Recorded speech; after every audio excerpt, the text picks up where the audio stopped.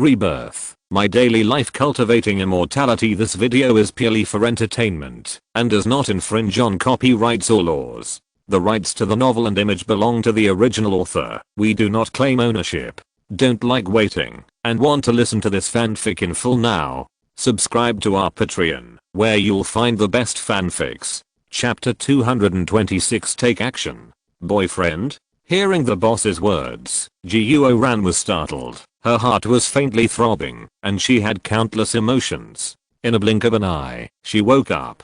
Ji-Yuo-ran is not the kind of woman who will be secretly happy and then acquiesce when someone says something. She is a chemistry teacher hired by Yuzhou No. 4 middle school. She is an upright teacher and cannot harm the flowers of the motherland in any case. This is her responsibility as a people's teacher, nothing more. Although she has a good relationship with Jiang Ning, it is also because Jiang Ning helped her when she was in danger, and later she took care of Jiang Ning out of gratitude. This is the basic morality of being a human being. It was only later that she found that Jiang Ning, a student, had outstanding character and similar life experience to her, so she was willing to treat him better. As for boyfriend and girlfriend, there is no possibility. Ji-Yuo-ran said, "Boss, you misunderstood. He is just my student." After hearing this, the boss looked at the two in surprise. On the surface, the boy is tall and handsome, and the girl is beautiful and smooth. They are too well matched, and walking together, it is obvious that they are a couple. This woman is interesting, and she is a student? Who are you trying to fool? The boss's expression was full of doubt, but he was also a wonderful person, and he said meaningfully, I understand. Who doesn't have a unique hobby these days? Seeing this, Ji-Yuo-ran said again, he is really my student. Leaving this sentence, she held the big bear doll in one hand, and took Jiang Ning's arm with the other hand, and took him away from this place of trouble. Ji-Yuo-ran knew that it was useless to explain to the boss, who was an old hand, and it would only make things worse. There was no need, so she simply chose to leave. Jiang Ning did not resist, and let Ji-Yuo-ran take him. When the two left, the reactions of the surrounding customers diverged. Some girls withdrew their gazes from Jiang Ning, and then looked at their boyfriends, hoping that he could also perform the skills just now. However, their boyfriends looked embarrassed and hesitant. The boss looked at the lively crowd and shouted, "Don't worry, everyone. Although the big bear has been taken away, I still have other dolls here. I promise they are not bad." Jiang Ning followed Ji-Yuo-ran, and they went up to the 4th floor, and went straight into a Chinese restaurant. The huge bear in Ji-Yuo-ran's arms attracted the waiter at the door of the restaurant to look at him strangely. They sat down at the square table. Ji-Yuo-ran took out 2 pieces of paper, wiped the chairs, and put the big bear on them. So there was an extra big bear on their table, which looked a little strange. The waiter brought the menu, and Ji-Yuo-ran asked, "Do you want to do it, or should I do it?" Jiang Ning was not familiar with this place, and it was the teacher who invited him, so he said, "You do it. It's my first time." Hearing this, Ji-Yuo-ran skillfully marked the menu, then "Don't worry, I have experience." Heba, bungalow. Zhu Yuantang slept until 11 o'clock before waking up. She rubbed her eyes and got up from the bed with difficulty. She stepped on slippers and opened the curtains. The bright and dazzling light poured in, falling on the bed, the desk, and her snow white face, shining brightly. Her hair was loose and a little messy. "Mom!" Zhu Yuantang shouted. No one responded. "Oh, Mom is resting today and went back to the countryside. She is left alone again today. Oh no, there is no food." Zhu Yuantang thought to herself that it was not good. But it doesn't matter, she still has Jiang Ning. Zhu Yuantang changed into loose home clothes, stepped on slippers, and planned to knock on Jiang Ning's door and ask him to get up and have fun together. Thinking of this, she left her home, turned left a few steps, and arrived at her other home. Zhu Yuantang was about to knock on the door, but saw a lock hanging on the door, silently mocking her. Zhu Yuantang was disappointed and sighed. Jiang Ning ran away.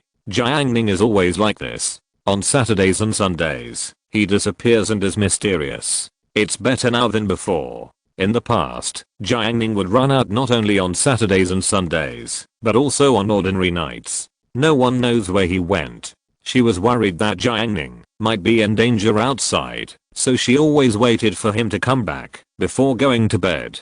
Zhu Yuantang turned back and said, "Remember Jiang Ning. Next time you eat, give him less." The sun was warm today, and the yard was warm, which was very suitable for washing hair. But no one was blow drying her hair, and Zhu Yuantang didn't want to wash it again. She found her cell phone and sent a message to Jiang Ning, telling him to come back early. If she didn't see him by 3 o'clock in the afternoon, no, 2 o'clock in the afternoon, she would not let him off easily. There was no way. Zhu Yuantang was so tough, because she was the one who held the cooking spoon at home.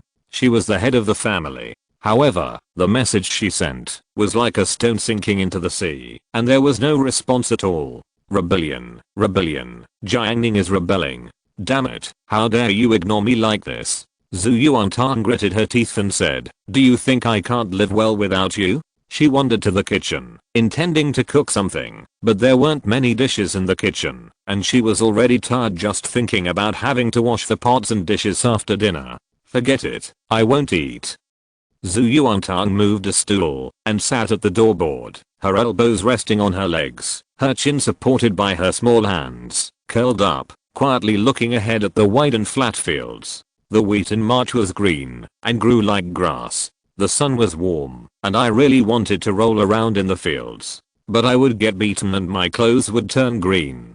Besides, it was wheat that the farmers had worked hard to grow. Zhu Yuantang grew up in the countryside. When she was a child, her parents went to work in the fields during the busy farming season. They were worried about her staying at home, so they took her to the fields. In October, when it was hot, her father would often put a big umbrella at the edge of the field. She hid under the umbrella and watched her family picking peanuts from afar under the scorching sun. Before each departure, Zhu Yuantang would always fill a small bottle of water from her own well. The well water in summer is cold, and her family would not let her drink raw water, so she drank it secretly. If she could drink it with a spicy strip, it would be a supreme enjoyment. Zhu Yuantang heard that there was a family in the village whose well water was sweet and especially delicious, but unfortunately she was too young at the time and did not have the courage to go to other people's homes to ask for water. When she was a child, she took a small bottle and went to the fields to wait for her parents.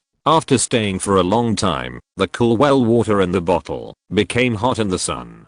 Zhu Yuantang was not waiting foolishly. She picked up many pieces of soil under the umbrella and divided them into generals, small generals, and soldiers in turn, commanding them to fight. She often pulled up a piece of grass, as if she had captured a city and won a great victory. When the sun went down, the family returned home. Zhu Yuantang asked her father for a dime to buy an ice lolly at the village store. There were ice creams in the canteen, but one ice cream was 20 cents, which was not something she could afford. In the summer evening, eating an ice cream was so comfortable. I really miss it. Missing the sweetness of the ice cream, Zhu Yuantang took out a white rabbit candy, tore open the package, and put it in her mouth. She melted the candy and chewed it hard, wanting to catch the happiness of her childhood. But she felt bored again. What a boring life. Suddenly, accompanied by the sound of quack, a row of white geese passed by the door. There were 7 or 8 of them.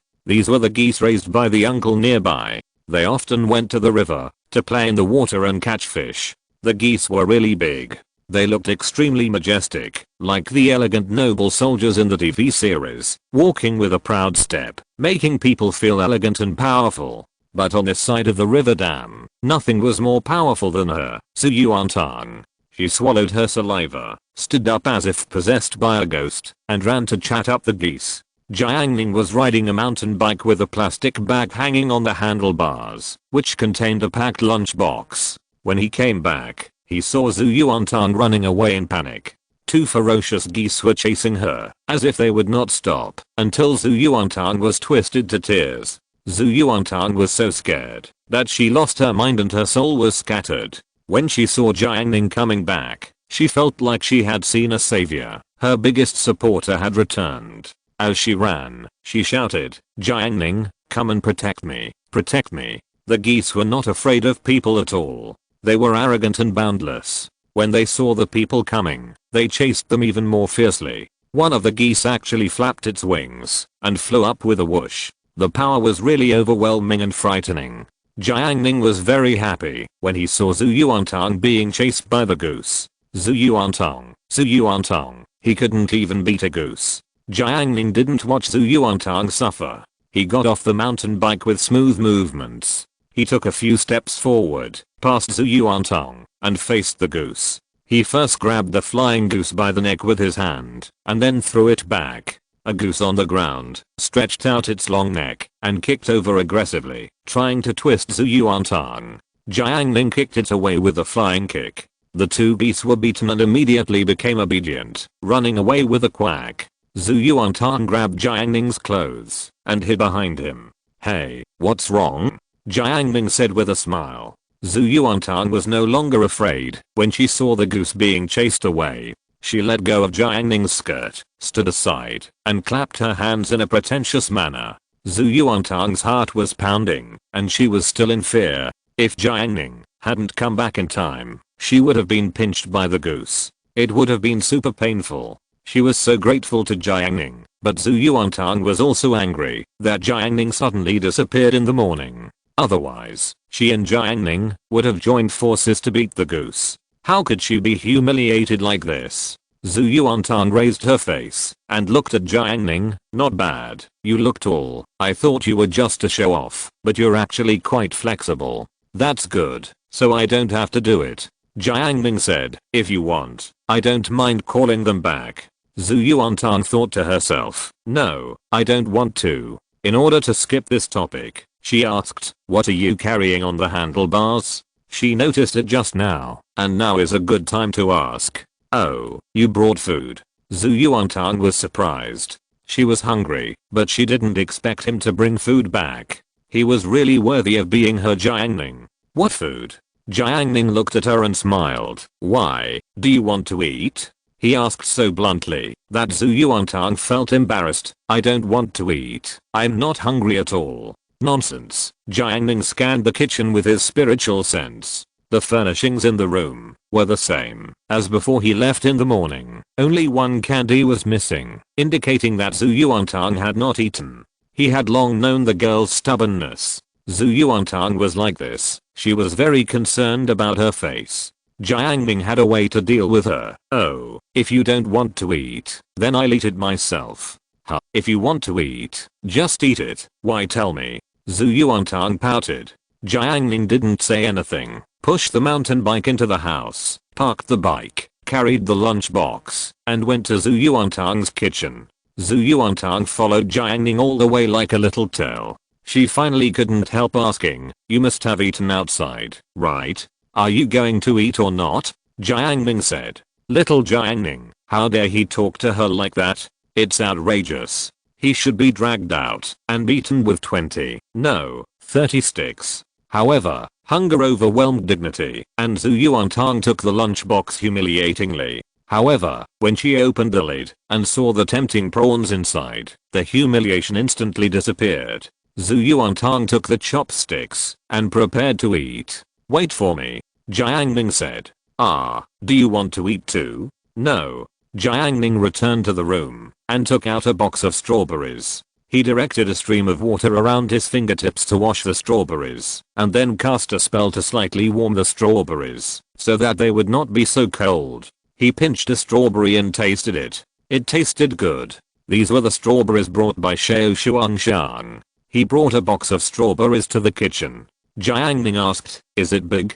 Zhu Yuantang stared at the strawberry and was very surprised. So big.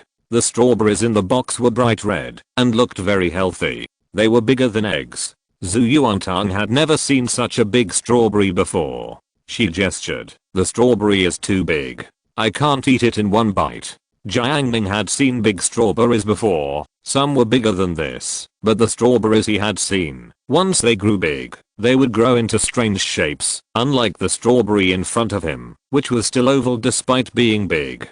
"Try it." Jiang Ning took out one and put it to Zhu Yuantang's mouth. She opened her mouth and took a bite, and it was all the delicious strawberry flesh. Delicious, delicious. Zhu Yuantang praised. It was much more delicious than what she bought at the school gate. Is this expensive? She asked. It should be expensive. Someone gave it to you. Just eat it. Jiang Ning said. Zhu Yuantang thought for a moment and didn't care. With her intelligence, she would give it to Jiang Ning next time she received the scholarship, and she would never let him suffer. So, she ate it with peace of mind. Jiang Ning, you eat too, she said. Yeah, I know. Jiang Ning smiled. The two of them were eating in the small kitchen. Zhu Yuantang's meal was a rice bowl with roasted shrimp on top and rice on the bottom. Zhu Yuantang took a few bites of rice and bit a strawberry. Maybe because she was eating in a hurry, 2 grains of rice stuck to her mouth. She didn't notice and ate the strawberries by herself. Jiang Ning watched her eat quietly and suddenly reached out and wiped the rice grains from her mouth. As if his territory was invaded, Zhu Yuantang opened his mouth and bit, holding Jiang Ning's finger. Jiang Ning suddenly felt his fingers were soft and smooth, and it seemed that the air was still. He flicked it and said, "Your saliva is flowing out." Zhu Yuantang opened his mouth. Huh, I thought it was strawberries. Sorry everyone, there is only one chapter today. Chapter 227. His hands are so beautiful. Sunday, number 4 middle school. Jiang Ning pushed his mountain bike into the gate of number 4 middle school, and Zhu Yuantang followed behind pushing the bike. The combination of a large and a small one occasionally attracted the attention of nearby students. Most of them were girls. They first stared at Jiang Ning's handsome face, then timidly withdrew their gazes, as if afraid of being noticed. After waiting for 2 seconds, perhaps thinking that the limelight had passed, they stole a glance again. However, their every move was under Jiang Ning's control. Jiang Ning ignored all this. He pushed the bike to the carport and locked the mountain bike. His spiritual sense spread out, and the information of the bicycles in the carport merged into his mind. Yang Sheng's mountain bike was parked in the carport. Yang Sheng came very early on Sunday afternoon. She and her friends went to the playground to play badminton, table tennis and the like. In addition, there was another bicycle in the carport. The appearance of this bicycle was obviously different from the surrounding bicycles. Whether in terms of shape or texture, it was far better than other bicycles. This was Qian Heng's bicycle from class 2, grade 1. Jiang Ning thought to himself that the injury on his face had healed, and he came to school. He did not speculate here, but took action. His spiritual sense expanded again, from the teaching building to the playground, and was instantly covered by his spiritual sense. Jiang Ning has been practicing spiritual sense during this period. He broke through the burning lamp realm before the new year. With the help of the soul-sinking incense, his progress was fast, no slower than that of the immortal world. Within the range of his spiritual sense, he captured the figure of Qian Heng. He was playing basketball with a few followers. After understanding the other party's dynamics, Jiang Ning withdrew his spiritual sense. For such people who may retaliate, Jiang Ning always observes in advance and does not give them a chance to take advantage. Before, Qian Heng was still thinking about regaining his face, but now his target has shifted to Zhang Kai from class 8. They are discussing how to deal with Zhang Kai. Jiang Ning really didn't know what to say. He left the carport and climbed the stairs. Although Jiang Ning studied in number 4 middle school in his previous life, he was just an ordinary and unremarkable student at that time. Except for the people in his class, he had almost no contact with other classmates. Until the end of the college entrance examination, he didn't know many students from other classes. He had no chance to meet students like Qian Heng who were famous in the school. He was unfamiliar with many people. When Jiang Ning was free at school, he would occasionally release his spiritual sense to observe the dynamics of his classmates in the school and get to know them. Many students came to the classroom. Shan Kaiquan did not sit by the aisle, but sat in a seat near the inside. He was playing chess with Meng Jiui. There were a few spectators around, such as Jiuo Kunan and Hu Jun. Jiang Ning wiped the desk, and Chen Xiaoyu turned around and asked him, "Shall we play chess? Do you have chess?" Jiang Ning asked. For a request from a little girl like Chen Xiaoyu, if it was not too excessive, Jiang Ning would generally not refuse it. Besides, chess had accompanied him for a long time. He often played chess with Zhu Yuantang at home.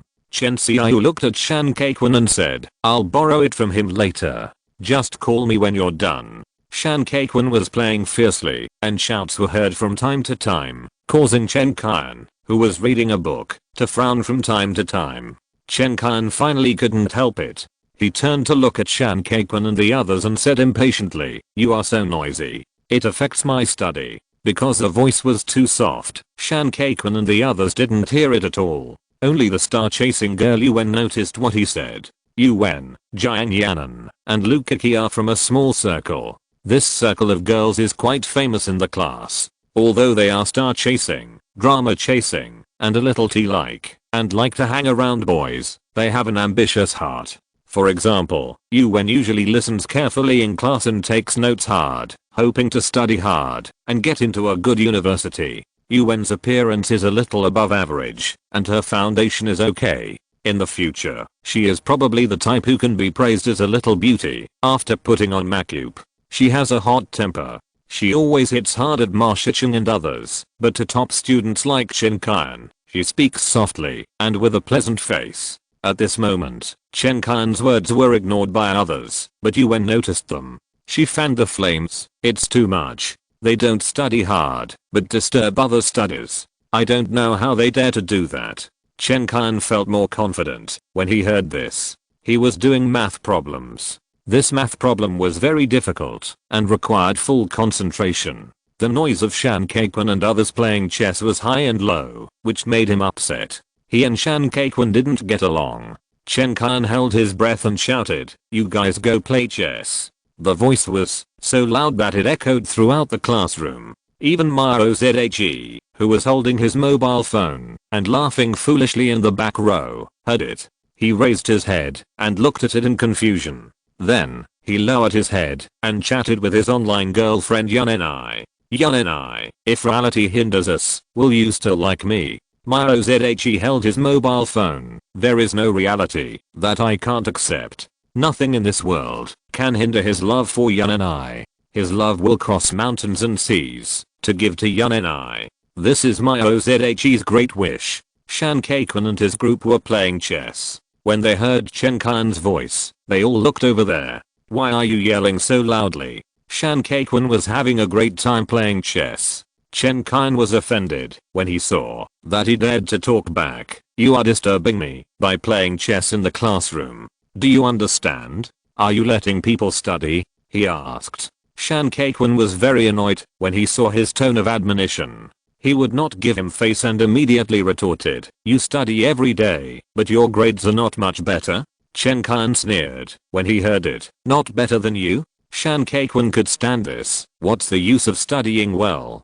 If you have the guts to play a game of chess with me, do you dare? I'll let you get shot." Chen Qian didn't dare. His chess skills were very poor, and it would be embarrassing to go up. "What's the use of knowing how to play chess?" Shan Kaikun said proudly. "I'm better at chess than you." Chen Qian said contemptuously, "I have a better future than you." Future is a very difficult thing to figure out. As soon as he said this, Shan Kaikun felt uncomfortable. He brought up an example. "You study so hard every day, but I don't see how good your grades are. I still disturb your study. Do you have the ability to compete with Jiang Ning? His grades are much better than yours. I'm playing chess here, and I don't see him having any objections." At this point, Wang Lang interrupted. "That's right. A full jar doesn't make a sound, but a half full jar makes a clanging sound." Jiang Ning heard someone mention his name and looked over there. He was used to seeing the bad things happening in the class, so he just watched the fun. Chen Qian was frustrated by Shan Kaikun's words, and now he saw Jiang Ning looking at him. Jiang Ning's expression was calm, but when he saw Chen Qian's eyes, he felt a strong man's indifference to the weak. Chen Qian was extremely unwilling. Chen Qian, will never fall behind others." He ignored Shan Kaikun and buried his head in studying hard, determined to get first place in the grade in the next exam. Shan Kaikun was indeed unhappy with Chen Qian, but he consciously lowered the sound of playing chess. The spectators around him didn't say anything, so the game was inevitably boring. After finishing a game, Shan Kaikun was hesitating whether to continue playing chess. Chen Xiao came over and asked, "Shan Kaikun, can you lend me your chess set?" "Well, you can use it." Shan Kaikun was very generous. He thought Chen Xiaoyu borrowed it to play chess with Bayuxia, and he was even a little happy. Who knew that after Chen Xiaoyu took it away, he found Jiang Ning and the to set up the chess pieces. When Jiang Ning was playing chess, it was only him and Chen Xiaoyu at first, but later Zhu Yuantang saw it and came over to watch. Bayuxia, who was in the front row, was still reading a book and doing exercises. Jiang Ning, can you play chess? Shan Keiquan asked. Zhu Yuantang said, you are 3 points behind me. Jiang Ning, a little bit. After saying this, he pushed the chess piece. Shan Keiquan said happily, let's play 2 games, when we have time. He looked confident and arrogant. To be honest, Shan Keiquan envied Jiang Ning. He had good grades, was handsome, and had good physical fitness. If you were a student, let alone having 3 of these, just one of them would be enough to attract the envy of others. If you want to fall in love, as long as you don't look for pretty girls, it's not difficult to find a partner. Shan Keiquan has always been a little envious, especially that Jiang Ning can get along well with Zhenglu and Chen Xiaoyu. Although he envied, Shan Keiquan was also dissatisfied. His grades have risen sharply recently, and he is not bad in other aspects. He has found a specialty in chess, and no one in the class can beat him. People are not omnipotent. In terms of ball skills, Jiang Ning is not as good as Wu Zhaoqi. Yes, since Shan Keiquan played ball with Wu Zhaoqi a few times, although he still didn't like him, he had to admit that the other party's ball skills were definitely the best he had ever seen in his life. Then there was Shan Zhao's friendly attitude. He could talk to anyone, which made people feel refreshed and encouraged. Or maybe Ma Shicheng is very good at playing with his mobile phone. These things are all what Jiang Ning does not have. Shan Keiquan, relying on his chess skills, can't help but feel a little proud. Jiang Ning played chess with Chen Xiaoyu and deliberately did not move the chariot and horse on one side, but still defeated Chen Xiaoyu. You are so good, Jiang Ning. Chen Xiaoyu was a little frustrated and a little admiring. Zhu Yuantang, who was watching the game, said, it's okay, he is just average at chess. Shan Keiquan stood in the river to watch the game. He saw this game clearly, but he felt that Chen Xiaoyu was too stupid and didn't know how to play chess at all. There were so many ways to turn the tables, but she didn't see them. If he came to play chess, he would definitely be defeated in a few moves. Chen Xiaoyu was a novice and playful person. She lost several games in a row until the bell rang, and then she returned the chess to Shan Keiquan. Shan Keiquan said, Jiang Ning, let's play 2 games, when we are free, and let you see what technology is. After the second class of the evening self-study, it was the turn of the big break. The last class was a self-study class, and the students in the class were in a relaxed mood. Because Zhu Yuantang was too arrogant in playing with her mobile phone during class, Jiang Ning cast a spell and sucked away the power of her mobile phone. Now Zhu Yuantang was sleeping by the window. She was a unique scenery in the chaotic classroom. When the monitor Huang Zhangfei came over, he said shyly, Jiang Ning, can you help me? There is something outside my school that needs to be moved in. Sorry to bother you. Jiang Ning usually moved 2 buckets of water at a time when moving water to the classroom. He held them directly and carried them all the way from the water room to the classroom. Only a few boys in the class could do this. Huang Zhangfei was about 1.8 meters tall, but he was not strong. Jiang Ning stood up from his seat and said, let's go. He had a good impression of the monitor. Last semester, Zhu Yuantang received a scholarship. Jiang Ning went out to buy 60 cups of double skim milk, brought them to the classroom, and asked Huang Zhangfei to help distribute them. The other party came up to help without saying a word. When they left the classroom, Yu Wen retracted her gaze and said to Shen Qinj and Jiang Yanan, the monitor is out. Yu Wen had sweeters, but she was also very interested in the monitor. He was handsome, had good grades, was well educated, and was the monitor. Who wouldn't like him? Shen Qinj didn't pay attention to what happened just now. She looked at Jiang Ning's position. After the new year, Jiang Ning went to his uncle's house once and said hello to her. Shen Qinj was angry with Jiang Ning for most of the semester and had been trying to reconcile with Jiang Ning. However, Jiang Ning really made her feel too unfamiliar, so she didn't ask for reconciliation in the end. Jiang Yanan said, when you pay a lot of attention to the class monitor? Yuan boldly admitted, the class monitor is so good, who wouldn't pay attention to it? All the boys who chased me before, tied together, are not as good as half a finger of the class monitor. By the way, have you noticed that the class monitor's hands are really beautiful, just like the hands of the hand models on TV? How nice it would be if I could touch them? Yuan fantasized. I will definitely be excited to cry. Jiang Ning complained to her, I surrender to you. Yuan asked, don't you like the class monitor? Jiang Ning was speechless. As far as she knew, most of the female classmates in the class liked the class monitor, including Lukaki, whom she knew. If the class monitor was willing to fall in love, Lukaki would definitely kick her boyfriend immediately. Jiang Ning and Huang Zhangfei went downstairs and walked all the way to the school gate. The gate of number 4 middle school was guarded by the security department. During the evening self-study period, no one except special personnel could leave the school unless they had a leave application approved by the class teacher. Jiang Ning knew that Qishai and Heng from class 2 could leave early in this way. The school gate was an electric retractable door. 2 people were waiting at the school gate, one of them holding a huge box. Huang Zhangfei explained, it's my birthday today. There is a cake in it. I'll trouble you later. When we get back to the classroom, I'll give you 2 big pieces. No big deal. Jiang Ning stretched out his hand and took the box from the retractable door. He lifted the box easily. When they arrived at the classroom, Jiang Ning put the box on the podium in the surprised eyes of his classmates. Thank you. Huang Zhangfei thanked him again. Yuan asked, class monitor, what's in the box? Huang Zhangfei said, it's my birthday today. There is a cake in it. I'll treat everyone to cake when the class starts later. Ah, it's your birthday, class monitor. You should have told me earlier so that people would give you gifts. Yuan said in a half voice. Huang Zhangfei smiled brightly after hearing this. I'm already very happy to have you accompany me on my birthday. Such an answer made Yuan admire the monitor even more. It was a blessing for class 8 to have monitor. Yuan kept talking to the monitor until she remembered something. She picked up the cup and filled it with boiled water, otherwise she would get sick of eating cake later. Zhu Yuantang woke up just after the evening self-study class. She noticed that Jiang Ning was still beside her, so she looked at the podium, especially the huge box on it. Zhu Yuantang's eyes suddenly lit up. There was food.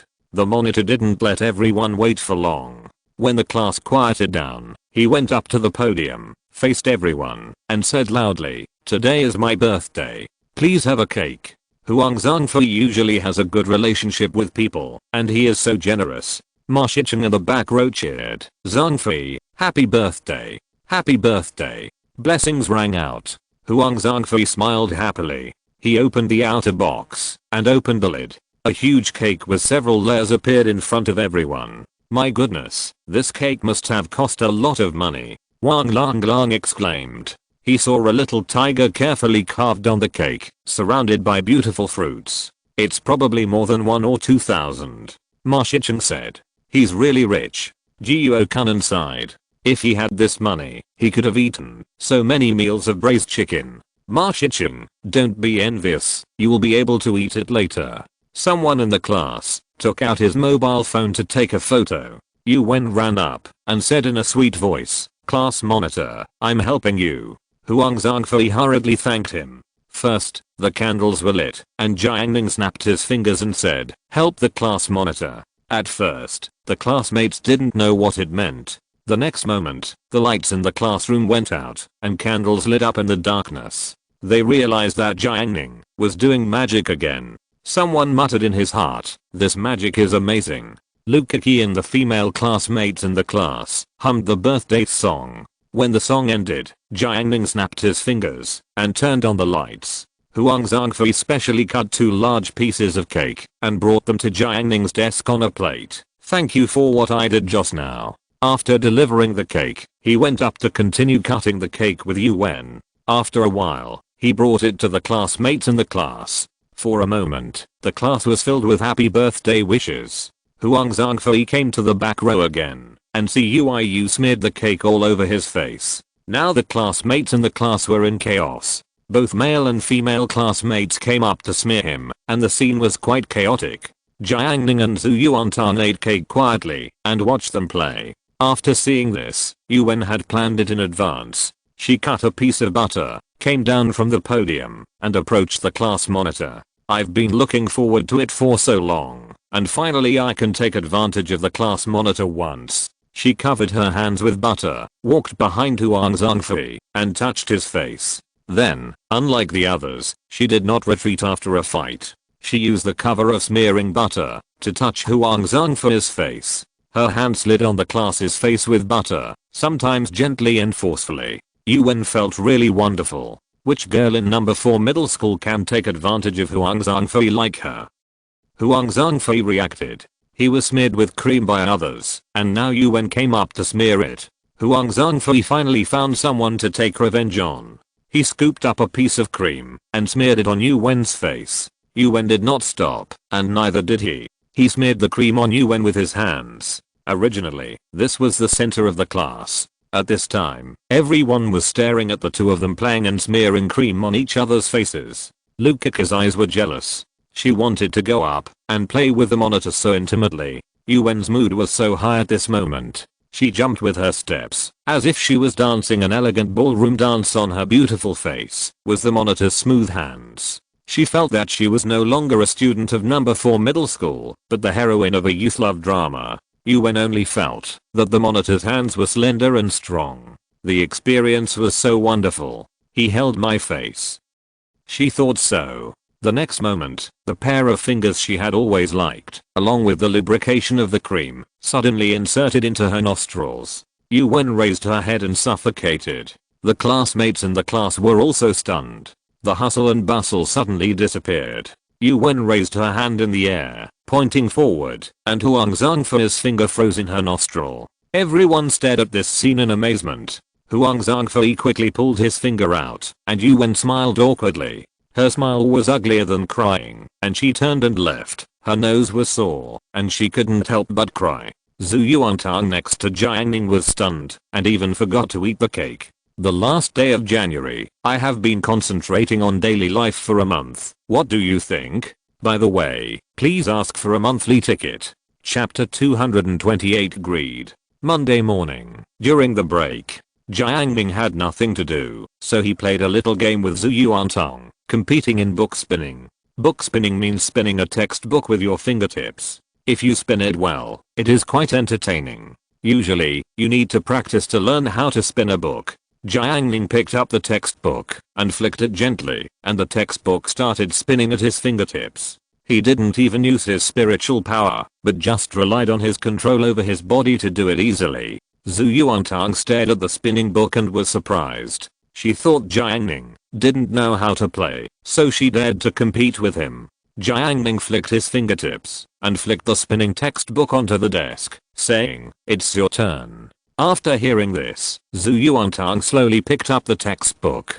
"Can you spin it?" Jiang Ning challenged. Zhu Yuantang immediately put the book in front of him. Haha, such a simple thing. Easy. It was impossible to spin it, but she, Zhu Yuantang, was never inferior to others. She was about to find an excuse to shirk, but before she could finish her words, Jiang Ning answered, "Did you not have enough breakfast today, so you don't have the energy, and are not in good condition, which affected your performance?" After saying that, he looked at Zhu Yuantang with a smile. Damn, he actually knows me so well. Zhu Yuantang was very panicked now. Her unfathomable wisdom was actually seen by the cunning Jiang Ning.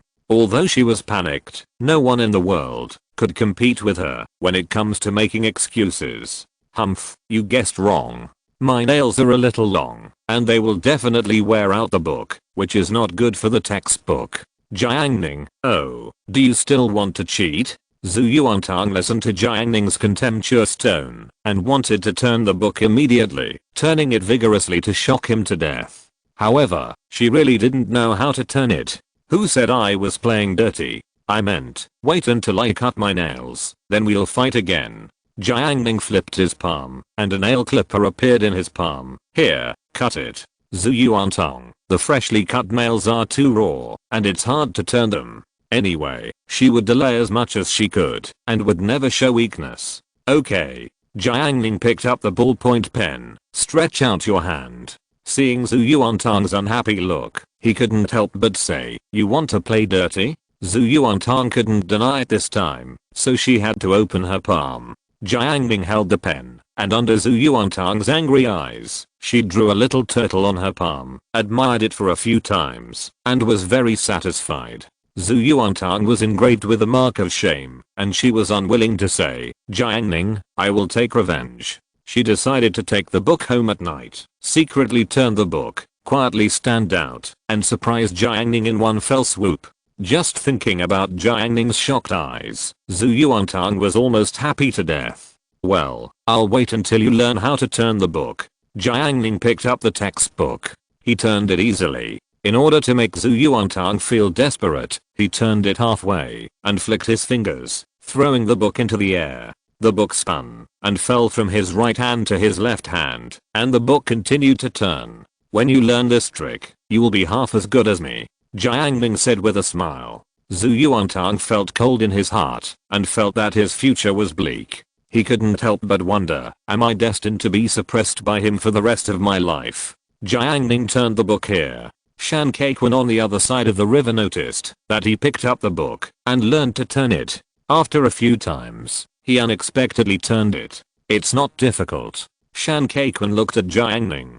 "It's really not difficult. You will be able to do it with more practice." Shan Kaikun was able to turn it, but it didn't last long. When the initial strength was exhausted, the book stopped. He wanted to ask Jiang Ning for advice, but gave up. After thinking about it, Bei Yuxia was sitting in front of Jiang Ning. If he asked other boys for advice, how embarrassing it would be. Shan Kaikun ran to the back row to turn the book. He planned to show off to Nanjian, Hu Jun and others first, and then show Bei Yuxia when he was proficient in the book turning technique. High school boys like to compare with each other the most. Even trivial things can form a trend of comparison, not to mention this kind of book turning involving technique. Shan Kaikun provoked, "Brothers, I'm not bragging, you are all the best brothers in book turning." After saying this, several people in the back row were immediately unhappy. Jiuo Kunan picked up the math book. "Today I will show you what technique is." He immediately started to operate.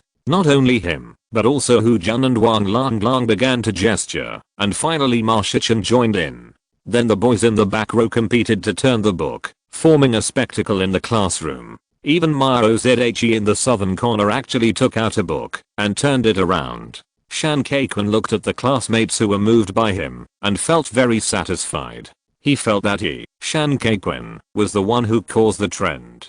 He really wanted to say to Bei Yuxia, "Do you think I look like a trendsetter of the times?" He wanted to give every bit of his glory to Bei Yuxia so that she would understand that he was an excellent person. Shan Kaikun turned the book and noticed Bei Yuxia's back from the corner of his eye. He said to himself, "It's almost time, it's almost time." He has liked Bei Yuxia for several months, and he decided to launch a general attack. Shan Kaikun has set the date for the attack, and he has 2 assists. First, the monthly exam next month. He has been working hard during this period. He goes back to the dormitory after evening self-study every day, memorizes words on his mobile phone, and stays in the classroom at noon to practice questions. Now the accuracy rate of doing simulation questions is much higher than before. He expects that his grades will improve by leaps and bounds again in this exam, and he is worthy of Bei Yuxia. The second assist is the sports meeting next month.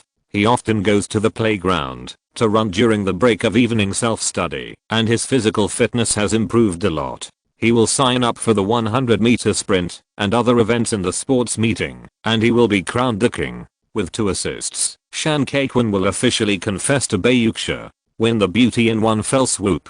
Just thinking about it made him excited. When he came to his senses, he saw the book spinning on his fingers. Unknowingly, Shan Kaikun actually learned to spin books. He looked excited and trembling all over. What does this mean? This represents the responsive god in the dark.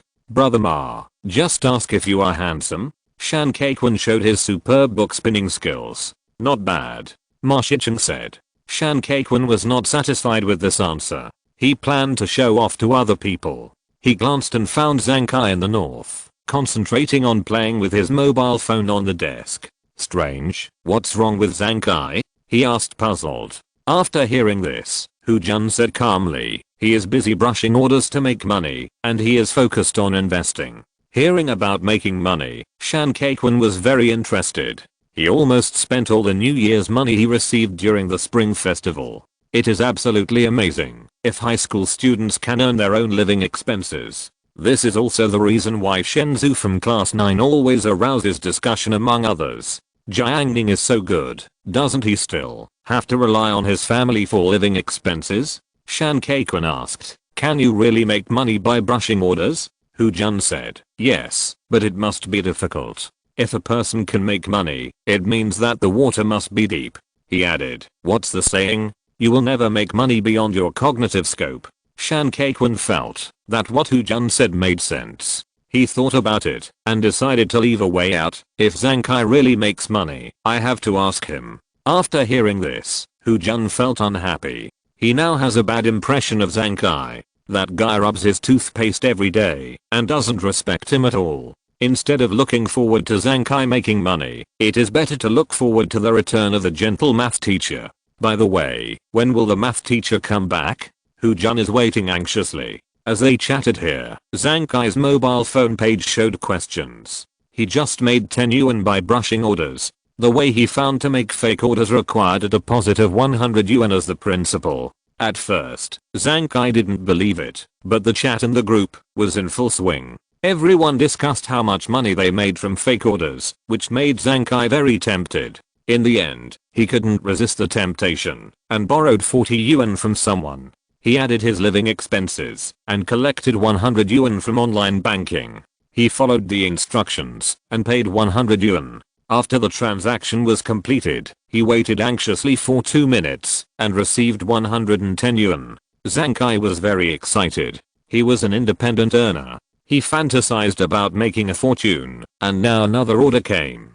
Zhang Kai hurriedly clicked in, paid the transaction, and it was done in one go. In 2 minutes, he received another 110 yuan. How long has it been? 20 yuan in hand. If he continues to make money like this, he can make hundreds or thousands of yuan just by playing around every day. Zhang Kai's brain was hot. I just felt that a golden road was paved in front of him. In terms of earning ability, wouldn't he beat Shenzhou from class 9? Now that he has made 20 yuan, he decided to withdraw the money at noon and eat braised chicken. He heard Jiuo Kunan and others talk about how delicious braised chicken is every day. Zhang Kai had been jealous for a long time, but the high price of braised chicken had discouraged him countless times. Now it is different. What is a 16 yuan braised chicken? It's just his income in a few minutes. Not to mention braised chicken, even KFC, he can still afford it. In the future, he, Zhang Kai, will no longer be a poor boy, he will be a superior person.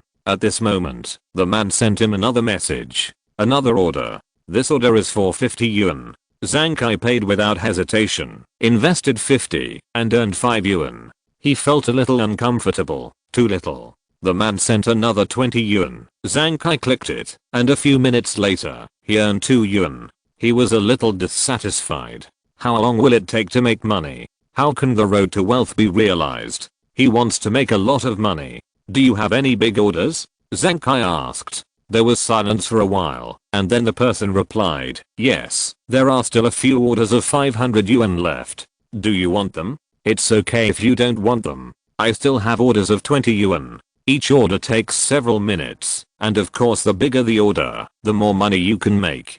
An order of 500 yuan, making 50 yuan at a time, is enough for 3 meals of braised chicken, which is almost Zhang Kai's living expenses for a week. How could he resist such temptation? As for being cheated, he never thought about it. People let him make more than 20 yuan, and when they just said big orders, they also said there were small orders, which were obviously available. How could a liar be so stupid? Wait for me, Zhang Kai replied. He would definitely do the orders of 500 yuan, but he only had more than 100 yuan in his hand, which was not enough. He had to borrow money to make up the difference. Zhang Kai went to Ma Shicheng and the others and said, brothers, if any one of you has online banking, please transfer some to me.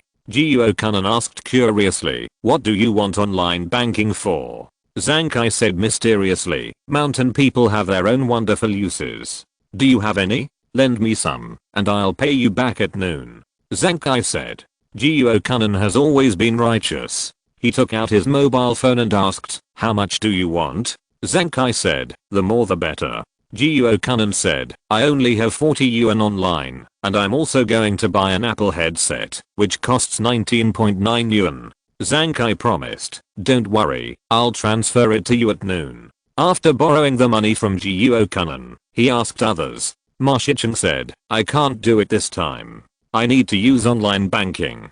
He thought Zankai was very strange. Although Ma Shicheng didn't need it urgently, he didn't lend it to him. As for Shan Kaikun and Hujun, none of them lent money to Zankai. After a while, Zankai only borrowed 50 yuan, which was far from enough. He scanned the whole class and finally locked onto Jiang Ning. Zankai had almost no dealings with Jiang Ning, but he knew that Jiang Ning must have money on hand, especially when Jiu Kanan went out to surf the internet at the beginning of last semester and asked Jiang Ning to borrow money. He ran over and interrupted the discussion between Jiang Ning and Chen Xiaoyu. "Jiang Ning, do you have online banking? Lend me 500 yuan.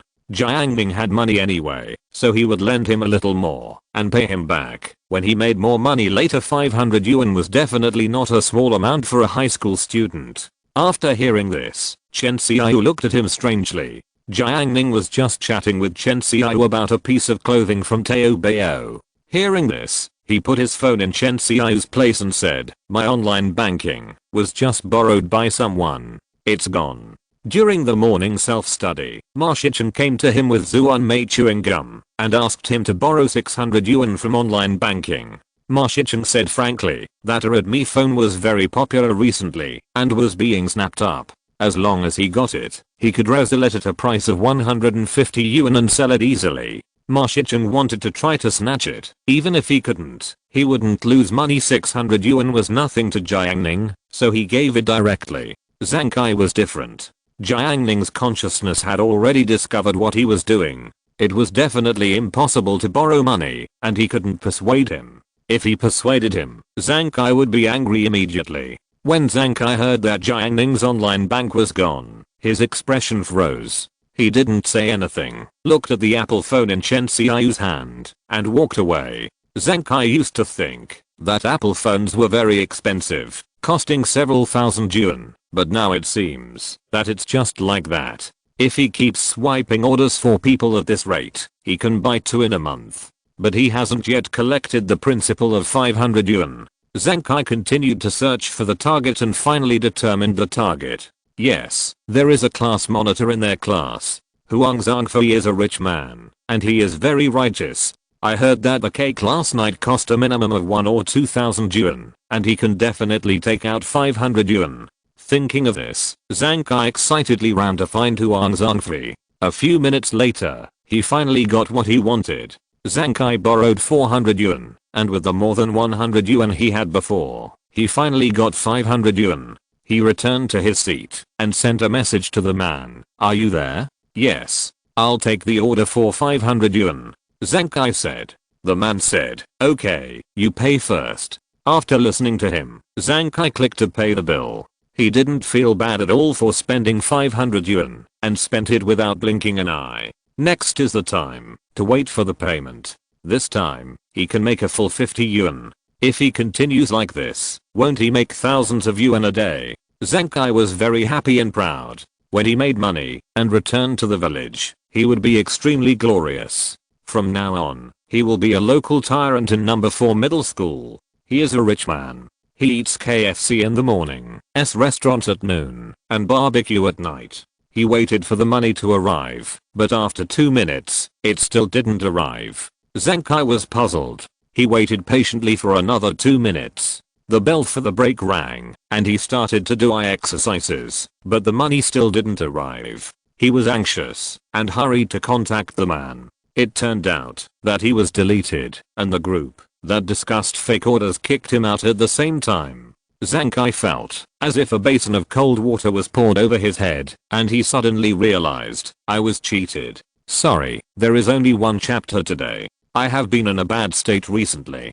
Chapter 229 Preparation for an outing. "Brother Ma, have you noticed that he is not quite right?" Hu Jun looked at Zankai and felt as if he had been hit in the face with a brick. and lost his soul. Ma Shichen looked over there and also found something wrong. Ask after class. Wang Lang touched him. Hey, Shui is here. Ma Shichen put away his phone. Mathematics teacher Gao Hishui is a teacher worthy of his serious attention. Hello, teacher. The students shouted. Wang Lang said privately, look at how well he is dressed.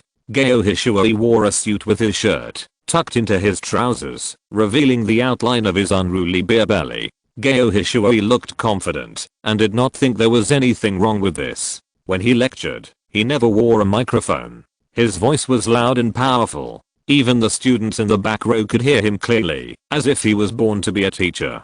Gao Hishui liked to use sharp eyes to scan the classmates in the class. He could tell if any of the students were absent. As soon as he entered the classroom, he noticed that Zhu Yuantang was reading a physics book, while the student named Jiang Ning was doing a math test. He actually didn't listen to his lecture, which was simply lawless. However, considering that the other party had a perfect score in the math test, and that they both always answered the questions he asked correctly, Gao Hishui decided not to make a fuss. Gao Hishui was lecturing while inspecting, and then, look what he found. He found Zankai, who was wandering in the sky. As soon as he saw this student, Gao Hishui smiled more and more interestingly, and he shouted, Zankai, what do you choose for this question? Gao Hishui called out the names, and some students in the class looked back. Zankai was cheated of 500 yuan at this time, and he was extremely angry and wanted to beat up the liar. However, facing Gao Hishui's question, he had to stand up. Last time, the head teacher Shan Qingran gave him face and didn't make trouble for him. If he dared to contradict the teacher again this time, he would be finished. Zankai replied, I choose C. Gao Hishui said, no, A. Zankai said again, still wrong. He chose 3 of the 4 options, all of which were wrong. Deng Qingfeng and Song Sheng in the front row looked back at him, especially Song Sheng, whose narrow eyes narrowed and showed a disdainful smile. Gao Hishui said, you really didn't listen to the class at all. He called on someone again. Chen Qian, tell him how to solve this problem. Chen Qian immediately stood up and told him the solution. Well said, sit down. Gao Hishui smiled and looked satisfied. He laughed a few times, then looked at Zankai and said to the classmates, in this classroom, the difference in IQ between people is greater than the difference between you and the dog on the street. As soon as these words came out, everyone except Zankai was laughing very happily. The laughter spread throughout the classroom. Everyone knew what Gao Hishui meant. He was mocking Zankai. No one thought there was anything wrong. In everyone's opinion, compared with Zankai, they were the ones with higher IQs, so everyone laughed very happily. Zankai had a gloomy face and said nothing. Gao Hishui continued to explain the questions. Finally, he encountered a particularly difficult question. At this time, Gao Hishui looked towards the south of the classroom and shouted, Zhu Yuantang, what should you choose for this question? This time, he called the name, which attracted the attention of almost all the students. Zhu Yuantang rarely stood up to answer questions, not to mention such a difficult question. Everyone was curious about what the limit of this top student in the city was. Zhu Yuantang glanced at the question lazily and said, choose D. Choose D. Gao Hishui did not agree, but asked back, why do I think it's C? As soon as this was said, the classmates in the class were a little excited. Gao Hishui was a very professional math teacher, and his words were authoritative. He thought that C was the answer, so C must be the answer for this question.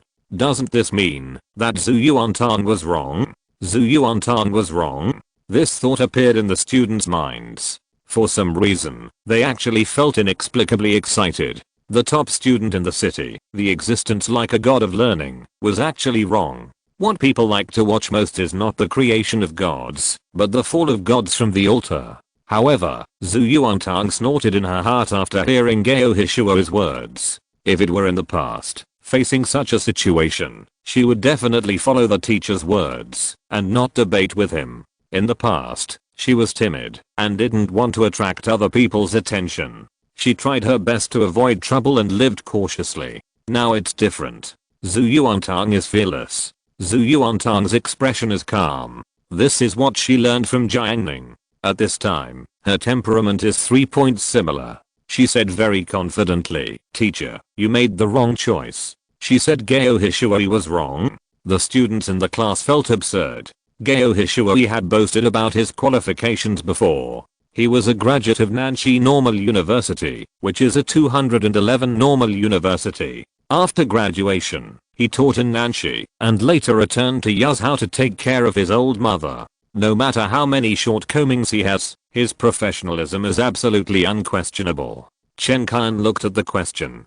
Based on his judgment, Teacher Geo's option C is exactly the same as the answer he thought in his mind. What does this show? It shows that his strength has caught up with Zhu Yuantong, and even stronger than the other party. Song Sheng still squinted his eyes. When the school started, he was beaten up by Jiang Ning in the classroom and lost all his face. Later, he broke his leg while walking and went to the hospital to rest for a few months. He returned as a king. In a short period of time, his grades improved by leaps and bounds and ranked in the top 10 of class 8. Song Sheng has always been disdainful of other students with good grades. What is that? Zhu Yuantang's words aroused all kinds of thoughts in the minds of the students. Without exception, everyone wanted to see how Geo Hishuoi would argue. However, after listening to it, Geo Hishuoi showed an expression of praise. Yes, the answer is indeed D. Impossible.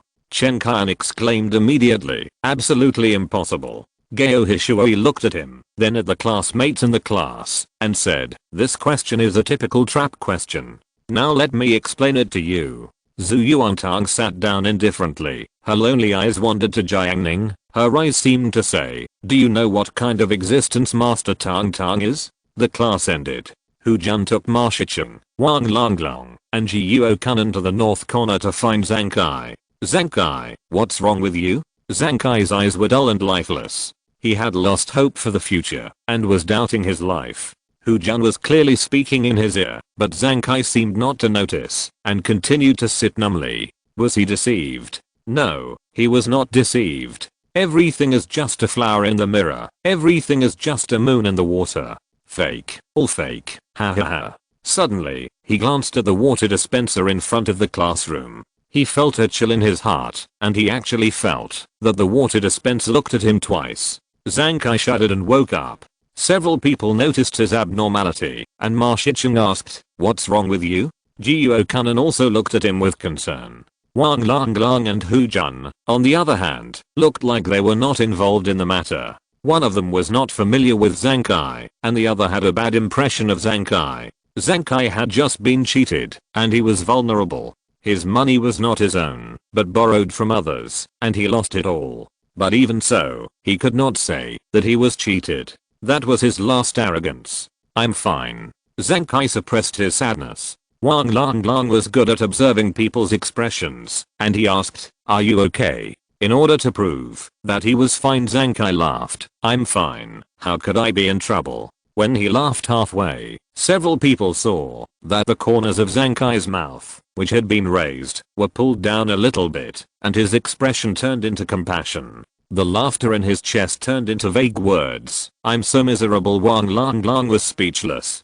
"Is this what you mean by nothing?" Ma Shicheng looked at his painful appearance and said, "If you have any problems that you can't solve, tell us, brothers." Zhang Kai was determined not to say it for the sake of face. His money had been cheated, and he must not lose face again, otherwise he would have nothing. School was over in the afternoon.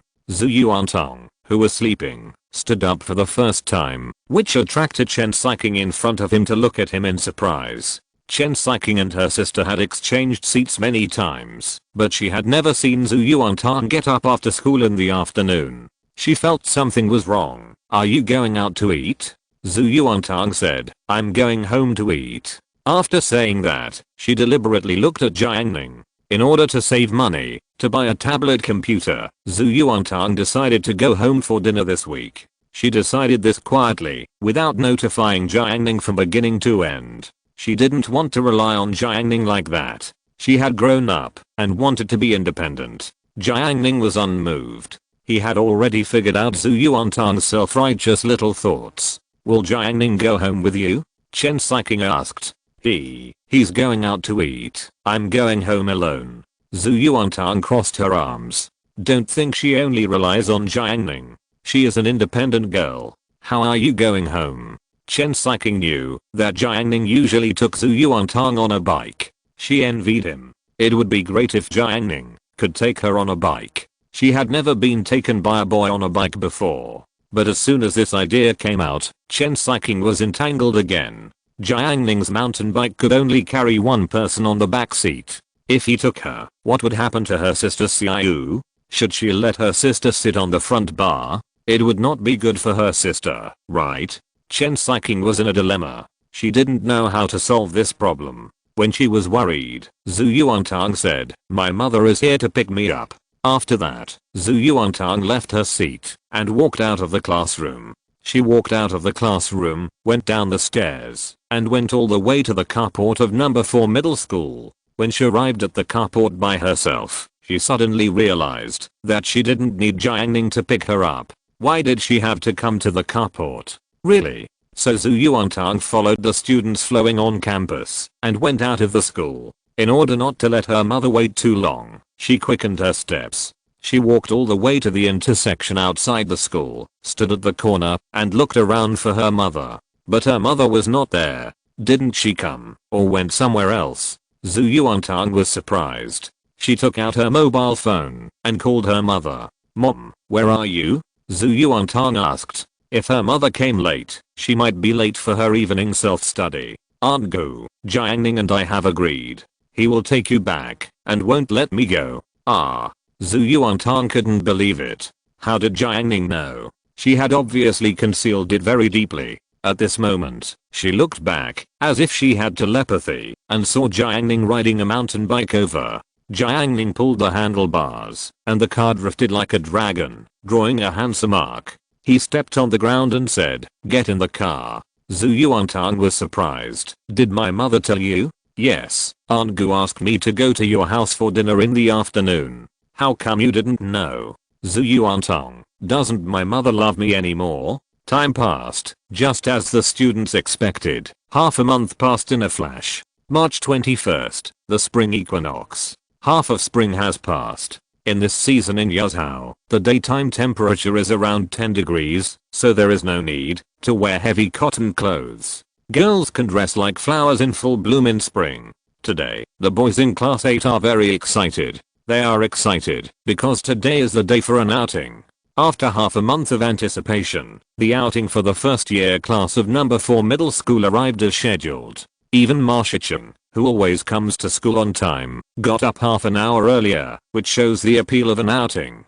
This kind of collectively organized outing is really rare. Many students may only have one chance to go out in 3 years of high school. When Ma Shichen arrived in the classroom was filled with an excited atmosphere. The classmates were ready to go, as if they were rushing to the battlefield to fight. The atmosphere was contagious, and Ma Shichen became excited. Many students gathered in the back row, and everyone was wearing loose and convenient sports clothes. Wu Zhaoqi was sitting on Ma Shichen's stool, showing off a pair of shoes. "See. These shoes are specially designed for walking. Can you understand? You haven't heard of shoes specially designed for walking, have you? Wearing these shoes of mine won't make you tired." Shan Zhao surrounded him and stared at Wu Zhaoqi's shoes. "So how much are these shoes?" Wu Zhaoqi was waiting for someone to ask this question, and Shan Zhao hit the nail on the head. He said the price of the shoes at the right time. 2008. As soon as this was said, the students in the back row took a breath of cold air. Hu Jun was shocked and said, "My whole outfit only cost 200 yuan. Who doesn't?" Jiuo Kunan said. "Shan Zhao, what a pair of precious shoes." Hu Jun stared at Wu Zhaoqi's shoes. "Brother Qi, can you let me wear your shoes? I've never worn such expensive shoes." Wu Zhaoqi was pretending to be comfortable, but now facing Hu Jun's expectant expression, he couldn't refuse, right? Otherwise, wouldn't he seem stingy? He endured the pain and handed the precious shoes to Hu Jun. Hu Jun quickly took off his shoes, sat on a stool, and picked up Wu Zhaoqi's shoes. He first used his feet to moisten the edge of the shoe twice, and then said in front of Wu Zhaoqi, "Brother Qi, I put it in." The next second, Hu Jun's foot slid into the shoe, and he made a hiss sound. Brother Key, it's so cool. Hu Jun looked extremely happy, as if he was having an unspeakable wonderful experience. Wu Zhaoqi watched as Hu Jun entered his precious shoes. Somehow, he suddenly didn't want this pair of shoes anymore. Wang Lang was sharp-eyed. He saw Ma Shichen coming with empty hands, so he reminded him, Brother Ma, have you bought anything? We are going on foot this time, so bring a few more bottles of water. Wang Lang showed his handbag. Jiao Kunan, who was standing next to him, patted his bag after hearing this. We bought it last night, not only water, but also bread. Ma Shichen went to the internet cafe to play games last night and forgot about it. He patted his head. I haven't bought it yet. Wang Lang hurriedly said, go quickly, there is still a while before the gathering. It will be too late if you are late. Ma Shichen looked at the time. They had to gather in front of the teaching building before leaving, and it would take a while, so he went out without saying a word. On the main road of the campus, many students were carrying bags with bottles of drinks, snacks and so on. He was a little anxious at first, but after seeing others, he was not anxious anymore. Ma Shichen came to UK supermarket. Because of the outing, many students were crowded in the supermarket, all buying things. Wei Ziyuan from experimental class 1 is the son of the owner of UK supermarket. He was standing at the door of the supermarket to help prevent students from running away without paying. Ma Shichen went in, took the bag, picked a few bottles of water, and took 2 small bags of Taiwanese sausages and instant noodles, and started to queue up to check out. He had nothing to do, so he took out his phone to connect to Wi-Fi and browse the joke app. Ma Shichen was playing with his phone while waiting. Everyone lined up obediently. Suddenly, the girl who was originally behind him actually moved in front of him little by little. The girl was pretty. If it was an ordinary boy, he probably wouldn't bother with the girl and just let her go to show his generosity as a man. Maybe he could even use this opportunity to get to know the girl and get her contact information. However, Ma Shichen hated this kind of person the most. He put his phone in his pocket and patted the girl on the shoulder. Hey, are you here to buy something too? Let's go on a spring outing today. You must bring more water on the way. I think the weather is good today, and it might be a little hot. The girl turned around and frowned when she saw Ma Shichen, with a bad look on her face. What a weird thing. Do I know you? Ma Shichen's face changed. Why are you cutting in line? If I don't know you, go wait at the back. If you're listening to this novel on a channel other than Fanfic World, it means they downloaded and uploaded it without effort. We cordially invite you to visit our channel, Mundo Fanfic Novelos. There you'll find the original version of this story and you can explore many other novels of various genres. We're waiting for you to immerse yourself in a world of incredible novels. Chapter 230, Field Trip.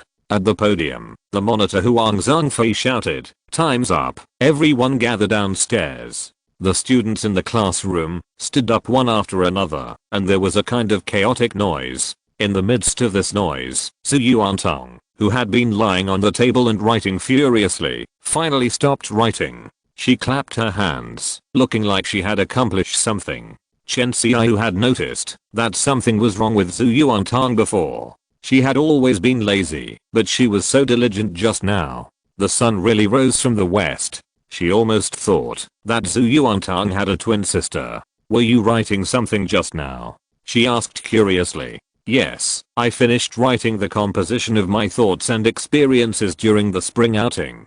Zhu Yuantong said proudly. Not only did she write about herself, she also wrote a copy for Jiang Ning, asking Jiang Ning to repay her later, otherwise she would not give it to Jiang Ning. Chen Xiao was in disbelief when she heard this. She said incredulously, the teacher didn't ask us to write it? Zhu Yuantong was confident. Don't worry, when we come back in the afternoon, the school will definitely ask us to write it. Jiang Ning, you are really a clever little ghost. Zhu Yuantong said proudly. Don't you look at who I am? Chen Xiao asked another question. You didn't go outing, why can you write it? Zhu Yuantong, how difficult is this? Just make it up. In the square under the teaching building, students lined up in a square. There were a total of 12 classes in the first grade of high school, with more than 600 students. Class teacher Shan Qingrang stood in front of the square of class 8, like a general, and called the roll. All the members of Class 8 were present, without a single person absent. Shan Qingran looked at the boys and said, "Each class selects a flag bearer. Who will come from our class? The flag bearer is responsible for holding the big flag and walking in front of the team to lead the way. Although this is impressive, it is not free, and after walking for a long time, it will definitely be tiring." After a short silence, the sports committee member Zankai stood up and shouted enthusiastically, "Class teacher, I'll do it." Zankai didn't want to do this job, but he was cheated of 500 yuan by swiping orders half a month ago, and the money was borrowed from others. In particular, he borrowed the money from the monitor. When he borrowed money that day, many girls watched. Everyone knew that he borrowed hundreds of yuan from Huang Zhongfei. These days, some girls jokingly asked if he had paid back the monitor's money. Zankai cursed in his heart, "I borrowed money from the monitor, but I didn't borrow money from you. What does it have to do with you? Is it necessary to be so nosy?" Originally, Zankai saw that Huang Zhongfei's attitude was gentle and wanted to default on the debt, but facing the girls in the class, he really had no choice. If he dared to default on the debt, with the gossip level of those girls, he would definitely be labeled as a debtor in the future. Later, when he was desperate, Zankai thought of poverty subsidies. The poverty subsidies for high school were several hundred yuan. With his family conditions, as long as he performed well, he would definitely be able to get poverty subsidies so that he could pay off the monitor's money. For this reason, Zankai actively performed. Even Gao Hishui repeatedly found him for trouble, but he endured it, just for the few hundred yuan. Zankai stood in front of the team, holding a big flag. As the teaching department issued orders, the army set off, and the team of students began to move. The faces of the students were filled with happiness and freedom, as if they were running towards a beautiful future. The square teams connected into a long dragon, which walked along the wide main road of the campus. The small gardens on both sides were full of spring, and there were several statues of cicada on the flat grass. The people at the school radio station carried cameras on their shoulders to record the spring. The long team of students went out of the school and reached the intersection. Because the team was too long, they crossed the road in batches. "Where is the class teacher? Have you seen the class teacher?" Chen Xiao asked. Now in front of the team, the person leading the team was Huang Zhongfei. Because the class teacher disappeared, there was a commotion, which did not last long. Only Shan Qingran rode a small motorcycle to catch up. Classmates, after walking for more than 10 minutes, the team arrived at the dam. The students rarely come to the wild together. Everyone feels that the air is so fresh. Facing the endless scenery, the dull mood becomes open. "Is your home in the river dam?" Chen Xiao asked Zhu Yuantang. "Yes, it's in front." Zhu Yuantang pointed. Looking in the direction of her finger, Chen Xiao could vaguely see a row of small bungalows in the distance. The team continued to move forward. At first, everyone didn't think there was anything wrong, but just felt novel. After all, the scenery by the river was pretty good. However, after walking 40 minutes, the team began to complain. The strong Zhu Yuantang fell from the front row of the team to the back row and walked with Jiang Ning. At this moment, the team was no longer as strict as when they first set out. As long as everyone didn't run around, the accompanying teachers would not be too strict.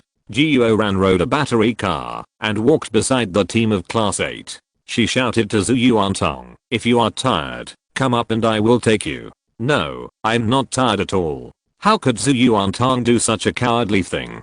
Even if she has to crawl, she will crawl to her destination. This is Zhu Yuantang's life code. After Zhu Yuantang refused, the students of class 9 shouted, "Teacher Jiuo, we are so tired." Gao Hishui glared at the students of class 9 and roared, "Tired, it's right to be tired. Comfort is for the dead." The students of class 9 cursed in their hearts, wishing Gao Hishui would roll off the dam. Jiang Ning was carrying a black bag and biting a candy in his mouth, enjoying the sweetness of spring. The candy was given to him by Ma Shicheng. He had lent money to Ma Shicheng before, and Ma Shicheng used it to buy a mobile phone. He failed the first time. For some reason, he succeeded in buying it the second time and sold it for 200 yuan. 200 yuan in 2014 was not a small amount of money for high school students in a small city like Yuzhou. Ma Shicheng was pretty good. He bought some candy and spent a huge amount of money to buy 2 Dove chocolates as a thank you. Zhu Yuantang noticed it and asked him for some. I want some candy. Jiang Ning gave her a thumb-sized paper ball. Eat it. Zhu Yuantang had never seen this before. She tore open the paper and found a pure white pill inside. It was very similar to when Zhu Yuantang was sick and her mother took her to the hospital for an 4th drip. Because she was too scared, her resistance was extremely strong. The doctor gave her some candy pills to coax her. Zhu Yuantang had forgotten the taste of the candy pills, but she knew that they were especially delicious. She picked up the candy pills Jiang Ning gave her and put them in her mouth. A fresh and sweet taste spread, and it was so delicious that her expression changed. Jiang Ning smiled gently when he saw her eat it. This was a pill that replenished her physical strength. Perhaps it could not be called a pill, but it was just something he prepared casually. After Zhu Yuantang took it, she should not be tired on this outing today. Most of the people who complained about being tired were girls, but the boys were still in high spirits. Ma Shichen picked up a straight branch and whipped the grass on the roadside. Many girls looked over. Chen Kan held the English vocabulary book in one hand. Even during the outing, he was still studying so hard. Seeing the commotion caused by Ma Shichen, Chen Kan sneered in his heart. How childish. How old is he still playing this? He doesn't understand true happiness at all. 1 hour, 2 hours, walking for so long. Even some boys felt tired.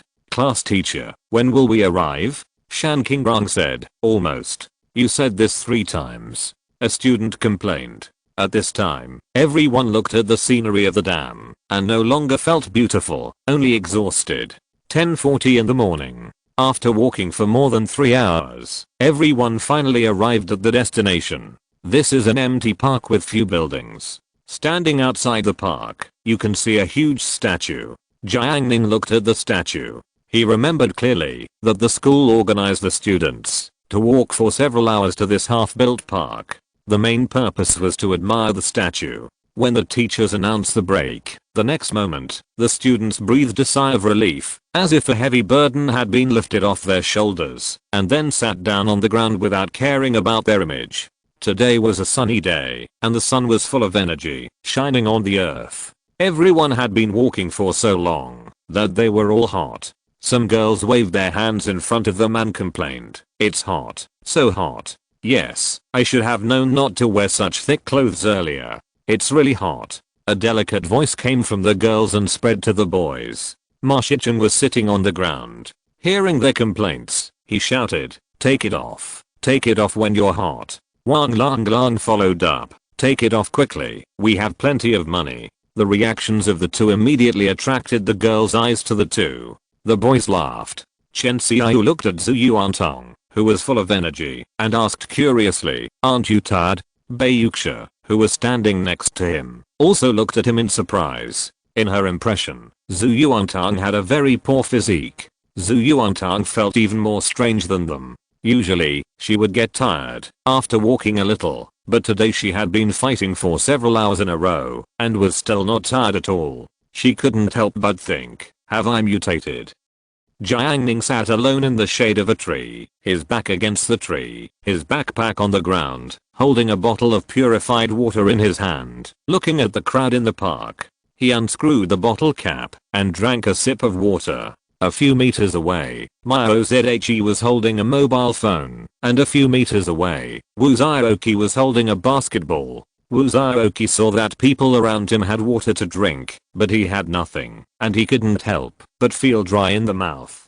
He looked around and found that there was actually a small shop in this broken park. At this time, the shop was empty and no students came. The school notified the students of the spring outing in advance, and the students bought a lot of snacks and drinks in advance. Before Wu Zhaoqi set off, he was only concerned about showing off his shoes and didn't care about food and drinks. He didn't realize it until now. Fortunately, he usually has a lot of pocket money. What if I don't bring snacks and drinks? Anyway, I have plenty of money. Wu Zhaoqi ran to the park's shop, where an old man was sitting. Wu Zhaoqi shouted, "How much is Coke?" 7 yuan. Wu Zhaoqi really hasn't drunk 7 yuan Coke. He asked, "Is the 7 yuan one a big bottle?" The old man, It's the kind that sells for 2.5 yuan outside. Upon hearing this, Wu Zhaoqi got angry. Although he was not short of money, he was not someone who could be bullied. He angrily said, "Aren't you cheating me?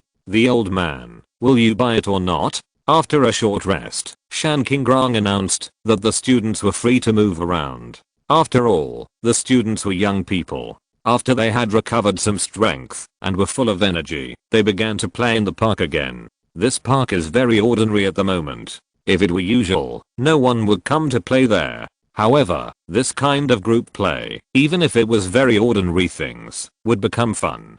Zhu Yuantang ran to Jiang Ning from the crowd of girls. The two strolled along the park and came to the lake. A small ferry was built by the lake, and many cruise ships were tied to the side. Those boats were very new and seemed to have not been put into use yet.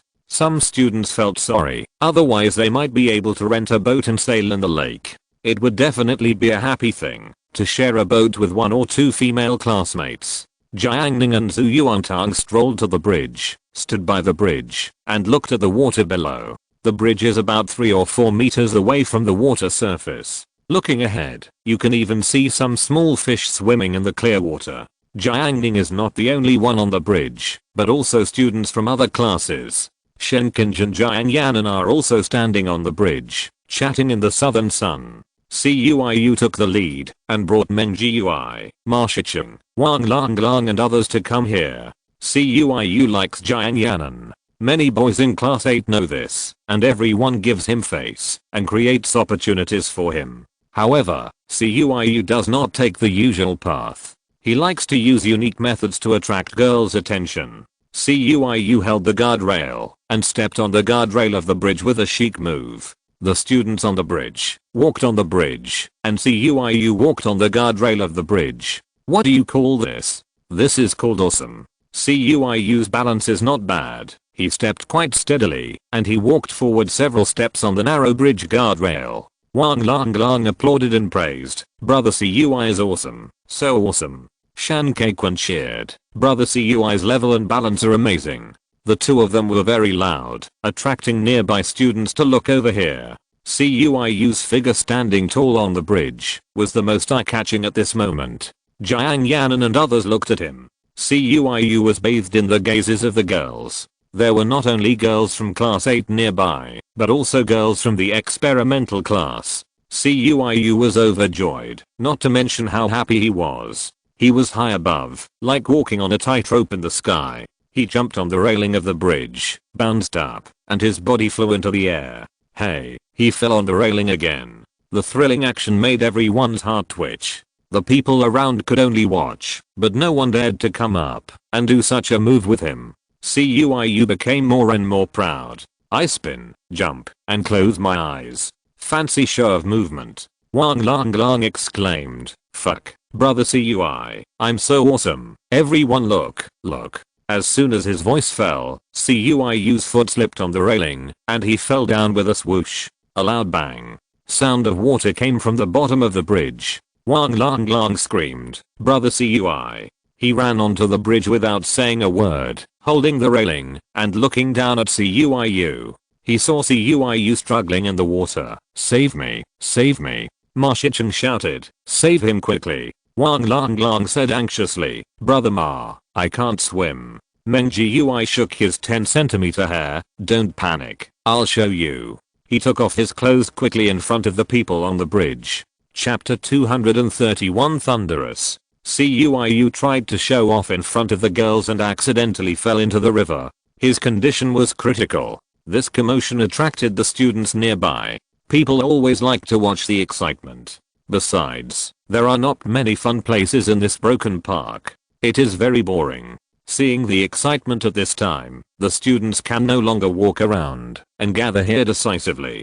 Some students even ran here to watch the excitement, just to get to the scene as soon as possible. The noise of running attracted the attention of other students, causing more students to run here, like 100 boats competing for the current. Shi Qianjin, Shenzhou, and Shenzhenli from class 9 ran here together. Meng Jiui on the bridge shouted loudly, it's my turn to go down to the river to perform. He used to have a grudge with Cuiu, but after he fell in love with someone else and watched a movie together, they had already reconciled their differences. Now that the man was in trouble, how could he stand by and watch him die without helping? Meng Gui, the enlightened one, got on board. He took off his coat and threw it away in a cool and handsome manner. The coat flew out with a whoosh. He threw it too hard, and it flew over the bridge and fell into the river on the other side of the bridge. Jiang Ning, who was standing by, was stunned. Wasn't this necessary? Wang Lang called out, Brother Gui, your coat. Meng Gui, my head can be cut off, and my blood can be shed. What's the point of a coat? He took off his coat and began to unbutton his vest. His vest had traditional buttons, which was very troublesome to unbutton. Moreover, in a hurry, his hands were shaking, so he unbuttoned it even slower. Save me, I'm dying. Save me quickly. Cuiu struggled in the river. His strong desire to survive made him burst out with amazing potential. He paddled frantically to survive. The clear river water became turbid due to the thrashing, and the fish in the water fled frantically in fear. Wang Lang was anxious. He couldn't swim. Brother Ma. He looked at the backbone. Shan Kaikun and Jiuo Kunan watched together. Ma Shichen made several moves and won everyone's unanimous conviction. Everyone hoped that he would create a miracle. Ma Shichen, I only know how to doggy paddle. I can't save anyone. He was still rational. Although he was anxious, his swimming skills were really not enough. Where is Brother Ning? Ma Shichen looked towards the woods. Zhu Yuantang was eating questions candy with Jiang Ning. It was sour and sweet, and the taste was great. She couldn't imagine that there was anything in the world that tasted better than questions candy. Zhu Yuantang was a very easy to satisfy child. Her life was not exquisite. Whether in the past or now, she seemed to never pray for more. Giving her some snacks often made her happy for a long time, which Jiang Ning liked very much. Jiang Ning, something seems to have happened over there, she said. The distance was a bit far, and she didn't know what happened by the bridge. There were several students from experimental class 1 nearby, such as the ace weapon of the college entrance examination hired by number 4 middle school, Du Chuan from experimental class 1.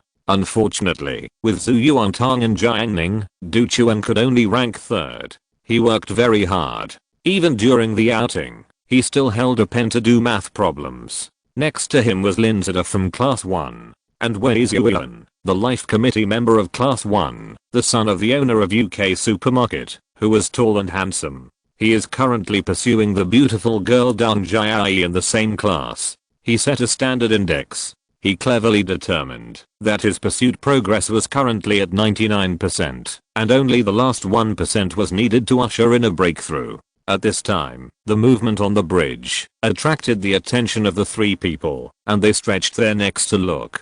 Jiang Ning was still leaning against the tree. He didn't need to use his eyes to see at all. With a sweep of his spiritual consciousness, everything that happened was clear. After learning the details, Jiang Ning took his time and drank the last sip of mineral water. He screwed the bottle cap back on, then held the plastic bottle and tightened it with his hands. He kept twisting it. Under this great force, the plastic bottle deformed and made a sharp friction sound of click. After hearing this, Linzida and others looked in his direction. Without asking, you know what Jiang Ning wants to do. Linzida has played this kind of game before. When the air inside the bottle is squeezed to a certain extent, a breakthrough is needed, and then the bottle cap will be pushed out by the air pressure. Jiang Ning aimed at the trash can in the park more than 10 meters away, and he twisted it again. Bang! There was a bang, and the bottle cap flew out. It's just that the direction is not quite right. Linzida said, it's crooked. Wei Zhuan had the same idea. Boys understand boys best. He knew what Jiang Ning wanted to do. It's nothing more than pretending. What a pity. It's very bad. A smile appeared on his face, with a hint of superiority that saw through others. However, Jiang Ning threw the bottle casually, and the bottle body twisted into a spiral shape, breaking through the air in an instant, and it was even faster than the bottle cap that was shot first. The last one to arrive hit the bottle cap in the air, corrected its flying direction, and brought it into the trash can. Jiang Ning stood up and said with a smile, it's not crooked. Damn. Can it be like this? Linzada was stunned. He had never thought that someone could play such an operation. The difficulty of the two combined, without years of practice, it would be impossible to do it. Weizuan's smile froze. What the hell? He really pretended. He wanted to say, side door. But when he thought that the other party was Jiang Ning, who ranked second in the grade, he suddenly lost the confidence. Wow, Jiang Ning, you are awesome. Zhu Yuantang clapped her hands happily. For her, the stronger Jiang Ning was, the happier she was, just like the cultivation game she usually played. Weizuan saw that Jiang Ning was still encouraged by Zhu Yuantang after pretending, even though Zhu Yuantang had good grades, and she was just a little kid.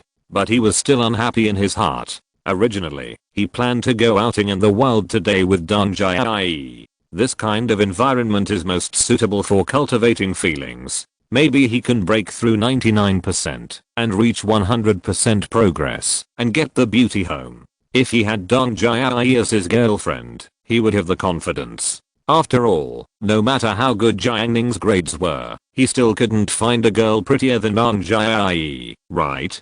Duchuan, stop studying. Did you see it just now? Linzada shared the awesome scene with him. Of course Duchuan saw it. He wasn't the kind of nerd who memorized books until he bumped into a tree. The action of throwing the bottle just now was really cool. Duchuan wanted to analyze the dynamic acceleration of the bottle cap. At this time, Chen Xiao and Chen Siking in front ran over. They were closer to the bridge. They were sitting on a bench in the park before and didn't notice Jiang Ning's exposed hand. Jiang Ning, it's bad. Someone fell into the river. Chen Xiao and her sister Chen Siking shouted together. Because they were too synchronized, their voices overlapped completely. When Duchuan saw the twins appear, they looked like two people carved from the same mold, which made his eyes almost pop out. He had only heard others say that there was a pair of twins in the first year of high school. He had seen one alone before, but today was the first time he saw two at the same time. Weizuan stared at the two girls without blinking. He had to say that, even if one of them was singled out, it was almost as good as his Dong Jie. Chen Xiao shouted again. It seems something happened. I wonder which class of students is so unlucky. After learning about the situation, Linzada and others who were present planned to go and see what was going on. Especially when Weizuan asked, male or female? Not sure. Chen Xiao and her sister went to find Jiang Ning first. Let's take a look. Weizuan picked up his steps and went to the scene. His steps were hurried. Weizuan's family opened a small supermarket in front of the school. Other students didn't know the profit, but he knew very well that his family's income in the past few years was not less than 300,000 yuan per year. His father bought him 2 houses in an city. This family condition made him have a wide range of hobbies, swimming being one of them. He didn't know how many times he had been to the swimming pool in the city. Who can swim has not imagined that in times of crisis, he would step forward and save others. What's more, at this moment, he was saving a classmate, and there was a group of classmates watching beside him. That would definitely be a great feeling. Weizuan ran faster. Linzada and Duchuan followed closely behind, running to watch the fun. Zhu Yuantang pulled Jiang Ning. Let's go. She did not forget to remind in a low voice, Jiang Ning, wait and see what happens. Don't be impulsive, and try to be brave. When Zhu Yuantang was a child, she lived in the village. Almost every 2 years, someone in the town would drown because of swimming in the river or ditch. Every summer vacation, the teacher would repeatedly remind her not to go swimming in the river. Those experiences told her that water is a terrifying existence. She knew that Jiang Ning could swim and might be able to save people, but if possible, Zhu Yuantang was not very willing to let Jiang Ning take the risk. In her heart, Jiang Ning was more important to her than all the students in the school. Don't worry. Jiang Ning smoothed her pigtail. He led Zhu Yuantang to the bridge. When they got closer, they heard Ciu screams, save me, I'm dying. It had been about a minute and a half since Ciu fell into the water. He had been screaming in the water for so long. Meng Jiu listened to his good brother's cry, his fingers trembling constantly, and he hadn't unbuttoned his vest yet. Some of the students around him had already started to take off their clothes, but they were a minority after all. For students in a small town, only a few people could master the skill of swimming. Under the bridge, Shikayanjin said to Shenzu, "Brother Zhu, can't you swim?" Shenzu did know how to swim, but he was not very good at it. He could save himself, but not others. He looked at the water and said, "The water is too cold. It's easy to get cramps." Shenzunli said gloomily, "It must be fake. Why can CUIU still struggle in the river for so long?" Shikayanjin looked at Shenzunli. Since he was given artificial respiration by Pang Jiao in public last time, he rested at home for a week. After coming back, he has been wearing this expression, as if he has lost hope for the future. Yan Xianpeng looked back and said, "The teachers were having a meeting over there just now. Someone went to call the teacher." Shenzu looked behind him. "The physical education teacher is here. It's not a big problem. He won't drown in a short time, and he can still do artificial respiration." Yan Xianpeng said without thinking. As soon as these words came out, Shenzunli immediately covered his heart with a painful expression. The memories of the past jumped into his heart. Uncomfortable. So uncomfortable. Shenzu scolded, "Don't talk if you can't speak." Wei Ziyuan from class 1 hurried over.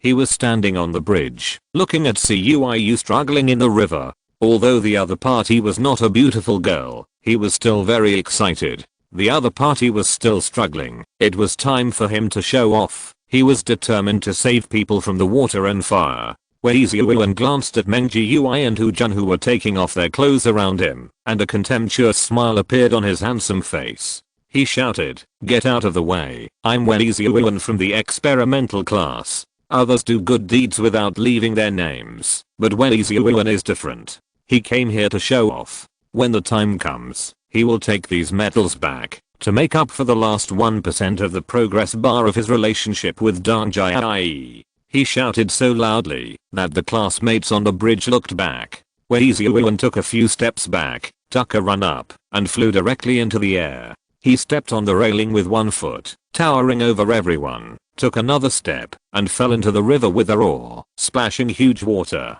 "Damn, robbed my brother." Meng Jiui couldn't stand it anymore. Wei Ziyuan brought up the courage in his heart. Others could go into the water to save people with clothes on, so couldn't he? Meng Jiui shouted, "Class 8, enlightened one Meng Jiui." He followed closely, jumped onto the railing, and leaped into the river.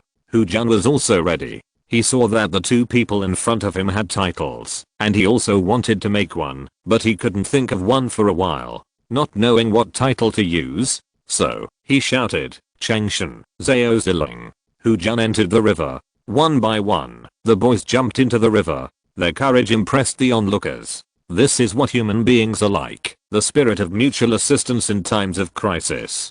The girls looked down at the bridge with emotion, looking at the three heroic figures. CUIU was still struggling. The noise when Wei Ziyuan jumped down just now was so loud that water splashed into his mouth. Everyone watched the scene. The scene was in chaos, and cheers and encouragement rang out. Jiang Ning couldn't bear it any longer, so he said calmly, "CUIU, do you want to stand up and test the depth of the water?" His voice was not loud, and it should not have caused any reaction in the noisy crowd. However, the students on the bridge, under the bridge, by the river, and on the grass, dozens of meters away, felt like thunder ringing in their ears, and heard it clearly. This voice mixed with spiritual power startled all the students present. They were stunned for a moment, and like puppets, they all looked towards the source of the sound. Then, they saw a tall and thin boy, who was dressed in casual clothes, standing calmly, with no emotion on his face, which was completely different from the excitement of the people around him. He was accompanied by a little girl, who was cute, with pigtails sticking up, clinging to him. Some students recognized Zhu Yuantang. No matter how low-key the first in the grade was, his popularity would always be high. Someone also recognized Jiang Ning. Ma Shichen from class 8 said to Wang Longlong, "Brother Ning is here." Shenzhen Li from class 9 stared at Jiang Ning, his heart twitching. This person jumped too far when jumping from the ladder parallel bars.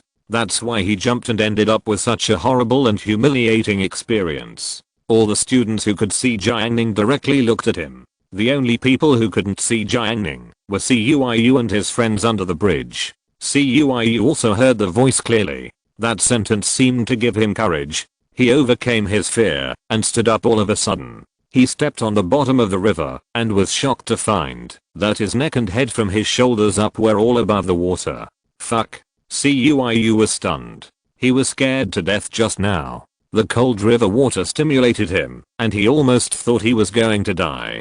The result was like this. Not only Cuiu, but also Weizhiuan and the other 3 who jumped into the river to save people all stood up after hearing the voice. They also found that the depth of the river was not enough to drown people. Meng Jiuai pointed at Cuiu and said angrily, "You cheated on me." Cuiu was so embarrassed that he stood there in the river and didn't want to get out of the river. The physical education teacher came late and immediately prepared to take off his clothes and go into the river to save people. Cuiu shouted, "No, teacher, no, I can get up."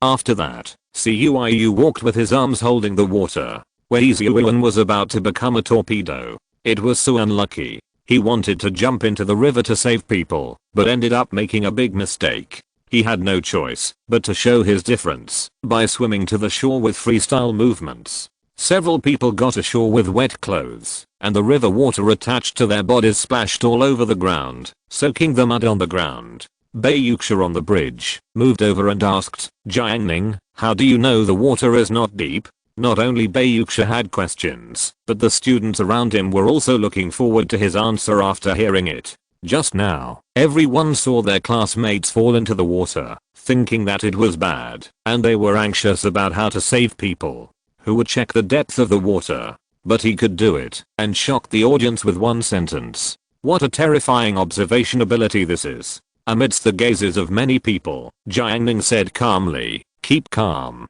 Zhu Yuantang said, "He can do magic." Chapter 232 Excuse. On Jiang Ning's side, a group of classmates surrounded him and asked questions. If it weren't for Jiang Ning's reminder, it would be difficult for everyone to find out the depth of the water. After all, the river water was muddy. Jiang Ning didn't pretend to be aloof, and there was no need. He and Zhu Yuantang answered other people's questions together. Most of the time, he answered seriously, while Zhu Yuantang was responsible for talking nonsense. On the other side, on the small riverbank, 4 boys lined up in a row, standing neatly, their clothes soaked, like drowned rats. After the onlookers learned about the depth of the river, they suddenly felt it was too weird. They wanted to laugh, but they couldn't laugh. After all, there were 3 classmates who went into the river to save people. Weizhiuan was so upset. He thought he could save his classmates from the water and fire in a cool way, and after being heroic, he could enjoy the admiration, worship, and praise of the female classmates. You don't have to think about it, you know how exciting that scene should be. But it turned out like this. Not only that, there is someone in front of them holding a mobile phone, pointing it sideways at them. Weizhiuan was numb. He knew how embarrassed he was. If someone took a photo and sent it to Dong Jai, who knows what would happen. He shouted, "Can you please stop taking photos?" The classmate quickly put away his phone and repeatedly explained, "I'm not taking photos of you. I'm taking photos of the river. The water is so muddy." The physical education teacher was still standing here. They stood behind the teacher to take photos. If they continued to take photos and the teacher found out, they would inevitably be scolded. Hu Jun was shirtless and stood openly. He asked, "Brother Meng, why are you getting shorter?" The hair on Meng Jiuai's head, which had originally stood for more than 10 centimeters, now collapsed on his head after encountering water. He was originally a spirited young man, but now without the support of his hair, his spirit was gone, and his height dropped a lot. He became mediocre. Meng Jiuai mixed his hair and shook it vigorously. The wet black hair swayed ecstatically, and the water splashed and splashed on several people's faces. Weizhiuan closed his eyes because of the splashing water. He wiped his face with his hands and wiped the water off his hands. Damn it. Weizhiuan cursed in his heart. Physical education teacher Gu Wei finally spoke. What happened just now? He was dark and strong, and his tone was not very good. When he asked, he was quite powerful. Gu Wei heard that the student fell into the water before, and he was very panicked at first. He was just an ordinary physical education teacher. Not long ago, on the playground of number 4 middle school, a student was injured while jumping on the bar. causing fainting, and his life was in danger. Fortunately, a female classmate stepped forward and helped him give artificial respiration to the fainted student, successfully saving a life. Otherwise, if an accident really happened, as a physical education teacher, he would have to bear the responsibility. Today, when we came out to play, other teachers were holding an emergency meeting, and he was watching the students nearby. If something happened, he would still be responsible. Fortunately, several people were fine. Gu Wei was puzzled. Why has he been so unlucky recently? Facing Gu Wei's questioning, several people hesitated, especially Cuiu, who was so ashamed that he couldn't speak at all. It's so embarrassing. Seeing this, Wang Longlong finally knew that it was time for him to take action. Wang Longlong shouted, "Teacher, I'm a passerby, a pure passerby. Just now, classmate Cuiu accidentally fell into the river, and several other brave students immediately went into the river to save him. So there was the scene you saw. Especially classmate Meng Gui from our class, in order to save people, in a hurry, his clothes fell into the river." Gu Wei stared at a few people and observed for a while. If the people were fine, then everything would be fine. So he didn't pursue it too much. Cuiu shivered. In the weather in March, he was soaked and cold. At this time, other teachers rushed over, and Cuiu's place became the most lively place. When Jiang Ning was chatting with others, his consciousness noticed that the teacher took Cuiu and others away early. After this kind of thing happened during the outing, everyone no longer felt bored. Students could be seen everywhere describing what had just happened. The suffering of Cuiu and others created the happiness of others. 5 o'clock in the afternoon. After a long journey of more than 10 kilometers, the students finally arrived at number 4 middle school. Zhu Yuantang left the team and found Shan Qingrong, saying in a flat tone, "Class teacher, I will take Jiang Ning home for dinner." She pointed to a row of bungalows below the dam. Today is Friday, and the school normally has a holiday after 2 classes in the afternoon. This outing took up the students' time. After hearing this, Shan Qingrong said kindly, "You must be tired. Go home and have a good rest and eat well. If you are too tired, ask me for leave for the Sunday evening self-study. Just send me a text message and I will approve it for you." Zhu Yuantang only said one sentence, but Shan Qingrong said several caring words. "Well, thank you, class teacher." Zhu Yuantang took Jiang Ning down the dam in the envious eyes of the classmates. Shan Kaikun looked at Jiuo Kunan in disbelief. "They are going home now? Jiuo Kunan, what else? Damn, it's so cool." Shan Kaikun looked at the distant front. There were still a few kilometers to number 4 middle school. Although he often went to the playground to run, he felt tired after walking for such a long time. You were next to Shenkin acted coquettishly. "Class teacher, there is a bus stop on the way back to school that goes directly to my home. Can I leave the team early?" Shan Qingrong's face was serious and his voice was raised. "For everyone's safety, after returning to school, you can leave only after the unified roll call." Yuan was almost exhausted. After hearing this, she was so angry that her legs shook and she almost couldn't stand. "Isn't Zhu Yuantang just a good student? What's so great about that?" Jiuo Kunan took out his mobile phone and checked the time. It was already 5 o'clock. He would have to walk back to school later and take roll call. His luggage was still in the dormitory. He suggested to Shan Kaikun, "I guess I can't leave today. I plan to go home tomorrow morning. Shall we have braised chicken together later?" After a tiring day today, he planned to reward himself and order a delicious braised chicken and a bottle of Coke. It would definitely be the ultimate enjoyment on earth. Thinking of the delicious braised chicken, Shan Kaikun even felt that his legs were not so tired. "Let's go together." Jiuo Kunan said, "I'll send a text message to Hujun and ask him to come." Shan Kaikun said, "Didn't the dog go home?" "No, he boasted to me that the school drove them back. He took a bath in the big bathhouse in the afternoon and just woke up not long ago." Hujun often chatted with him recently and their relationship accelerated rapidly. Sometimes Hujun even took the initiative to treat him to food, which made Jiuo Kunan puzzled. At this time, his sister sent a WeChat message. "Are you going home today? Mom called you and said you didn't answer." Jiuo Kunan walked in the team. "I didn't see the phone just now." I will go back tomorrow morning. Jiang Ning and Zhu Yuantang arrived at the bungalow. Aunt Gu was waiting at the door and looked at them kindly. Jiang Ning is good in every way, but he is too tall. He doesn't match Tang Tang when walking. Aunt Gu thought to herself. Obviously, she and her husband are not short, but her daughter looks like a carrot head. Aunt Gu said, you must be hungry. Wash your hands and eat. She received a text message from Jiang Ning in advance and knew that they would be back at this time, so she prepared food in advance and waited for them. Zhu Yuantang trotted into the house. Aunt Gu saw her having fun. Tang Tang, aren't you tired today? She heard from Jiang Ning that, after walking more than 10 kilometers this time, Tang Tang must be exhausted with her physical strength. If Jiang Ning hadn't told her in advance, she would even plan to ride an electric car to pick Tang Tang up and take him home. Not tired at all. Zhu Yuantang was full of energy and could finish several bowls of rice. She ran to the kitchen, and the dining table was empty. Aunt Gu opened the lid of the pot, and the aroma of food filled the air along with the steam. The dishes were freshly fried, and she was worried that they would get cold, so she put them in the pot and covered them. Zhu Yuantang took the bowls and chopsticks and counted the dishes on the table. The staple food for dinner was red date rice soup and steamed buns. Her mother fried 2 dishes, shredded pork with hot peppers and fish-flavored eggplant.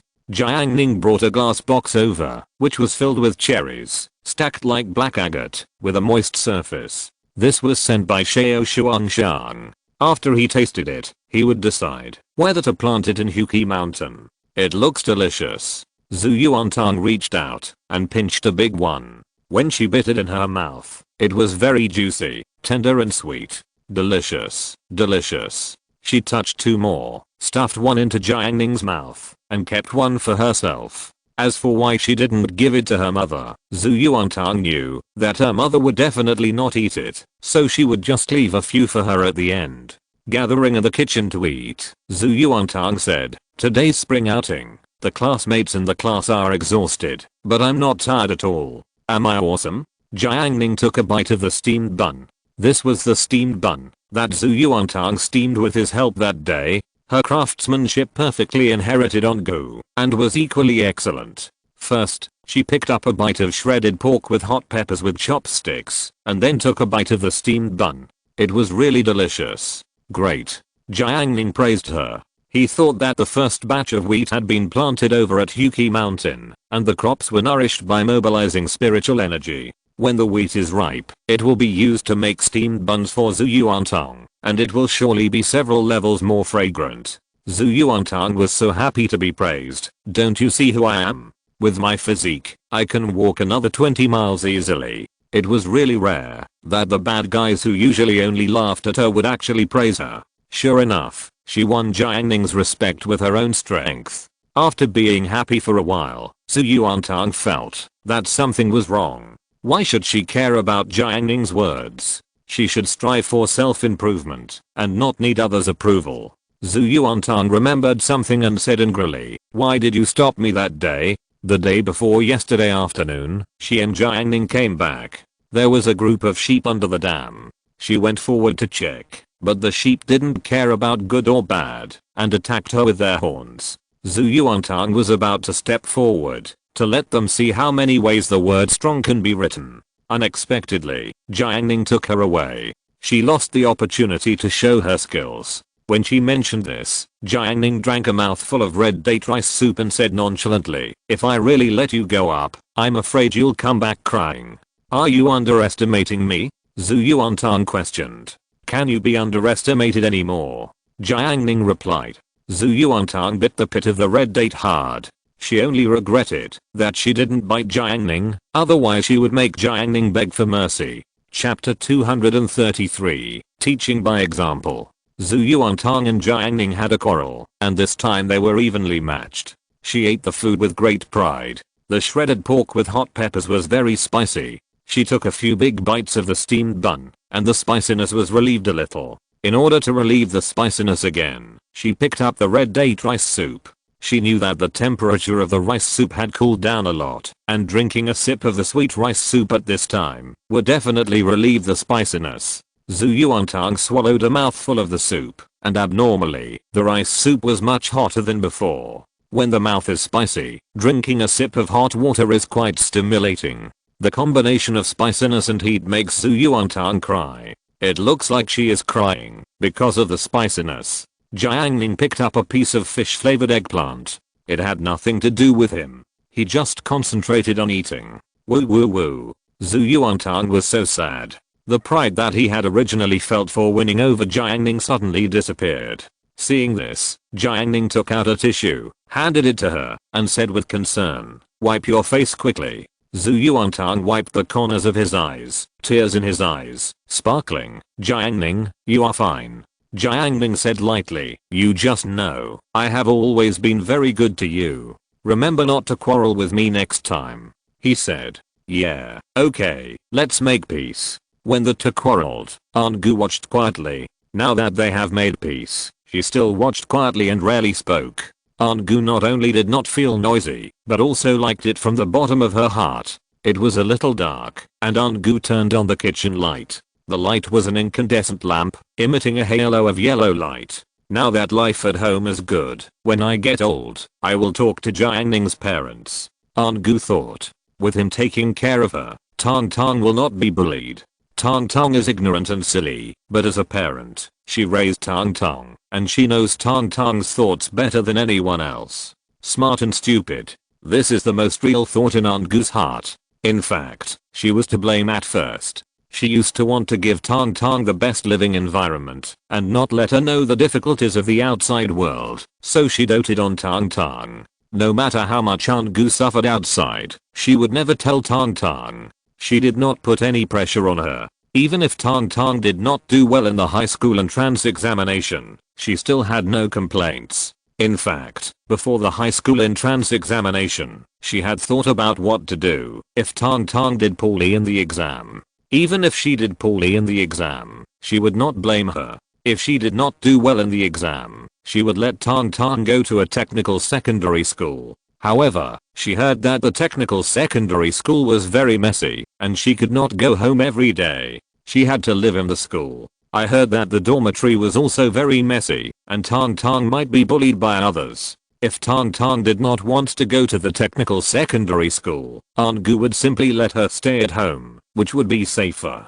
Aunt Gu had lost her husband. In her heart, as long as her daughter was safe, it would be fine. Safety and health were her greatest expectations for her daughter in this life. She was not like her sister Hua Fengmei, who was obsessed with her family Chuchu, making a name for herself, and living a rich and noble life. Aunt Gu never thought so much. She had no skills, and had never been out of Yuzhou City in her life. She didn't know the wonderful world.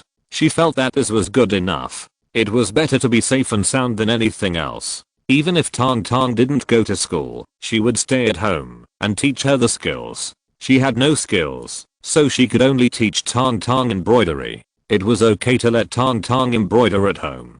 Her daughter was smart and learned quickly. When she had enough skills, she could earn a few hundred yuan a month and keep it for her to buy snacks. Even though she had to work part-time, she was worried that Tang Tang would be lonely at home, but it didn't matter. She often let her daughter go back to the countryside to play. Everything was fine, as long as her daughter was happy. It was Aunt Gu's idea that raised the current Zhu Yuantang. After Zhu Yuantang finished his meal, he leaned on a small chair. I missed the goose that day. A few days after Zhu Yuantang was chased by the goose, Jiang Ning found the goose breeder nearby and paid to buy the murderer goose back. Then Jiang Ning was responsible for killing and plucking the goose. Zhu Yuantang was in charge of the operation. The two worked together to stew the goose in a large iron pot. The fragrance spread far that day. The local dogs raised by the neighbors gathered at the door, waiting eagerly, just for a bone. I really want to eat lamb, Zhu Yuantang said again. Jiang Ning glanced at her, thinking that she deliberately provoked the little lamb the day before yesterday. Maybe she had this idea in mind. It's quite smart, Jiang Ning thought. What are you looking at? Zhu Yuantang felt that Jiang Ning's eyes were very rude. I can't stand it, Jiang Ning said. Zhu Yuantang, you must be talking about me in your heart. Jiang Ning ignored her. After eating at Zhu Yuantang's house, he left leisurely with a toothpick in his mouth like a young master. With Aunt Gu around, it was not his turn to clean up the dishes. Mom, look at Jiang Ning, what's his attitude? Zhu Yuantang recruited helpers. She had nothing to do after dinner, so she wanted to vent her anger on Jiang Ning and practice her skills. Aunt Gu said, don't be unreasonable. Zhu Yuantang was stunned. That was her mother, but she didn't stand by her. Didn't her mother love her anymore? Woo woo. Sadness and pity welled up in Zhu Yuantang's heart. Aunt Gu said again, don't be unreasonable. First, go over the old accounts and find an excuse for arguing with Jiang Ning. Number 4 middle school. Just after returning from the spring outing, the 8th class classroom was filled with grief. After walking more than 20 kilometers a day, the students were almost exhausted. Shan Qingrong stood on the podium, looking at the students below. Seeing that the students were tired and listless, he was actually wondering why the school organized this outing. Isn't this causing trouble for everyone? What's the point? Moreover, after returning from the outing, the school also assigned a task. Shan Qingrong announced, everyone's performance in this outing, well, was very good.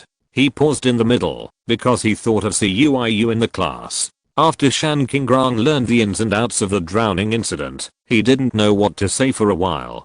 Fortunately, no one was fine. Hearing Shan Qingrong's words, the classmates looked at CUIU. Everyone first noticed not CUIU, but Meng Jiui next to him. His hair, which was more than 10 centimeters long, stood up straight, and his height reached about 1.8 meters. CUIU realized that everyone was looking at him, but he still sat quietly, unmoved. In fact, he felt very ashamed of what happened in the afternoon.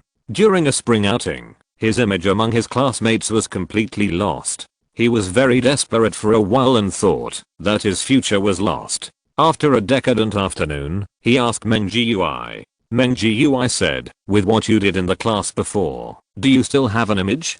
At the same time, Meng Jiui also demonstrated skiing. CUIU was no longer entangled. Meng Jiui told him that life is a process of constantly making mistakes and constantly correcting them. Yes, he, CUIU, just made a mistake that all men in the world would make. Shan Qingrong said, overall, this spring outing is still very meaningful. Since it is so meaningful, the school has specially assigned a small homework for the students. To keep this beautiful memory, everyone should submit a theme composition about this spring outing to the class monitor before next Wednesday. It should be no less than 800 words. Everyone should submit it. Shan Qingrong actually thought this was a bit cruel, but this was what the principal said, and he couldn't make any comments. The students were stunned. There is still a composition? Class teacher, we are so tired, why do we still have to write a composition? Yuan was so angry. The experience of this spring outing was already bad, and now we have to write a composition. Lukaki raised her hand and said, can they not write it? Her words ignited a hope for everyone, and they all looked at the class teacher. Shan Qingrong said, sure, you go and talk to teacher Yan. If he agrees, you don't have to write it. The students' faces changed. Teacher Yan is the head of the grade in the first grade.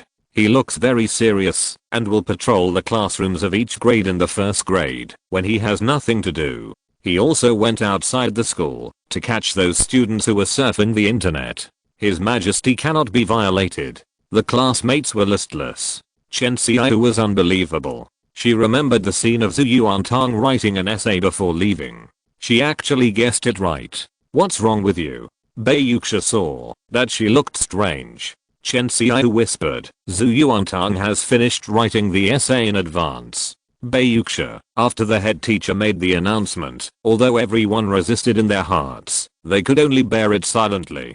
Just like when you enter the society in the future, your boss asks you to work overtime. You curse in your heart, but you dare not resist. For Guo Kunan, the joy in the midst of suffering is that the head teacher finally finished talking, and he can go to eat braised chicken. Delicious braised chicken. Guo Kunan, Hu Jun, and Shan Kaikun left the school together and entered the braised chicken shop. As soon as they entered the store, Hu Jun found something wrong. A strange middle-aged man greeted them with a smile. Classmates, please take a seat and see what we have to eat. Braised chicken with yellow sauce, braised spare ribs with yellow sauce, all on the menu, and you can order more dishes. Jiang looked at the boss and suddenly asked, has the boss changed? He didn't come to this braised chicken restaurant very often because it was too expensive, but he had a deep impression of the proprietress, who was a woman that made people's eyes drool. If the boss really changed, wouldn't it mean that he would not see the original proprietress anymore? Then his love for braised chicken would be reduced by 3 points. The middle-aged man smiled cheekily. The boss has indeed changed, and it has been replaced by me. But you can rest assured that the taste has not changed. It is still the same taste, because the proprietress has not changed. Jiang reacted in an instant, and when he looked at the boss again, his eyes softened a lot. Like-minded people. I want a braised chicken with yellow sauce, medium spicy, a bottle of Scream. Chapter 234 Avengers. Saturday noon. Huki Mountain. The shadows of trees in the forest are mottled. Looking up, the trees are dozens of meters high. After the construction of the Gathering Spirit formation, Jiang Ning decided to contract this forest. He often urged the spirit to nourish the plants here, so the vegetation here grew very vigorously. Jiang Ning strolled in the forest. A green robe with flowing spirit light attached to his body. As he walked, it automatically isolated the surrounding vegetation to prevent his clothes from being stained with color. His clothes were picked by Zhu Yuantong when he went shopping last time. The forest was silent, with only occasional birds singing. He did not walk fast, and his eyes looked at the surrounding terrain. In fact, he did not need to do so. He only needed to use his spiritual sense to explore the surroundings clearly. Don't try to hide anything from him. Jiang Ning looked at the forest. From today on, it meant that this forest belonged to him, and he could show his skills here. Changqingai Company has currently hired nearly 100 security guards to be responsible for the security around Huki Mountain. After all, it is announced that this mountain will be used as a medicinal material cultivation base for Changqingai. Security guards will continue to be hired in the future to build Huki Mountain. As Jiang Ning walked, the squirrels jumping on the branches in the distance, holding nuts, stared at Jiang Ning cautiously. The gurgling stream flowed down the stream. After the rabbit by the stream drank the water, it was satisfied and planned to leave. Suddenly, it saw Jiang Ning and was frightened and hurriedly ran into the grass. Jiang Ning raised his palm and gently grabbed it. The invisible spiritual power unfolded, and the rabbit that had escaped was pulled out of the grass. He smiled and let the rabbit go again. The rabbit picked up his life, escaped from death, and ran away. Jiang Ning checked the spiritual mark. The rabbit was not fat enough. Let it go for a few days, and catch it when it is fat enough. He continued to climb the mountain. Gradually, the grass and trees in the forest became more lush, and before he knew it, fog had risen. The fog flowed in the forest. The sun in the sky shone down, casting a glow on the fog, like a dream, as if in a fairyland, making it difficult to tell the direction. The fog became thicker, and even the feet could not be seen. It was like stepping on clouds. This was the formation set up by Jiang Ning to prevent outsiders from coming in and disturbing his spiritual medicine. Jiang Ning walked on the clouds and mist. After a few minutes, he walked out of the fog and his eyes suddenly became clear. The sky was blue, and the sun was not visible, but countless beams of light were projected down. The fog surrounded a flat land of about 2 acres. The ground was divided by 2 streams, and each area was planted with colorful spiritual plants. The spiritual plants bloomed in full bloom, and some of the spiritual herbs had a bright light on their surfaces, and the stream reflected them. This was the spiritual field built by Jiang Ning. In front of the spiritual field, there was a bench, facing a coffee table, and opposite the coffee table was a lounge chair. The light from the sky sprinkled through the formation and enveloped the lounge chair. Behind the bench, there stood a dark figure, wrapped in a black robe, with a mask with a falling cloud engraved on it, motionless. Jiang Ning tapped his finger, and the figure slowly came over. This was a puppet that Jiang Ning had made. If this area suffered an unbearable invasion, the puppet would immediately collect the spiritual medicine and detonate the formation. After Jiang Ning observed the growth of the spiritual grass, he turned his palm over and took out 2 bamboo seedlings from the storage ring. With the spiritual power supporting the bamboo seedlings, he flew to the edge of the spiritual field and planted them. This is the Yunzu in the world of cultivation. After being cultivated by spiritual energy, it will grow up and be cut into cups. As long as you pour water into the cup, the water will become sweet and will have the bamboo fragrance of the yanzu itself. Jiang Ning sat on the bench for a while, thinking about the planning of this place. 2 acres of land is definitely not enough, and it will have to continue to expand in the future. The spiritual energy in the stream is too thin, and it is still far from the real spiritual spring, and many other places need to be supplemented. Without external help, Jiang Ning's progress in cultivation is very slow. He is still in the late stage of key training. It will take a long time to break through the foundation building stage. This spiritual field is the foundation of his cultivation. 1:30 p.m. Zhu Yuantang sat at the door, holding her chin in a daze. After a while, she turned on her mobile phone and saw many classmates in the class group sending messages. Menggui, brothers, do you want to go to the pedestrian street of the department store? Cuiu, I really want to go, but I don't have money. Chen Kan sent 2 pictures. Sorry, I'm in Nanxi. The picture shows an ancient and fragrant street. Chen Kan is standing in front of a time-honored dim sum shop with a confident smile. Shan Kaikwan at Chen Kan, in a sarcastic tone. Great, really great. Chen Kan, nothing great, I come here often. Hujun, brothers, I found something fun. Hujun has been banned. Menggui, brother Cui, come on, I'll treat you to grilled gluten. Cuiu, rich man, take me with you. Wang Lang said, can you take me with you? I'll pay for it myself. Zhu Yuantang looked at the excitement in the group, which had nothing to do with her. She and Jiang Ning agreed to go to the pedestrian street of the department store to eat delicious food this afternoon, but Jiang Ning stood her up. I'm so angry. If Jiang Ning doesn't show up in front of me within a minute, I won't forgive him. After a minute, there was still nothing. Damn it, if it's another minute, I really won't forgive him. Still nothing.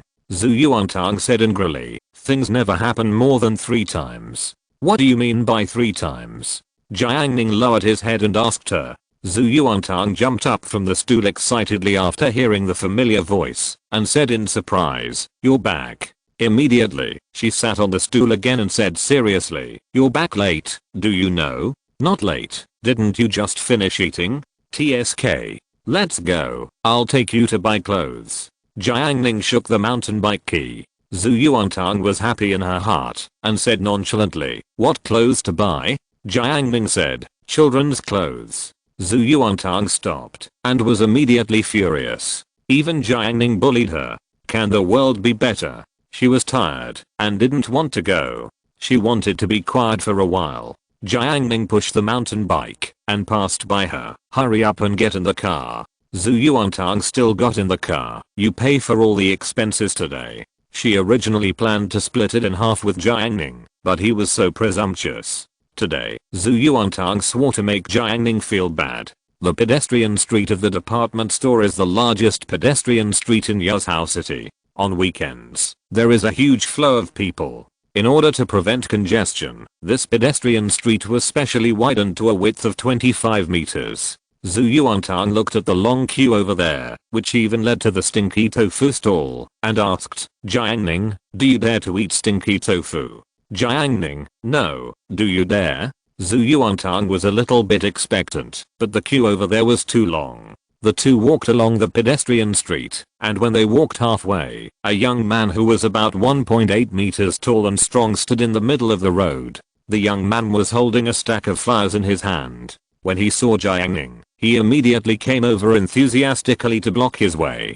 Brother, do you want a haircut? We are offering a special offer now, free haircuts. The young man smiled and pointed to a corner of the street. Our store is over there. As he said that, he also looked down at the little girl, not taking her seriously. Then he stretched out his strong arm, trying to put his arm around Jiang Ning's shoulders and take him to get a haircut.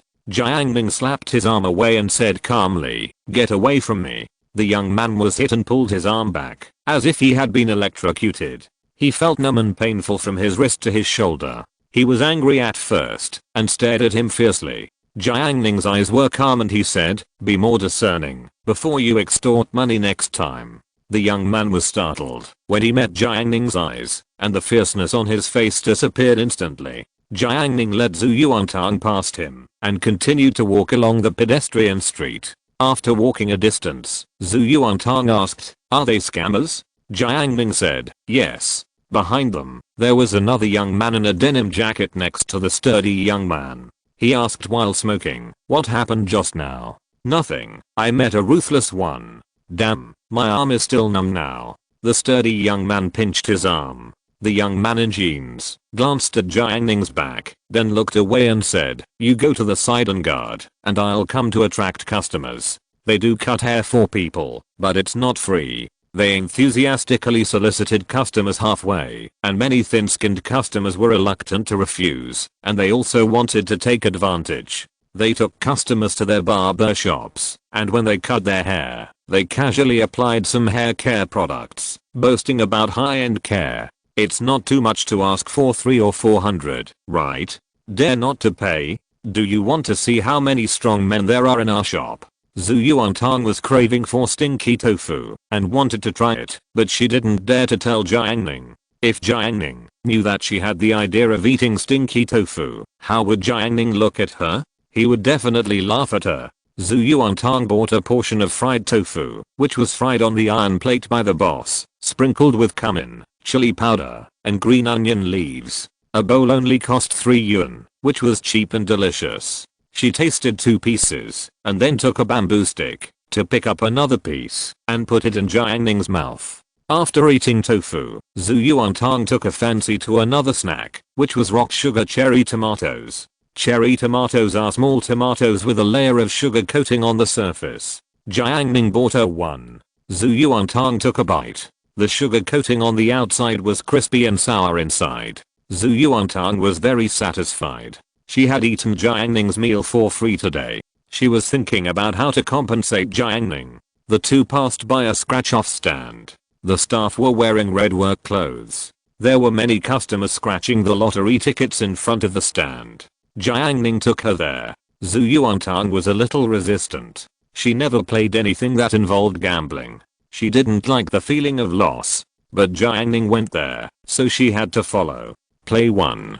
Jiang Ning said. "No, no." Zhu Yuantang waved her little hand and refused. 10 yuan was enough to scratch once. She thought it was too expensive. The fried tofu and sugar-coated cherry tomatoes she had just eaten, together, cost less than 10 yuan. "Then I'll play 1. Jiang Ning's consciousness penetrated the scratch-off lottery. He took out 10 yuan, pointed out the one he wanted, and asked the staff to take it out. "You scratch it." Jiang Ning said. "No, no, no, I'm afraid I won't win." Zhu Yuantang didn't want to. She was afraid of ruining Jiang Ning's luck.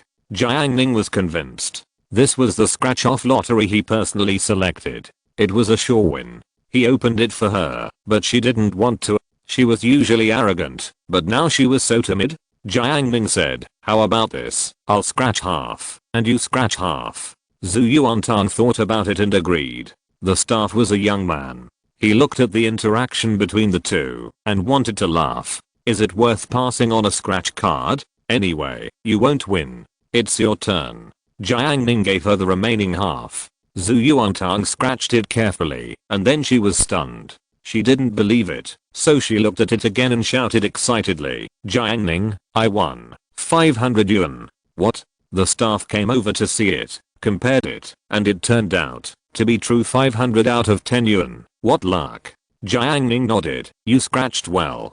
Zhu Yuantang pushed it away and said, "You chose well. Then we both have contributions, and we share the blessing. I'll give you half." Jiang Ning concluded. "Hehe." Zhu Yuantang was overjoyed. 500 yuan. After receiving the prize, the staff asked, "Do you still want to play?" Zhu Yuantang hurriedly pulled Jiang Ning away. She didn't want to play. It was a great luck to win once. She would not be greedy. "Jiang Ning, I'll treat you today." Zhu Yuantang patted her waist bag, and she was full of rich lady style. "You can eat whatever you want on this street." Okay. Jiang Ning agreed happily. Pedestrian street, at the other end. Ma Shiqing, Wang Longlong, and Meng Jiui got together to play the ring tossing game. Meng Jiui took a fancy to a racing car and instigated them to help her to throw it. CUIU didn't eat lunch at noon and was very hungry. He took the 50 yuan funding from Meng Gui and looked for food in the snack street. Meng Gui gave him 50 yuan and he could only spend 10 yuan because Meng Gui didn't have change on him. Suddenly, CUIU saw a tricycle. This tricycle was modified and a stall was set up on the car. It was a tall pastry with a bright golden color, which looked delicious. Next to it was a osmanthus chestnut cake. CUIU thought, the name sounds good, the appearance is good, it must be delicious. CUIU came over and said, "Boss, how much is this?" 2 yuan for 1 liang. The boss was a middle-aged man in his 50s, wearing a torn coat, of medium build, with eyes flashing from time to time. 2 yuan for 1 liang. It doesn't sound expensive, and the pastry looks very filling. CUIU feels good. Cut me 2 liang. CUIU said. The boss said in embarrassment, "This is not easy to cut. How about this? You tell me where to cut, you point it out, and I'll cut it for you." CUIU asked, "Why is it not easy to cut?" "It's just not easy to cut. You point it out. I'll cut as much as you eat." The boss said. "Okay." CUIU didn't think there was anything fishy. He pointed to the pastry. "Cut it from here." As soon as he finished speaking, the boss raised his knife and cut a long strip. CUIU said, "It's much more." The boss put the cake into a plastic bag and put it on the electronic scale skillfully. Not much, a total of 48 yuan. CUIU was confused.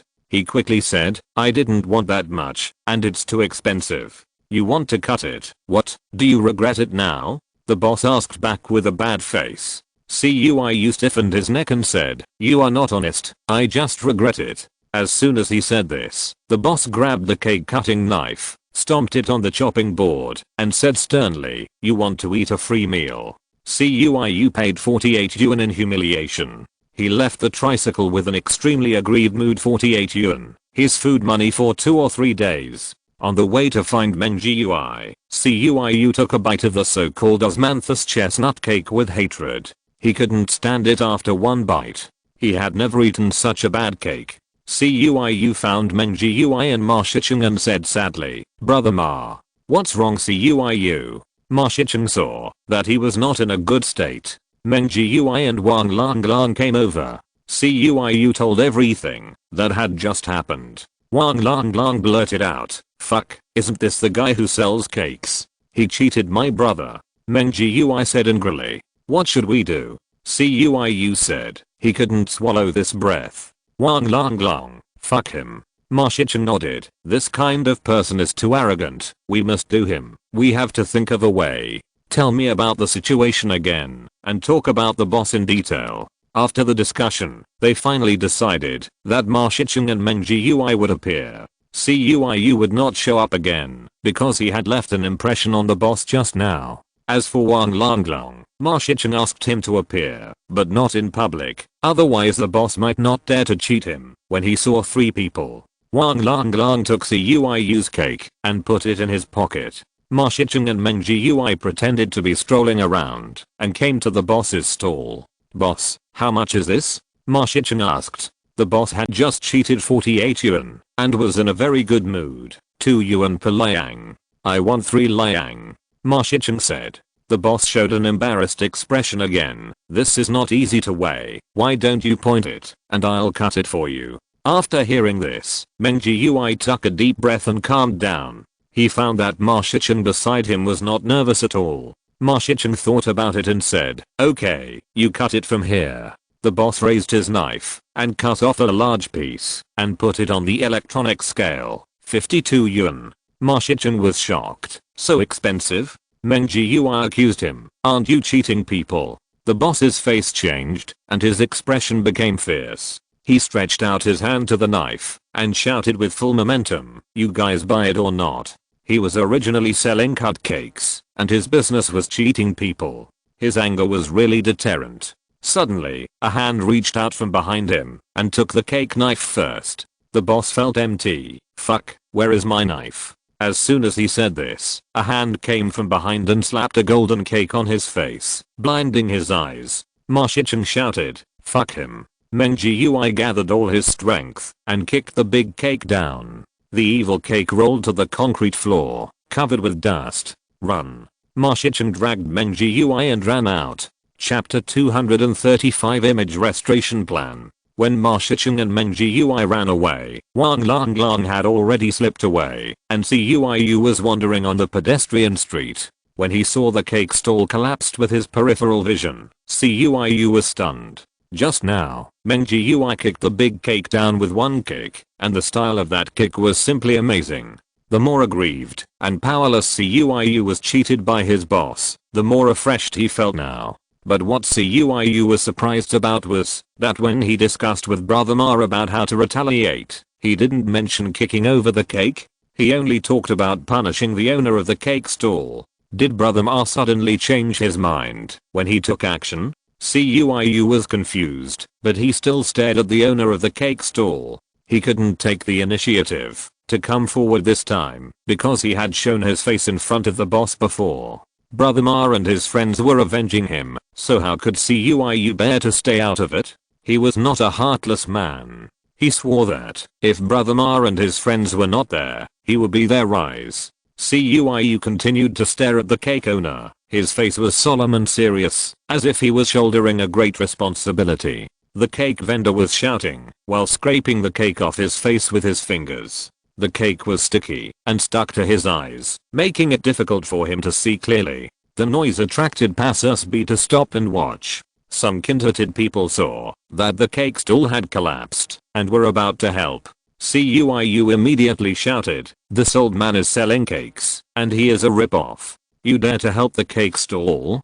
Don't you consider your own strength? The cakes are notorious for being a rip-off." After Ciyu said this, passers-by looked at the stall owner with contempt. Even some pedestrians who had been cheated by cakes had extremely disgusted expressions. After Ciyu finished shouting, he did not stay where he was. Everyone's attention was on the cake vendor. He just shouted once, and no one noticed him. He mixed into the crowd again. The owner of the cake stall finally shook off the cake, stuck on his eyes. He looked at the cake that fell to the ground and was covered with dust. His eyes were bloodshot. That was the cake he worked so hard to make.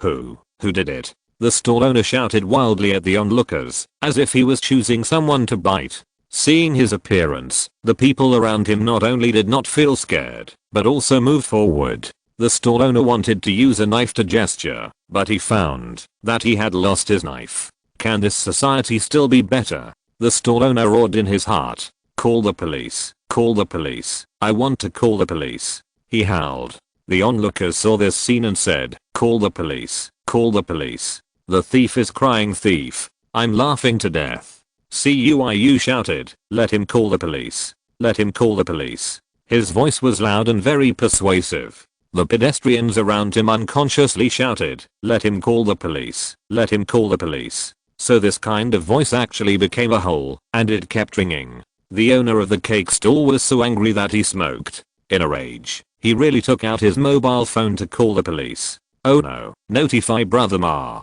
Ciyu pulled away and quickly sent a message to Ma Shicheng. On the other side, in a remote alley, Ma Shicheng, Meng Jiui, and Wang Lang leaned against the wall. Wang Lang wiped the cake on his hand with paper. Ma Shicheng said, "Brother Jiui, what happened to you just now? You kicked the stall?" They initially discussed that they would teach the boss a lesson, give him a good slap in the face, and vent their anger. Meng Jiui was a little flustered. "Brother Ma, I was so excited just now. I saw how arrogant he was, and I couldn't help it at that time. That kick was really cool." Meng Jiui had never felt so good before. Now thinking back, he was a little scared. What if the other party asked him to take responsibility? Wang Lang hated him for not fighting. "Brother Jiui, you are confused." Meng Jiui came back to his senses and felt cold. If he had to pay compensation, he would have to pay a lot, right? He was originally a swindler. Is it possible that he didn't dare to report it? He guessed. As soon as he said this, Ciyu sent a questions message. Ma Shicheng saw it, and his face changed. The other party reported it. Meng Jiui, fuck, how dare he do that? Isn't he afraid of being arrested? Wang Lang, he probably hates us to death. Brother Ma, what should we do? Wang Lang asked. Ma Shichen frowned and analyzed calmly. The cake stall is in a remote location, and there are no cameras nearby. When we ran just now, we turned into the small street over there. There should be no cameras there, not to mention where we are now. The only thing to be afraid of is that the boss has a wide range of video footage. As long as he is willing to spend time searching, he will definitely find us. Ma Shichen made this judgment. He sent a message to CUIU. You continue to keep an eye on him. Let's find a place to stay. Ma Shichen said. The plan went wrong.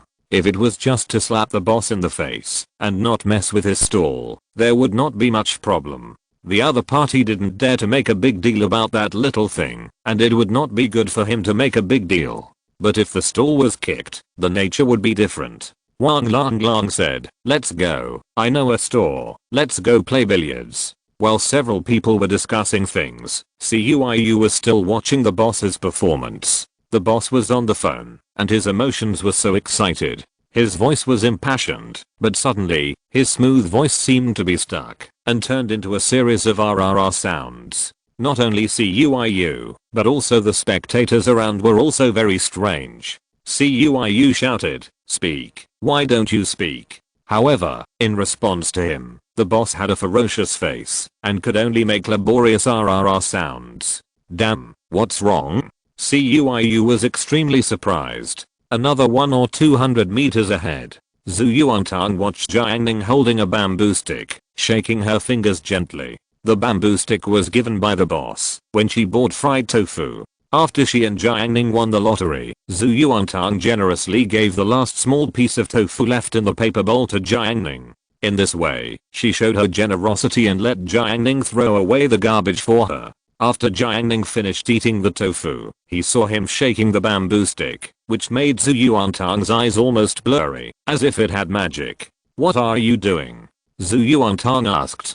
Jiang Ning threw the bamboo stick casually, and it sank into the trash can. I'm practicing magic tricks, Jiang Ning said. While shopping, his consciousness was completely open, so the young man who stopped him from getting a haircut could not deceive him, because everything in the other party's shop was reflected in his reflection. Naturally, CUIU and his friend's behavior was also under Jiang Ning's observation. Jiang Ning didn't care whether they were right or wrong. He didn't like the cake seller, so he just cast a spell to seal the other party's throat, making him unable to make any sound. In this way, the difficulty for the other party to find Ma Shichen and his friends directly increased countless times, and even the situation at the scene of the incident could not be explained clearly. As for whether the other party would use a pen to transmit information, it doesn't matter. Jiang Ning used magic to seal his eyes. Combining the two, the seal will not be lifted for less than a month. As for a month later, the daylily will be cold.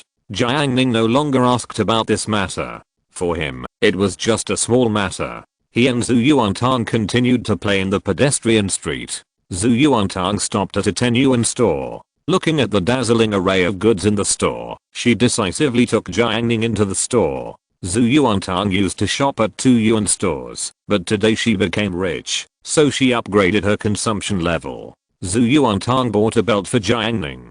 Jiang Ning held the belt and felt that it was quite handy. He said, you are really capable. Zhu Yuantang thought she was really super nice. She hadn't bought her own things yet, but she picked them for Jiang Ning first. It was a blessing for him to meet her. Zhu Yuantang said seriously, you should be nicer to me in the future. Do you understand? In a blink of an eye, it was Monday. That afternoon, the second class ended, the bell rang, and Yu Wen and Jiang Yanan ran out of the classroom together. It was just that the movements of their legs were slightly uncoordinated. Last Friday, we went on a spring outing. We walked back and forth for more than 20 kilometers. Most of the girls in the class had sore legs. They were so sore that they could hardly get out of bed. Now, after 2 days, they have barely recovered. The third class in the afternoon is a self-study class. Chen Xiaoyu is going to continue writing the spring outing composition in the next class. She wrote it in the evening self-study class yesterday, but only wrote half of it. It happened to be a good time to finish it in this class. Zhu Yuantang, who was sitting at the back table, was playing dice with Jiang Ning and had a lot of fun. Yu Wen and Jiang Yanan walked hand in hand on the main road of the campus. Jiang Ning asked, "Are you going to give the boy who pursued you a chance?" She knew that the boy was actually very good looking. In their class, he would definitely be ranked in the top 5 in terms of handsomeness. However, Yuen's mind flashed with the handsome face of the class monitor. She said, "How can a woman who has been protected by a lion fall in love with a wild dog?" The boy who pursued her was indeed good looking, but compared to the class monitor, he was not competitive at all. After hearing this, Jiang Ning admitted that the class monitor was handsome, but there were too many girls chasing after him, and she couldn't get a spot at all. Moreover, her personality wouldn't allow her to chase after boys. Jiang Ning thought of Yuen's sweeters, and couldn't help saying, her appearance was undoubtedly better than Yuen's. Whether it was height or skin, the boys chasing her were not to be mentioned. Before, it was Meng Gui, and now it was Cuiu. Oh my god, what a mess. Yuen said, "Please help me get 2 cups of milk tea later, and give 1 to Kinj." She went out of school this time, to buy milk tea for Huang Zhangfei. On Huang Zhangfei's birthday, Huang Zhangfei's butter-covered finger poked her in the nostril, and her image was completely lost. At that time, she felt like the sky had fallen, and she wanted to die. She thought it was the darkest moment of her life. But as time passed, the embarrassing feeling gradually dissipated. The so-called time heals everything, which is indeed very reasonable. Past mistakes can be made up. In order to repair her image, Yuen is willing to take the initiative to make up for her mistakes.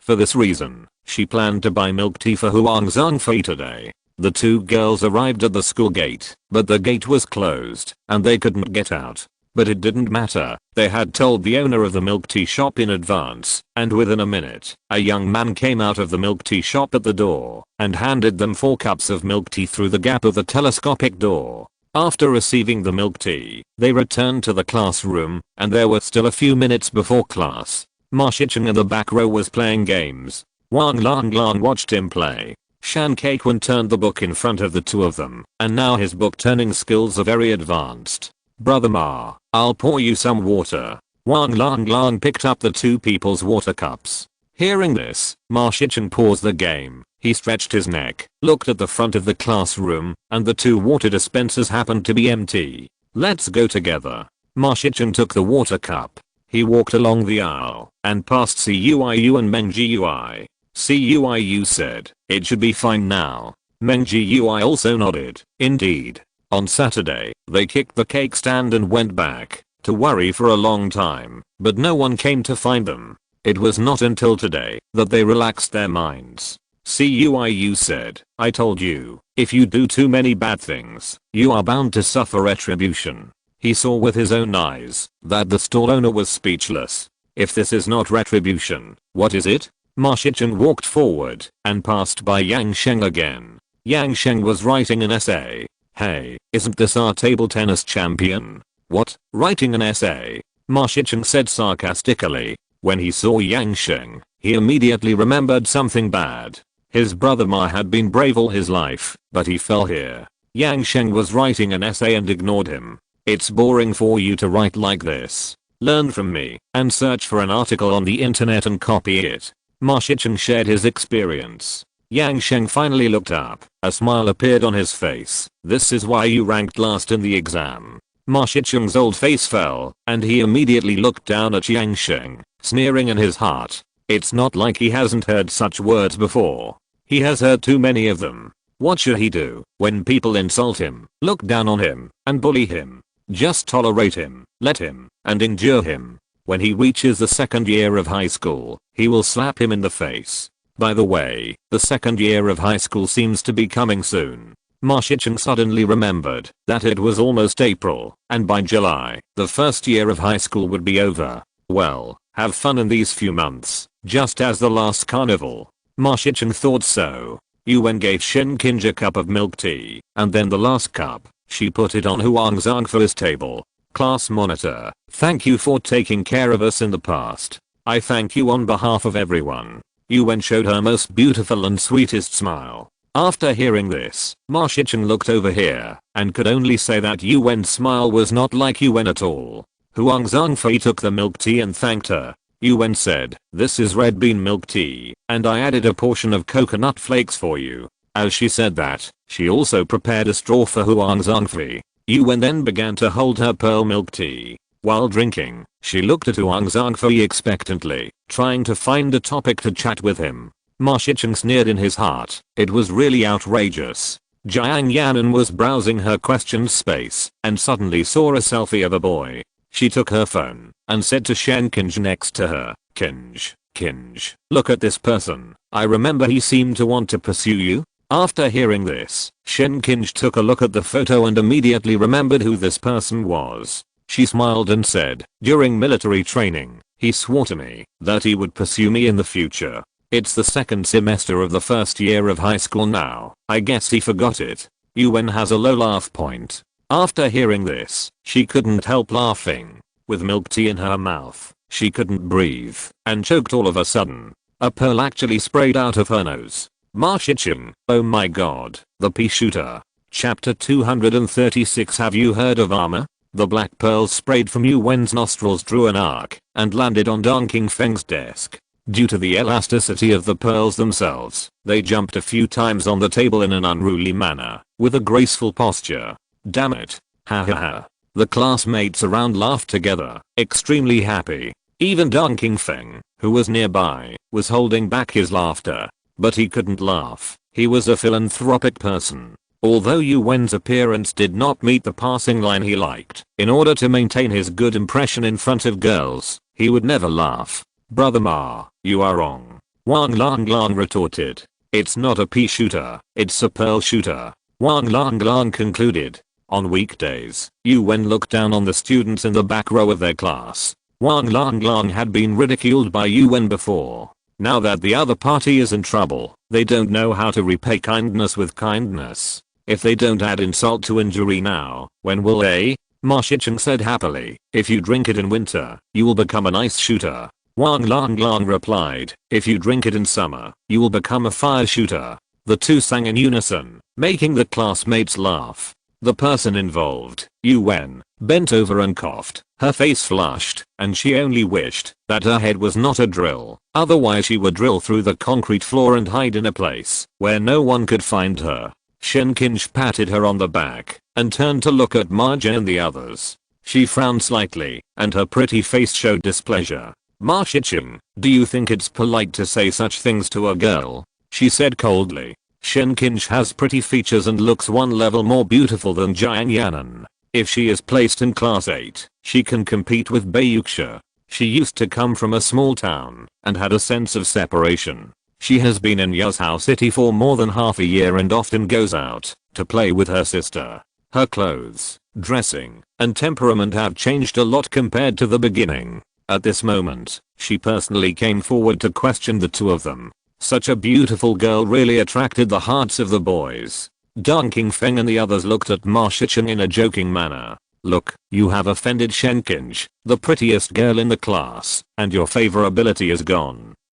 Dong Qingfeng secretly rejoiced. He felt very happy, and in this way, he had one less competitor. However, Ma Shicheng's expression did not change at all after hearing this. In his opinion, no matter how beautiful Shen Qinj was, what did it matter? What did it have to do with him? Ma Shicheng brought boiled water and said sarcastically, you are the most righteous. You are so righteous. Why didn't you jump out when Yuwen said something about us? Haha, now you come out, pretending to be a good person, right? You are just worrying about nothing. Wang Lang added, mind your own business. The two cooperated very well, and Shen Qinj was so angry that she couldn't speak. How could there be such a vulgar person in class 8?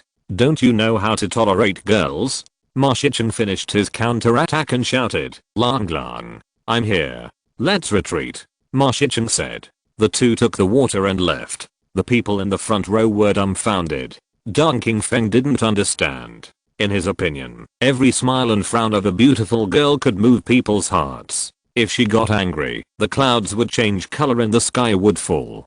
Dong Qingfeng only wished that he could mend the sky for her, so that her smile would no longer be cloudy. Qinj, don't argue with him.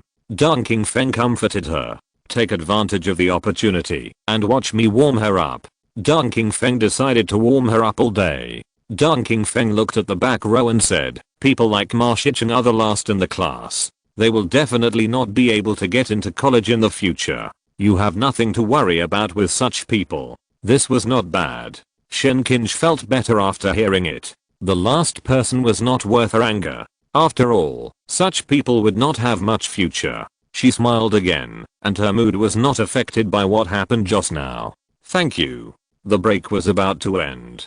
The next class was a self-study class. The monitor was in charge of the class, and was very relaxed. The students in the front row could relax and write their test papers and chat.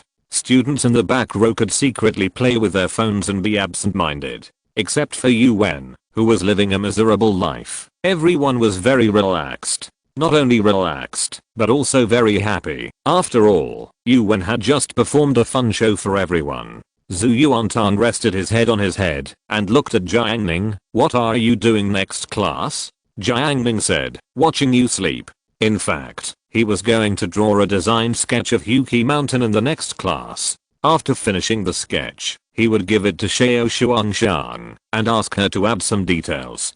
Zhu Yuantan was puzzled. Why are you watching me sleep?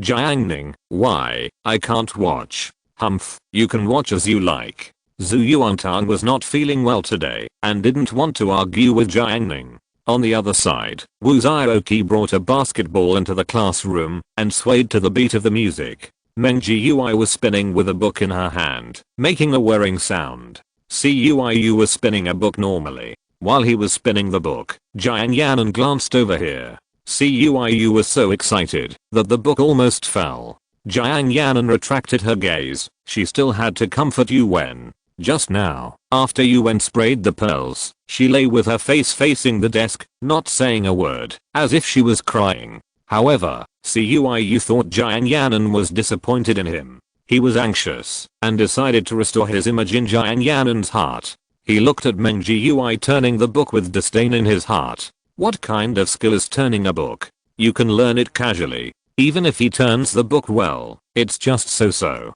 After all, Shan Keiquan, Jiang Ning, Ma Shicheng and others can all turn books. It can be seen that turning a book is destined to be a skill with a low threshold and a low upper limit. Cuiu disdains to do this kind of behavior. If he wants to turn, he will do it in a great way that can shock the whole audience. So, Cuiu set his sights on Wu Zhaoqi's basketball. Turning a basketball is difficult at first glance, and it must be very ornamental. When he earns Jiang Yanan's envy in front of her, then the embarrassment of falling into the water in the park last week will not be alleviated. Reshape the image, starting from now. Wu Zhaoqi, you are back from playing basketball. Cuiu said. Wu Zhaoqi was like a player taking a halftime break in an NBA game. His face was calm. Yes, I came back to recover.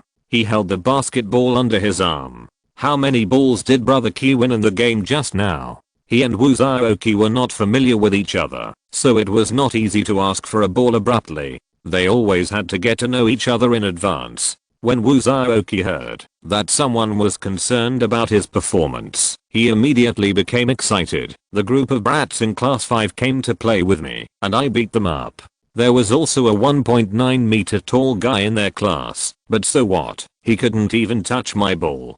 Thinking back to the basketball competition just now, Wu Zhaoqi was disdainful in his heart. Others just played basketball for fun, but every time he played, he would play as a professional game. This is Wu Zhaoqi's basketball spirit. Brother Qi is awesome. Cuiu praised awkwardly, and then he changed the subject. Brother Qi, can you lend me a basketball? I'll return it to you before get out of class is over. Okay, give it to you. Wu Zhaoqi didn't hesitate. It was just a basketball, and this basketball was very ordinary, not the expensive basketball that cost hundreds of dollars before. Cuiu received the basketball as if he had found a treasure. He first weighed the feel of it, and it was not bad. Then it was his turn to perform. Meng Jiui noticed Cuiu's action and asked, do you want to spin the ball? Cuiu said, yes, I'll show you what a technique is. Take it easy. Meng Jiui said. He now knows Cuiu quite well. The more he knows, the more he finds that this guy's different from others. Others do things just to the point, but Cuiu really uses his life to show off every time. It's so exciting. Cuiu held the basketball with his 5 fingers facing up, twisted his hands, and exerted force on the basketball. The basketball turned at his fingertips, like a rolling globe, but it didn't even turn a circle and fell down. Fortunately, he reacted quickly, and caught the ball. Spinning the ball is not easy. Cuiu didn't care at all, but thought to himself, interesting. Difficulty is good. It's the difficulty you want. The more difficult it is, the more it can show his superb skills. The bell for class rang, but it couldn't stop Cuiu's enthusiasm at all. He was still trying to turn the ball. Once, twice. In order to perform better, Cuiu moved his stool, facing the aisle, and practiced his ball skills. A little ahead, Pang Jiao and Wang Yan'an were talking to Zhang Yifei. While chatting, she took out lipstick and applied it to her lips. Her lips were thick and big, so she had to apply it very carefully every time. Pang Jiao closed her mouth, pouted her lips, and showed a charming smile. She said to the two, "Oh, I saw a senior in school today. He was really white and tender. I went up to ask him for his questions." This kind of topic attracted the attention of girls. Zhang Yifei smiled and said, "You are a girl. If you ask a boy for his questions, it will be easy for you to get him." Wang Yan'an said, "Yes, it's easy for a man to chase a girl, but it's easy for a girl to chase a boy." Jiao, you have such a good foundation. When you lose weight in the future, he will definitely think he has found a treasure. Pang Jiao laughed loudly. I thought so too, but that senior looks handsome, but he said he didn't play questions. He was so out of date. Wu Zhaoqi turned around and gave Pang Jiao a look. Although he was addicted to playing basketball, it didn't mean he was mentally retarded. Wu Zhaoqi really wanted to say, "You look like a wild boar. It's good that people didn't run away." However, Wu Zhaoqi didn't dare to say it out loud. Just bear with it. Anyway, this month is almost over. The monthly exam will be in early April. After the exam, talk to the class teacher and ask him to change his position again, and he can get out of the misery. Wang Yan'an said, Jiao, your vision is not good. Choose a more fashionable one next time." Pang Jiao raised her head and smiled. "Yan'an, you are still smart." Her laugh was like the roar of a wild beast. Songsheng, who was studying hard, heard it and looked in their direction. "Keep your voice down," Songsheng warned. He had long been unhappy with Pang Jiao. Songsheng was going to strive for the top 5 in the class in this monthly exam, so he was always very impatient with the noises that interfered with him. They were affecting his entrance to a key university. After hearing Songsheng, Pang Jiao looked at him. When she saw the small eyes on Songsheng's fat face, she felt sick. Students like Songsheng were classified by Pang Jiao as the type that couldn't eat. When they looked at him, "None of your business."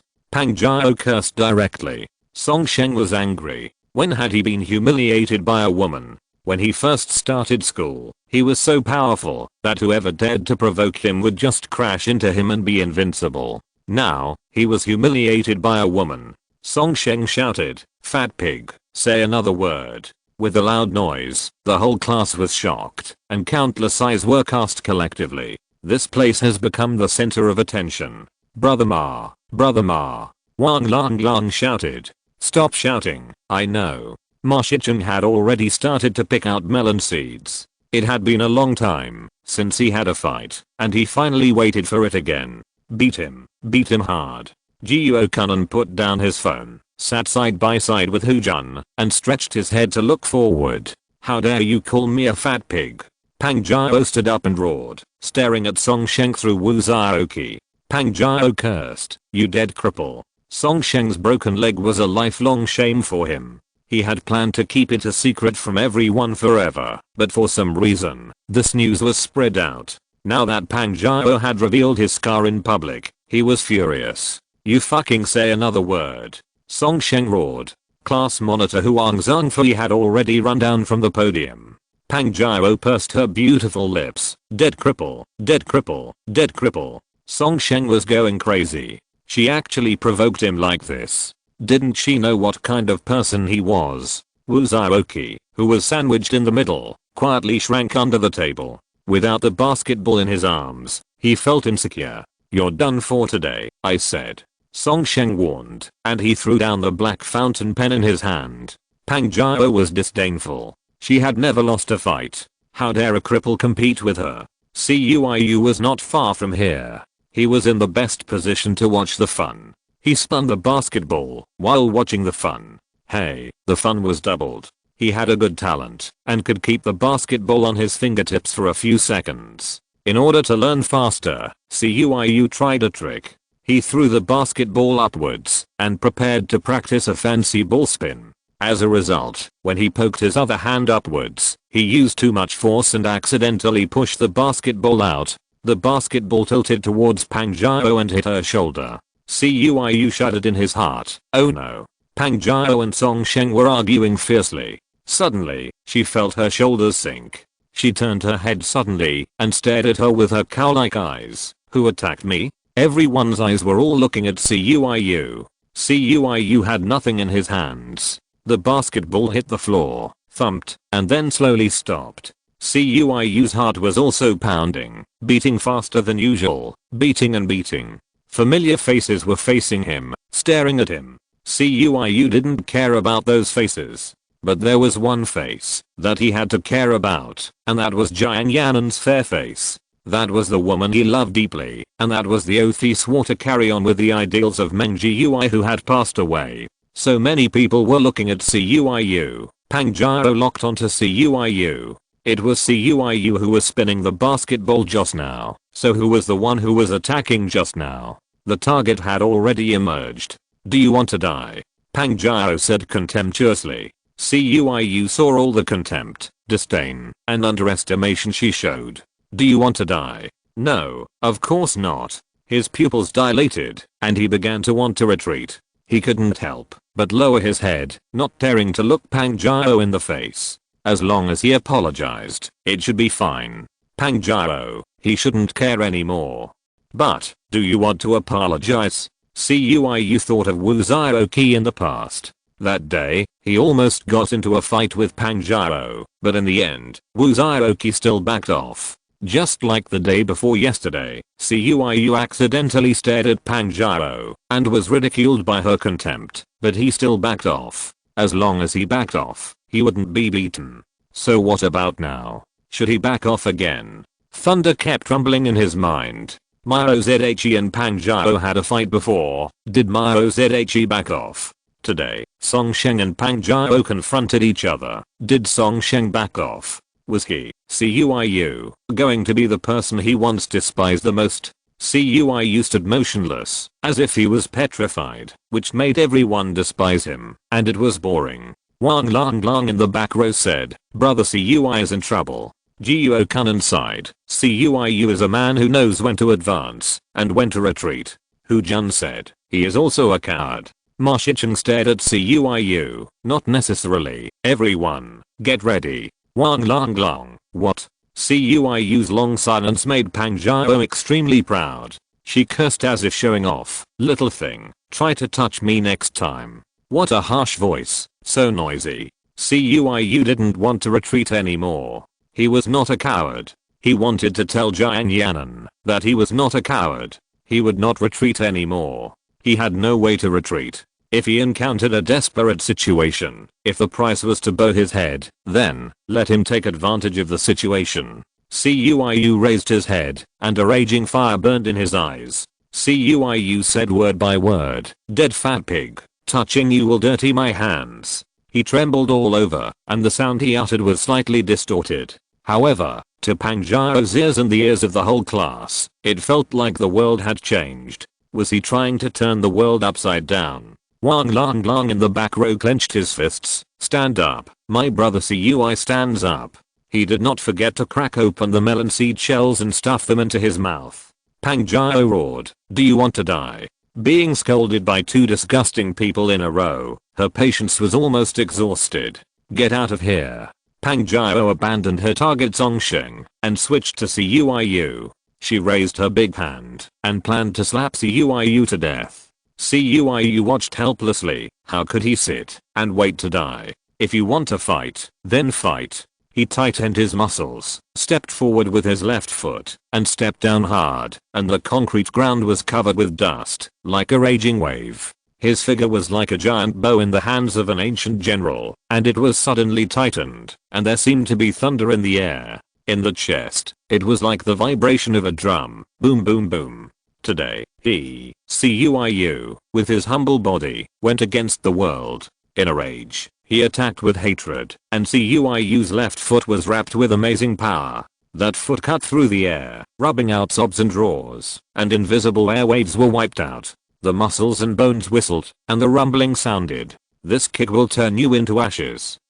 CUIU kicked out in an exaggerated manner. His movements were so strange that his face and body were distorted, like a cat whose tail was stepped on. Pang Jiao was shocked and stood there in a daze. In an instant, CUIU's kick seemed to have transcended eternity and was imprinted on Pang Jiao's body. The power poured down, trying to kick Pang Jiao out. The whole class watched this scene with their eyes wide open. CUIU was too fierce. CUIU kicked down and hit hard. As soon as he had used the power of this kick, he felt an even greater rebound force, and his whole body was actually bounced back. CUIU's body retreated, and he could no longer control his balance. He fell backwards and hit his back on the edge of the table. The whole class was dumbfounded. Wang long long, fuck, Pang Jiao has turned on the anti-armor.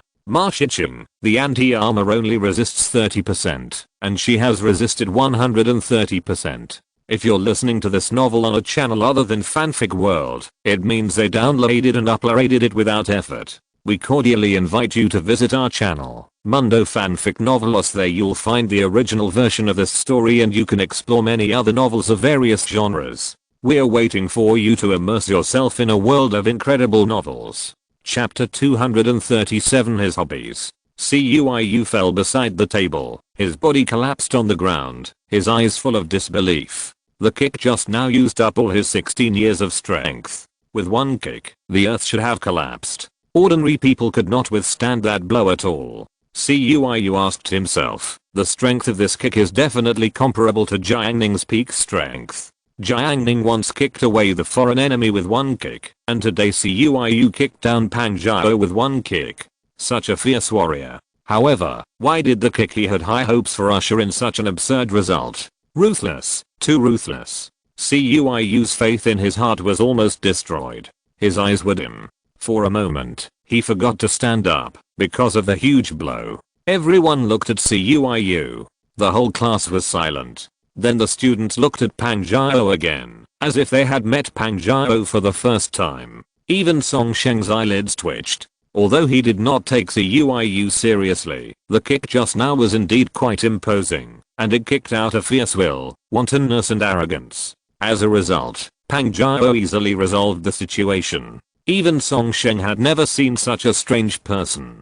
Compared with the students in class 8 who stayed there from the beginning to the end, Song Sheng was hospitalized for several months. He didn't know much about what happened in class 8. He just thought Pang Jiao looked disgusting and didn't know her fighting ability. Now it seems that Pang Jiao can be ranked among the top fighting forces of class 8. She actually mastered the method of using stillness to control movement. When everyone was amazed, Mao Zhe stood by the wall in the south corner of the back row and looked over here. His sight passed over everyone and fell on Pang Jiao. Mao Zhe witnessed the whole confrontation between CUIU and Pang Jiao, but his expression did not change at all. If we talk about understanding Pang Jiao, I'm afraid no one in the entire class 8 knows Pang Jiao better than him. He and Pang Jiao sat at the same table for a whole semester. Every time he squeezed out from behind Pang Jiao, he could feel that toughness. What kind of toughness is that?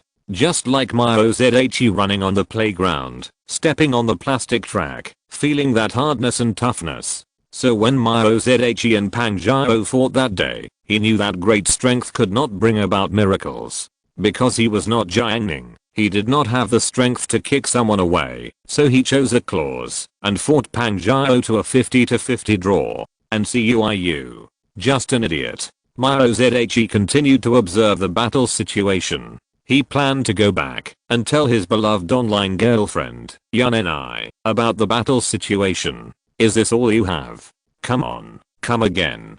Pang Jiao roared, with a thick tone. Behind her, Zhang Yifei, Wang Yanlian, and others stood. Cuiu, stand up. Meng Jiui stepped forward and helped Cuiu up. However, Cuiu was like a puppet, allowing himself to be helped up. The bright light in his eyes and the bright fighting spirit were gone. His strongest trick had already been used. What else could he use to win? When Meng Jiui saw it, he hurriedly shouted, "Wake up Cuiu." Cuiu was miserable. What if he gave up? What if he didn't give up? This is all his strength. He can't even beat a woman. How can he have the face to stay in class 8? He is not Jiang Ning. He is just a waste. Meng Jiui saw the despair on his face. The last time she saw Cuiu like this was last month, when she was watching a tragic plot in a drama at his house. Cuiu, there is someone waiting for you. Meng Jiui shouted in a hurry. As soon as these words came out, the people around heard them, and Cuiu heard them too. He raised his head and looked at Jiang Yanin in the crowd. That fair face was so eye-catching, imprinted in his eyes, adding light to the retina. Just because I looked at you more in the crowd, I burned my life again. Cuiu's body surged with power, like a car full of gas, and he finally moved. Pang Jiao took big steps, like a moving mountain, pressing towards him. The situation was about to explode. Wang Longlong ran over quickly. Pang Jiao noticed Wang Longlong, as well as Ma Shichen, Jiuo Kunan, and Hu Jun behind him. So, Pang Jiao said arrogantly, "Wang Longlong, do you want to intervene in this matter?" Wang Longlong smiled. No, don't misunderstand. I just want to tell you that it's best not to fight in the class. It's not a good influence. Our class 8 is not a gladiatorial arena. Huang Zhangfei, okay, Wang Longlong is right. Wang Longlong smiled even more when he heard it. At this moment, everyone's eyes were focused on him, and Wang Longlong became the most eye-catching person present. He was not used to his dazzling image. Wang Longlong faced everyone and asked, "Who is in favor and who is against?" Others were looking at Wang Longlong, but he was the only one looking at Jiang Ning. At this moment, Jiang Ning leaned against the wall and looked over here, while Zhu Yuantang straightened his back and sat upright. Jiang Ning occasionally looked at Zhu Yuantang's cute back of the head. Why did he have to sit upright to watch the excitement? Because Zhu Yuantang was too short, and there were many people watching in front of her. She was a lady, so she was embarrassed to stand up to watch, so she could only sit upright. As a result, she still couldn't see that the students in front were standing. As Wang Longlong looked at Jiang Ning, everyone in the class also looked at Jiang Ning. They suddenly remembered that in this class, only that person's opinion counted when it came to fighting. "Brother Ning, what do you think?" Wang Longlong shouted in a friendly manner. Jiang Ning said calmly, "You decide." Jiang Ning has always been indifferent to conflicts between classmates, as long as they don't provoke him. Anyway, he just watches. Wang Longlong was like getting a token, and he pretended to be powerful. "Did you hear me? Don't fight in the classroom, solve it outside." When Pang Jiao heard this, she wanted to scold Wang Longlong. Pang Jiao, needed others to take care of her fight, but when she thought of the scene that day, when Jiang Ning kicked someone away, she was terrified. Immediately, Pang Jiao looked down on Cuiu. "Cuiu, this loser is worthy of me going outside." Cuiu was insulted by a woman, and he felt his dignity was offended, and angrily said, "You look like your fucking torn pants. I'll beat you and dirty my shoes." Pang Jiao roared, "I want you to cry." Wang Longlong shouted, "Go out and fight. Go out and fight. Go to the playground with you two. Go now." After saying that, Wang Longlong thought to himself, "Brother Cui, I can only help you here. You will definitely not be able to beat Pang Jiao in class. When you go outside, the field is open, and there is a chance. I hope you can find your own strengths, and don't go head to head with Pang Jiao." After Wang Longlong's organization, Pang Jiao and Cuiu decided to go to the playground to fight. Now is the third class, a self-study class, without a teacher to supervise. Once the students get bold, and there is someone leading them, it will be lawless. Pang Jiao and Cuiu left the classroom together, followed by Wang Longlong, Ma Shichen, Meng Jiui and others. King Feng thought for a moment. He was a good student, so it was not too much for him to watch the excitement. The test paper could be done at any time, but the fight between classmates was not seen many times a year. When they were in the second and third year of high school, they might not see it again due to the busy studies. Let's go now.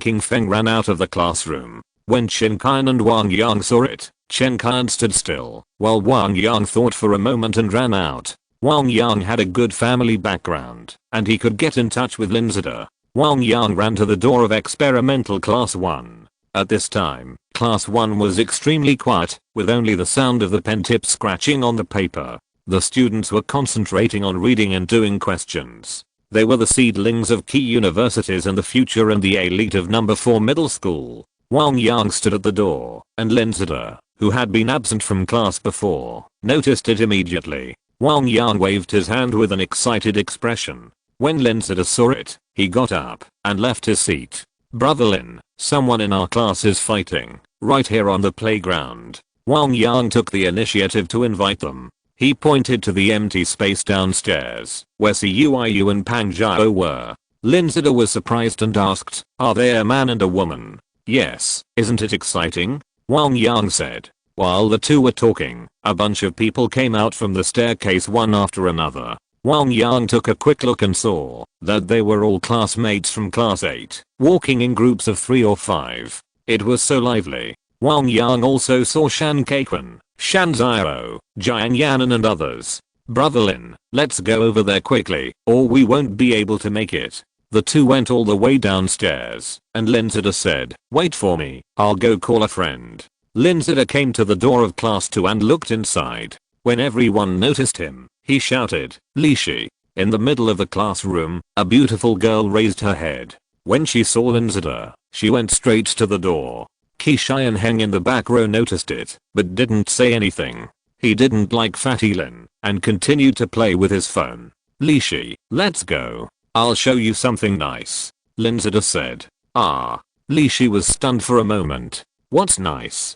Don't ask, there are so many. Follow me. Lin Zida walked with a chic pace. Li Shi followed. She had grown 2 centimeters recently. Her height reached 174 centimeters. Her long legs were straight and outstanding. Classroom 8. More than half of the classroom was empty. There were less than 10 students still inside. Chen Qian was reading a book in his seat, very focused. Whether it was the agreement between Pang Zhao and Cuiyu or other things, he didn't take them seriously. The monthly exam was coming soon, and that was the stage for him to shine. Jiang Ning, let's go out. Chen Xiaoyu said. Yang Sheng stood beside her. The two planned to go together to watch the fun. Well, you guys go. Jiang Ning was not in a hurry. If he went too early, there might not be a fight. Standing there would be boring enough. Chen Xiaoyu said again. Bayuxia, are you going? Bayuxia was looking at the test paper and studying the question types. She said softly, there's nothing interesting. I don't like to watch the excitement. Chen Xiaoyu, okay, let's go first. I'll tell you when I come back. Jiang Ning paused for a while. His spiritual sense moved, and he noticed something. He smiled. In fact, Jiang Ning was sitting in the classroom and scanning with his spiritual sense to observe everything happening on the playground. He didn't need to watch it at all. But Zhu Yuantong, who usually didn't care about things, seemed very interested. So Jiang Ning stood up. Zhu Yuantong asked him, are you going to the playground? Yes, to see the excitement. Jiang Ning said, just going out to relax. Zhu Yuantong said, what's interesting about the excitement? Jiang Ning said, it will probably be a little interesting. Are you going? Zhu Yuantong pinched his waist, pouted and snorted, I'm not going. Oh, then you stay in the classroom, I'll go, and I'll tell you when I come back. Jiang Ning imitated what Chen Xiaoyu said just now. Bayuxia heard it, and a smile appeared on her lips. She didn't expect that Jiang Ning, who was usually calm, would have such a side. Jiang Ning ignored Zhu Yuantong, but pressed his hand and climbed out of the window. Now, there were fewer students in the classroom, and it was quieter. 20 seconds passed. Zhu Yuantong said again, forget it, I'd better go for a while. She ran out of the classroom and chased Jiang Ning. Baiyuksha was speechless. Zhu Yuantang ran very fast in small steps and went down the stairs quickly. Before Jiang Ning walked far, Zhu Yuantang saw his back and immediately slowed down his pace, walking slowly as usual. Jiang Ning, why are you walking so fast? Zhu Yuantang said with disdain. Playground. People were watching, and the ground in the middle was about 7 or 8 square meters. Cuiyu and Pang Jiao stood opposite each other, like Ultraman and a monster. Wang Lang clenched his fist to his mouth and shouted, "Hello, ladies and gentlemen, you are watching the first battle zone of Yazhou No. 4 Middle School, the men's and women's fighting competition. 2 players have entered the stage now, the thin boys Cuiyu from our class 8. Wang Lang's explanation was very accurate, which soon aroused the anger of Cuiyu and Pang Jiao. Fires ignited in their eyes, as if they were about to ignite dry wood in the next second. Fight. Fight. Wu Zhaoqi cheered and shouted. He hated Pang Jiao so much, he just hated that it was not him who came out. Shan Kaikun, I bet Pang Jiao a bottle of coke. After rushing to say it, he faced several brothers. Who dares to bet with me? Wherever he went, Jiuo Kunan and others did not speak. Shan Kaikun glanced and found the unfamiliar Linzida, so he asked, brother, do you want to bet? Linzida was curious. That's Cuiyu, your friend? Yes. Shan Kaikun said. Then why don't you bet on your friend? Shan Kaikun, I make money when my brother gets beaten. One of us will make money. Don't ask so many questions. I just want to ask whether you bet or not. Linzida hardly thought about it. A bottle of coke was nothing to him. There were more than 2,000 students in No. 4 middle school. It was no problem for him to treat the whole school to coke with his pocket money. I bet on 4 bottles. Linzida said. He happened to see Jiang Ning. He often chatted with Jiang Ning in the corridor. Not only him, but also his cousin Ding Xuan could occasionally talk to Jiang Ning. Linzida felt that if Jiang Ning had a better background, he would definitely achieve great things in the future. Unfortunately, his background restricted him. But that was a long time in the future. At least at this stage, he could chat with Jiang Ning, Li Shi and Wang Yang, and 4 bottles were just enough to share. After all, in Linzida's eyes, although Pang Jiao was fat, Cuiyu was a boy. In high school, boys' strength suppressed girls, and Pang Jiao was definitely not an opponent. Okay, it's settled. I can't go back on my word. Shan Kaikun was overjoyed. He actually managed to trick a student from another class. He had seen Linzida in the experimental class before, so he would definitely not deny his debt. Brother Nan, Brother Ma, come and be a witness. Shan Kaikun ran around to tell others. Wang Lang was still shouting here. Cuiyu is spewing trash talk. Oh my god. He suppressed Pang Jiao with words. And Miss Pang Jiao is very calm. Wang Lang explained passionately. Oh no, Pang Jiao moved. Outside the crowd, Jiang Ning led Zhu Yuantang to this side. When Li Shi saw Jiang Ning, her eyes suddenly lit up. After not seeing him for a few days, Jiang Ning still looked indifferent and out of the world. She had tried to talk to Jiang Ning at the door of class 1 before, but she couldn't find a topic. At this moment, Li Shi looked at Zhu Yuantang next to Jiang Ning. She remembered clearly that every time she saw Jiang Ning, he was accompanied by this little guy. Li Shi suddenly had an idea. Could this guy like this? I'm really sorry for disappointing you all. I feel really ashamed and embarrassed. I overestimated myself and failed to complete the extra chapters. I have limited ability and experience, which has repeatedly disappointed everyone's expectations. I won't make empty promises anymore. I will update as much as I can honestly. Chapter 238. Her family is well off. Don't hide. Use your claws to scratch her. We want to see something simple and rough. The students watching the scene were not afraid of the excitement, and the shouts came one after another, and the atmosphere was high. However, Cuiyu seemed to have come to his senses. Facing Pang Jiao's tiger pounce, he decisively chose to avoid her. He dodged several times in a row, which disappointed the people. What everyone wanted to see was a passionate fight, not a game of eagle catching chickens. Deng Qingfeng shouted excitedly, Cuiyu, you are not a man. If you are a man, you should face it head on. What's the point of hiding and hiding? Several times, He thought the two were going to have a peak showdown, but Cuiu actually dodged again, which made him very anxious. Deng Qingfeng took out his precious study time to come here to watch the fight, but what kind of fight was it? If the environment did not allow it, he would have wanted to go up, kick Cuiu away, and touch Pang Jiao himself. The emotions of the crowd of onlookers were also excited, and even Cuiu and Pang Jiao in the center of the competition field were excited. The playground was filled with excitement. Jiang Ning sat on the edge of the stone platform, watching the game quietly. Zhu Yuantan thought for a moment, and went up to the podium from the other side of the steps. She put her two small hands on Jiang Ning's shoulders, looking down at the game. I can finally see it.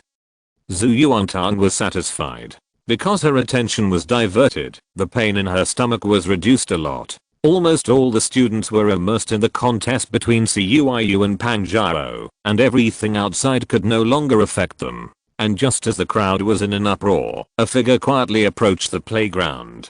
Director Wang of the security department of number 4 middle school looked at the crowd gathered on the playground with a solemn expression. Is there a group fight? When Director Wang thought of this possibility, his steps became faster, and the voices coming from the crowd became clearer. It's a rare attack. Pang Jiao feinted to the left, but actually rushed to the right. It's very dangerous. Cuiu's footsteps are very flexible. He quickly opened the distance. Beautiful. So beautiful. Upon hearing this, Director Wang immediately asked loudly, "What are you doing?" Director Wang's confidence was strong, like a tiger roaring in the mountains, instantly drowning out the noise here. Wang Longlong, who was originally explaining passionately, suddenly got stuck in his voice. He quickly looked outside the crowd. Not only him, but also the students around him turned their heads to look. Everyone saw Director Wang's face clearly, and their hearts suddenly panicked. Director Wang's severity was very clear to everyone. Unlike other teachers, Director Wang really would punish students. Some students even saw Director Wang kicking students, really beating them hard. "What are you doing?" Director Wang asked again. People were silent, and didn't dare to speak at all. The scene was awkward for a while. Director Wang didn't ask a reason, and his stern eyes were cast on Cuiu and Pang Jiao. "Tell me, what did you two do just now?" Cuiu shuddered in his heart. He could muster up the courage to fight with Pang Jiao, because no matter how powerful Pang Jiao was, she was at best a student. Director Wang's status was above that of the students. Not only was he a student, he was much more powerful than the head teacher. How could Cuiu dare to speak? As for Pang Jiao, she was not afraid of Director Wang, but seeing Director Wang's stern aura, she did not dare to speak for a while. Moreover, fighting in school, so many people saw it, might get her punished. Pang Jiao was still thinking about going to a big city, attending a good university, and giving those handsome boys a chance to pursue her. If she admitted to fighting now, her future would be stagnant.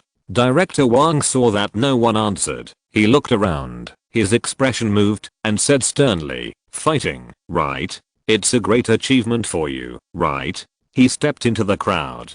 Seeing that the situation was out of control, if the fight continued, their class would definitely not end well. Wang Longlong thought of an excuse quickly, and suddenly, he thought of it. Just like the brave commentator just now, he stepped out resolutely and shouted, "Director Wang, I know what they were doing just now." As soon as these words came out, all the students present looked at Wang Longlong, and then at Director Wang.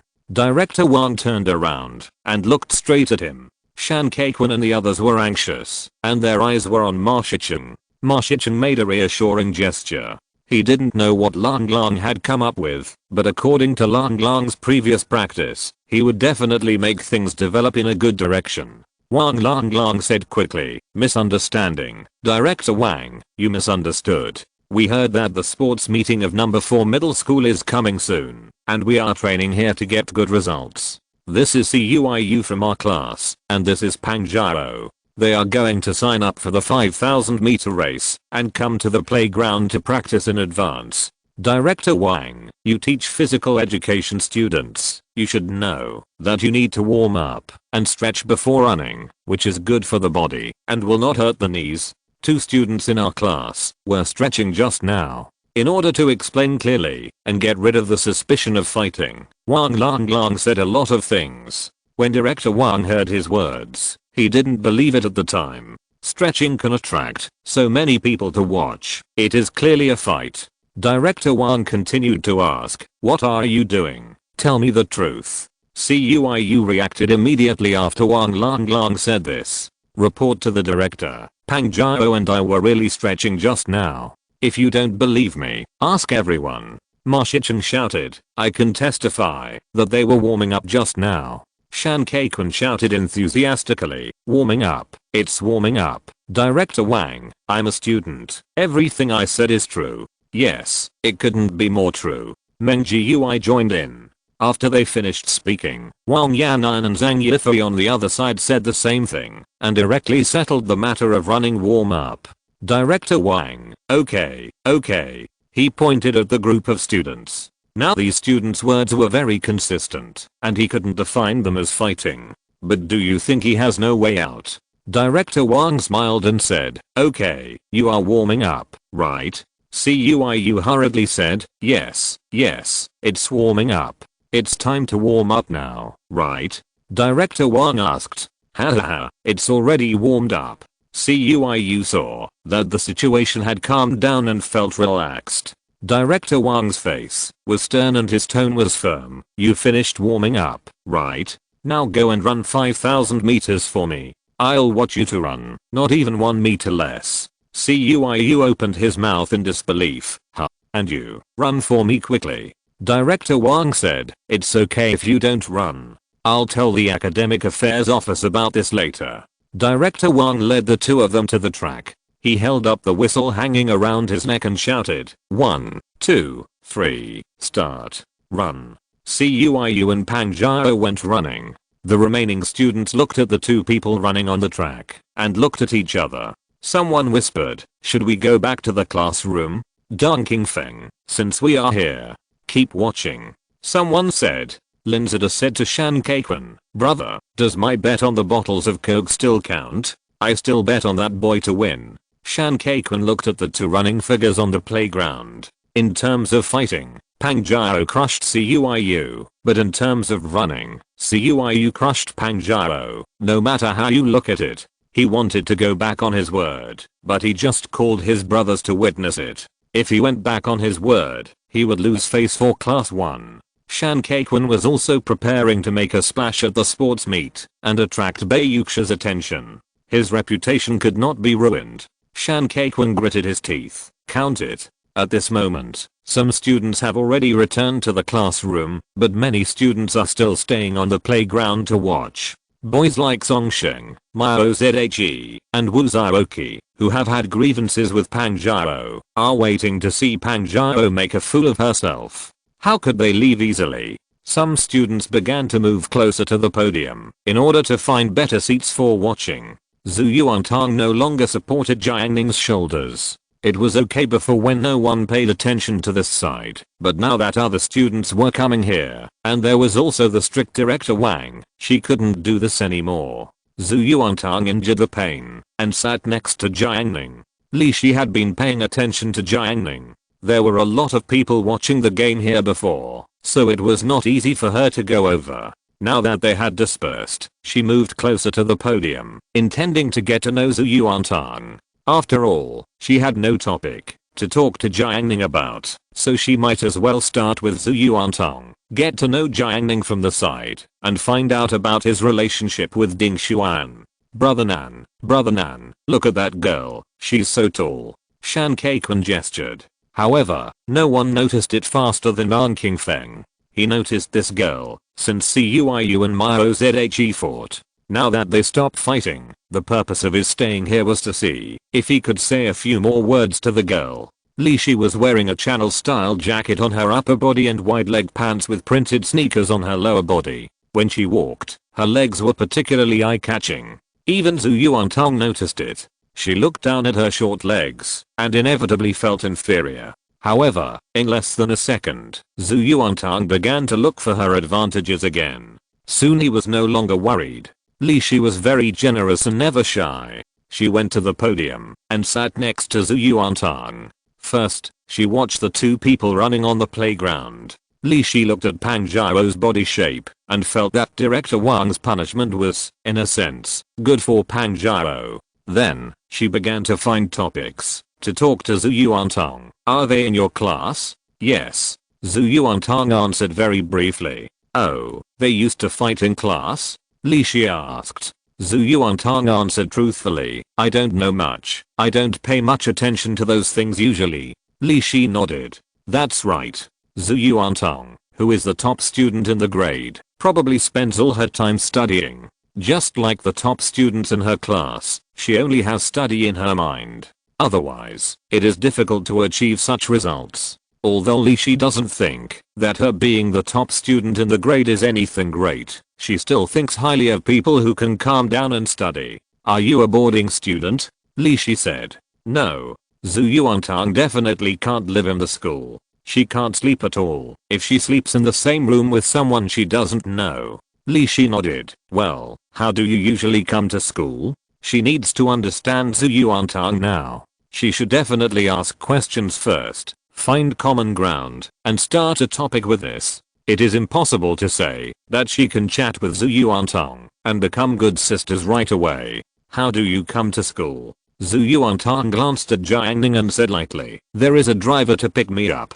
Li Shi, well. Zhu Yuantong's self-confidence made Li Shi feel that he had a temperament that was not like that of an ordinary child. It seemed that she was looking at the world from a narrow perspective. Zhu Yuantong could get the first place in the city and he could open up a gap of several tens of points. No matter how you look at it, his family conditions should be good.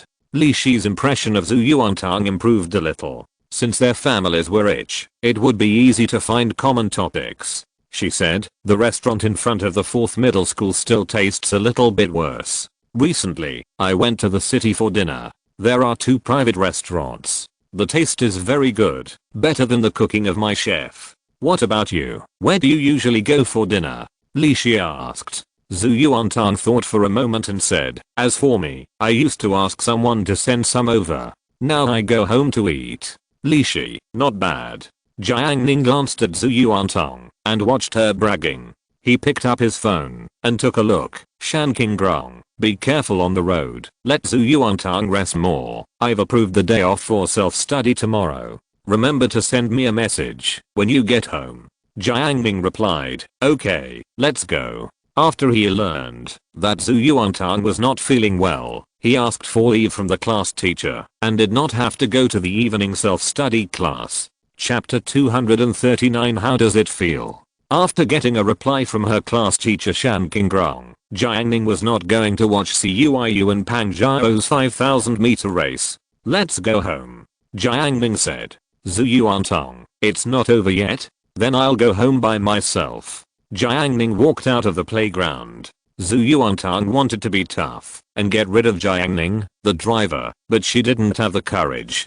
Her mother went back to her hometown to help today, and it was just her and Jiang Ning tonight. Wait for me.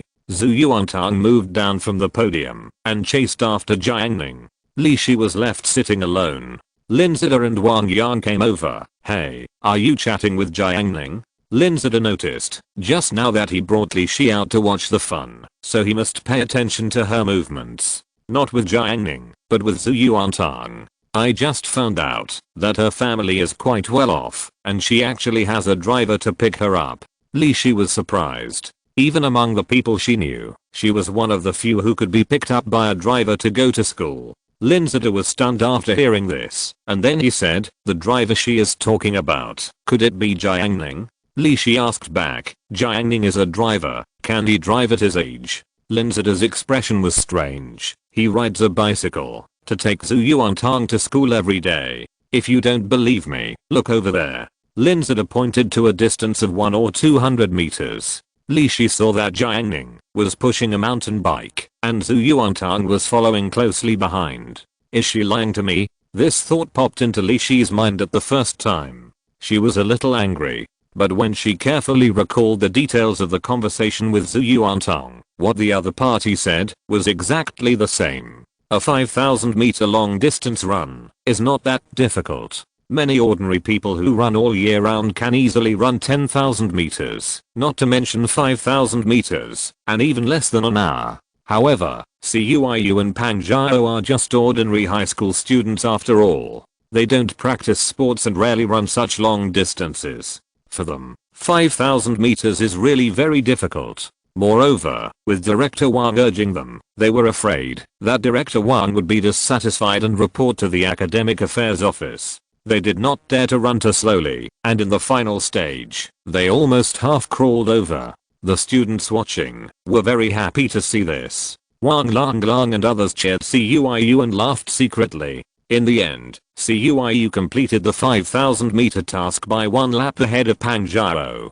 Shan Kaikun honestly bought 4 bottles of Coke for Linzada, which was a huge loss. It was not dark when Jiang Ning and Zhu Yuantang got home. Zhu Yuantang got down from the back seat.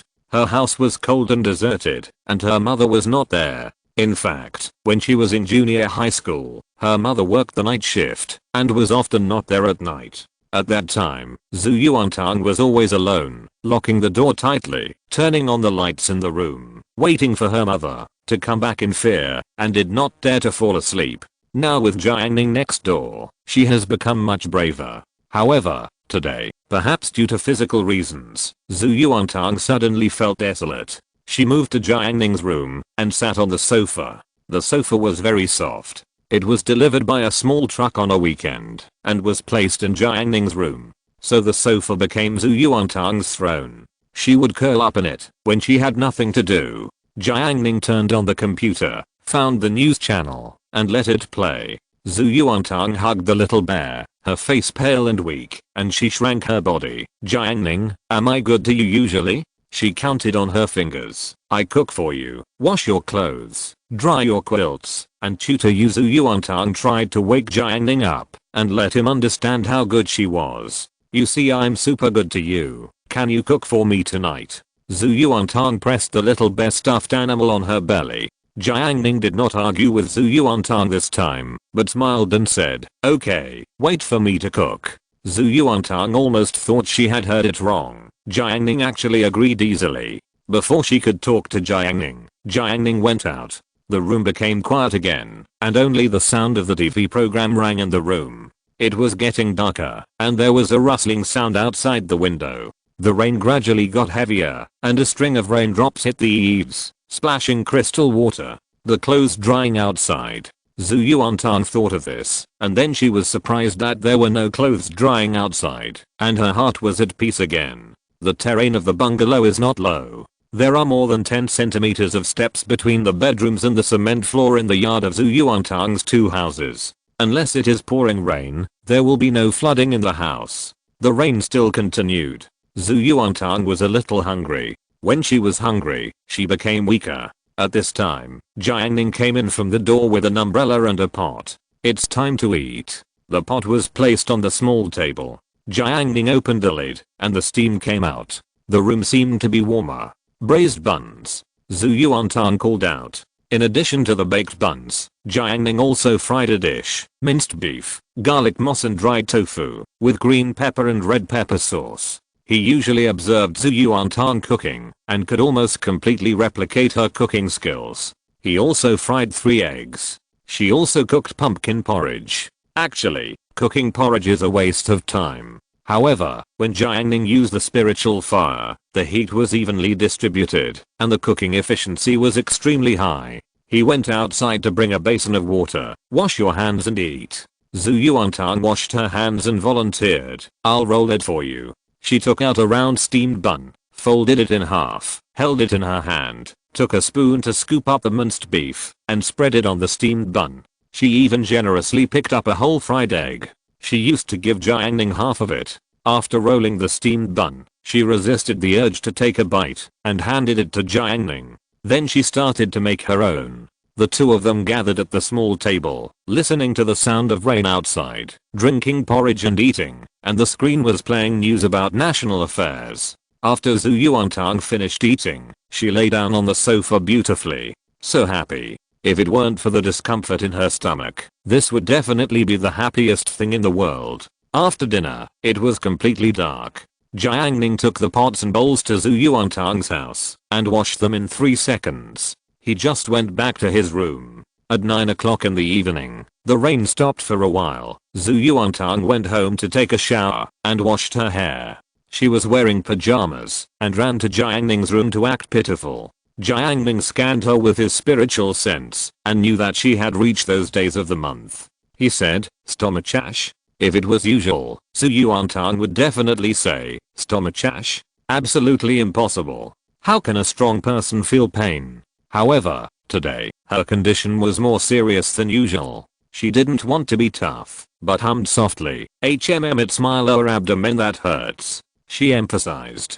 Jiang Ning said, "Did you take the hot water bottle?" "Forgot," Zhu Yuantang said slowly. In the past, she would always cover her stomach with a hot water bottle, which would make her feel much more comfortable. Jiang Ning considered. "Do you need my help?" He showed his hand. Zhu Yuantang put his little hand on Jiang Ning's palm, which was hot and scalding. Needless to say, it must have the effect of a hot water bottle. She wanted to, but didn't want to. She thought that would expose her weakness. However, there was another cramp in her stomach. Zhu Yuantang almost groaned in pain. "Put it down."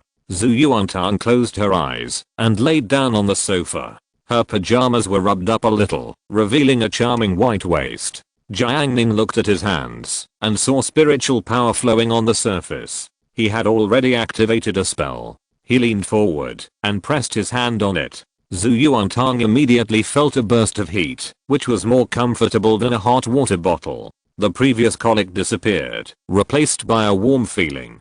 She almost fell asleep in the enjoyment. Jiang Ning moved his hands and asked her, "What does it feel like?" Zhu Yuantang closed her eyes, her eyelashes trembling slightly. "It feels like someone is touching my stomach." Chapter 240. This is called Gua. Since then, 10 days have passed quietly. It is April 2014. Spring is still strong, the mountain flowers are in full bloom, and the grass and trees are growing. In April, students want to go to heaven, want to go to the earth, want to fall in love, and want to spend the whole night playing games. Unfortunately, the monthly exam is coming soon.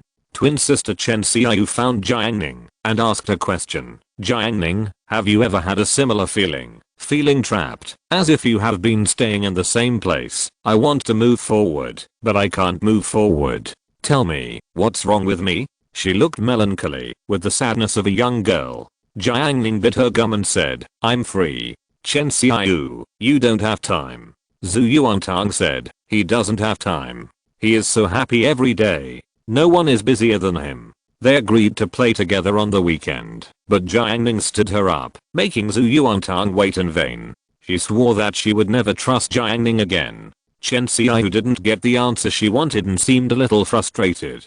She wanted to ask her estimate Bayuxia again, but Bayuxia was doing homework seriously, so Chen Xiaoyu couldn't disturb her and had to give up.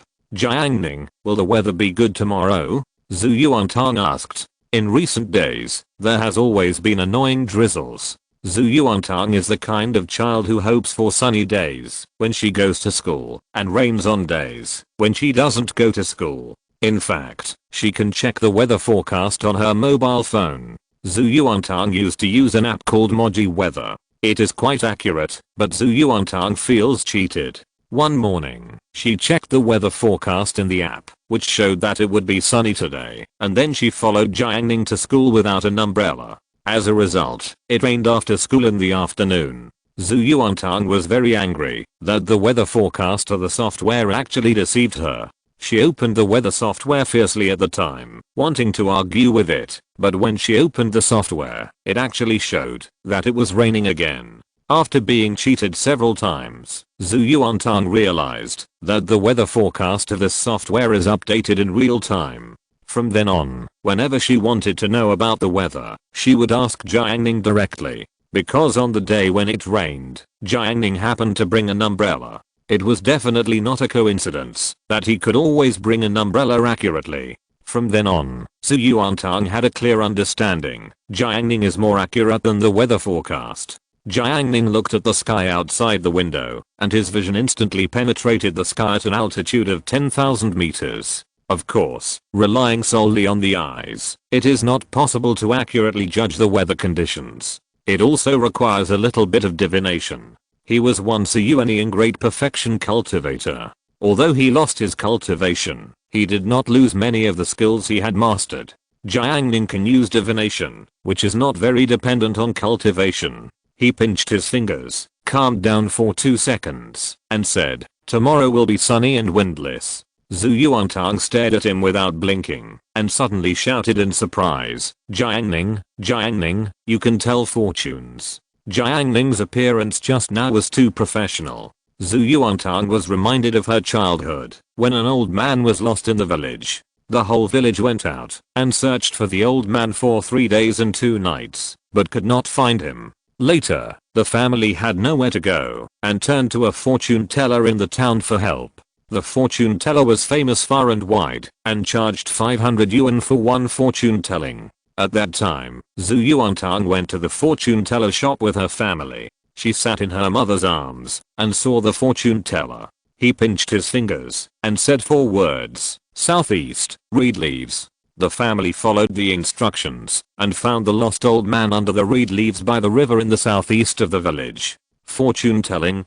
Jiang Ning said. Then he smiled. "Yes, of course I can tell fortunes." Zhu Yuantang stared at him seriously with an extremely interested look. Jiang Ning was very mysterious and unpredictable. Zhu Yuantang felt that Jiang Ning was not half as good as her in terms of connotation. However, she never hesitated to ask questions from others, and Jiang Ning's excellent qualities were barely worth learning from. "Why are you looking at me like this? Are you impressed by my temperament?" Jiang Ning said so. Zhu Yuantang immediately retorted, "No." She turned her head away, pretending to be reading a book, but soon, she came closer again. "Forget it, since you look like a novice, I'll let you do it for me once." Zhu Yuantang put her little hand on the table, palm facing up. She knew that fortune telling must look at the lines on the palm. Jiang Ning picked up her little hand, spread her fingers, and pinched the flesh twice, which was soft. Bei Yuxia picked up the test paper. She calculated the correct answer to a question, but she always felt that there was a second solution, but she just couldn't think of it. This situation is quite irritating. Bei Yuxia seemed calm on the surface, but in fact she was a bit serious in her heart. She just turned around and planned to ask Jiang Ning, but she saw that Jiang Ning was holding Zhu Yuantang's hand and kneading it, and the two were very close. Bei Yuxia's eyes fixed. She knew that Jiang Ning and Zhu Yuantang had a good relationship and went to school and went home together on weekdays, but it was the first time she saw the two of them so close. Then, she smiled and joked, "Am I here at the wrong time?" Jiang Ning did not move in a disorderly manner, and he said calmly, "It won't delay, just tell me if you have something to say." Bei Yuxia observed his expression well, and she did not ask about the test paper at this time, but stared at the hands of the two with a puzzled look. Zhu Yuantang boasted, "Jiang Ning is amazing. He can tell fortunes. I asked him to tell my fortune." "Fortune telling, what?" Bei Yuxia asked. "Tell what delicious food my mother will cook tonight." Zhu Yuantang replied. Bei Yuxia didn't want to talk anymore. She said goodbye, turned around and continued to study the test paper. Jiang Ning pinched her little hands, pinching and pinching, but she didn't tell. Zhu Yuantang was embarrassed by the pinching. She felt her face burning. She couldn't help asking, "Have you calculated it?" Jiang Ning thought for a few seconds. "It's hard to calculate." Zhu Yuantang waited for a while. He was still pinching. Even Chen Xiaoyu in front of him turned around to look. Zhu Yuantang pulled his hand away and said embarrassedly, "Let go. I won't calculate it." "Okay, what a pity. I'll calculate it right away." Jiang Ning sighed. Zhu Yuantang would not believe his nonsense. She lay on the desk angrily, holding her red face with her arms. Jiang Ning is a bad guy. Afternoon. Shan Keikun ran to the back row. Brother Ma, the exam is coming soon. What do you think?" Ma Shivan had been playing the game well. When he heard this, he felt as if he had been bombarded by a mortar. Why did this game suddenly become uninteresting? Ma Shichen forced a smile and said, "It's okay. Do your best and leave it to fate." Shan Keikun looked at him for a while and said generously, "Brother Ma, do your best in the exam. I believe that your strength is definitely not as simple as the last one. The real strength of several of us in the back row is definitely in the top 10 of the class. Shan Kaikwin praised the students in the back row on the surface, but in fact he secretly praised himself. In his opinion, he studied hard and practiced hard, and this monthly exam will definitely be in the top 10 of the class. He will be the strongest student in the back row. This time, he, Shan Kaikwin, will set up a sign for the people in the back row of class 8 for the back row, that is despised by the front row. Thinking that in the future, there will be good students in the front row who laugh at the poor students in the back row. At that time, he bravely stood up and declared domineeringly, I'm in the back row, and no one will offend my brothers. He Kaikwin will bring peace to the back row. When he thought of that scene, Shan Kaikwin was immediately full of chicken blood and full of fighting spirit.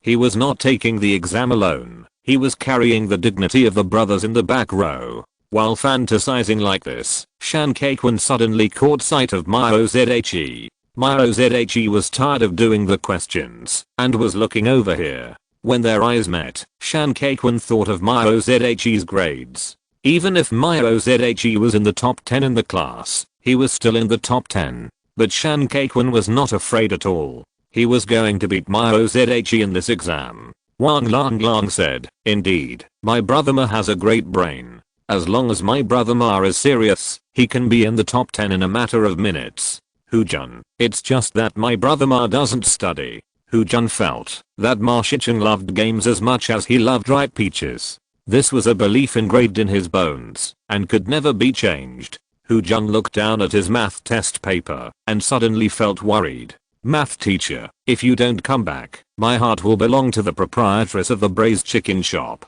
Meng Jiui came over to chat, with a lighter in his hand. After seeing this, Jiuo Kunan said, you should smoke less. Aren't you going to practice sports in the future? I'm telling you to stop. You train for half a day and smoke 2 cigarettes. It's all in vain. Meng Jiui flicked the lighter and the flame jumped out. Brother Nan, you don't understand me. Am I smoking cigarettes? I'm smoking style. Meng Jiui's father smokes, and his uncles and cousins all smoke. If he doesn't smoke, wouldn't he be unable to keep up with the family? Ma Shicheng said, I think Jiang Ning doesn't smoke, but he also has style. Wang Lang said, be careful. If Director Wang sees you, you'll see how he smokes you. Wang Lang sincerely advised him that, if you can avoid smoking, try not to smoke. They are students now, and smoking is really not good for them.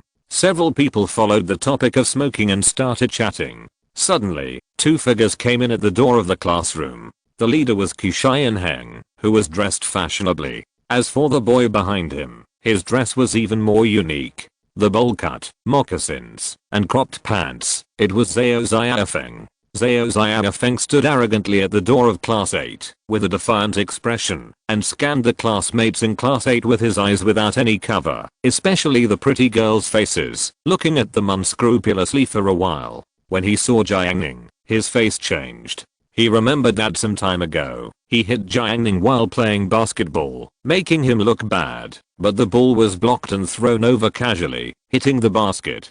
Zhao Xiaofeng was shocked. Later, he asked his friends for information about Jiang Ning. After learning about it, he thought Jiang Ning was not easy to mess with. The other party had good grades, and was second in the grade. Zhao Xiaofeng followed Qian Heng. In order to seek a good future, he didn't need to offend Jiang Ning for Qian Heng. After all, if he offended Jiang Ning, Qian Heng might not stand up for him. This was Zhao Xiaofeng's way of survival. But to other classmates, he was very arrogant.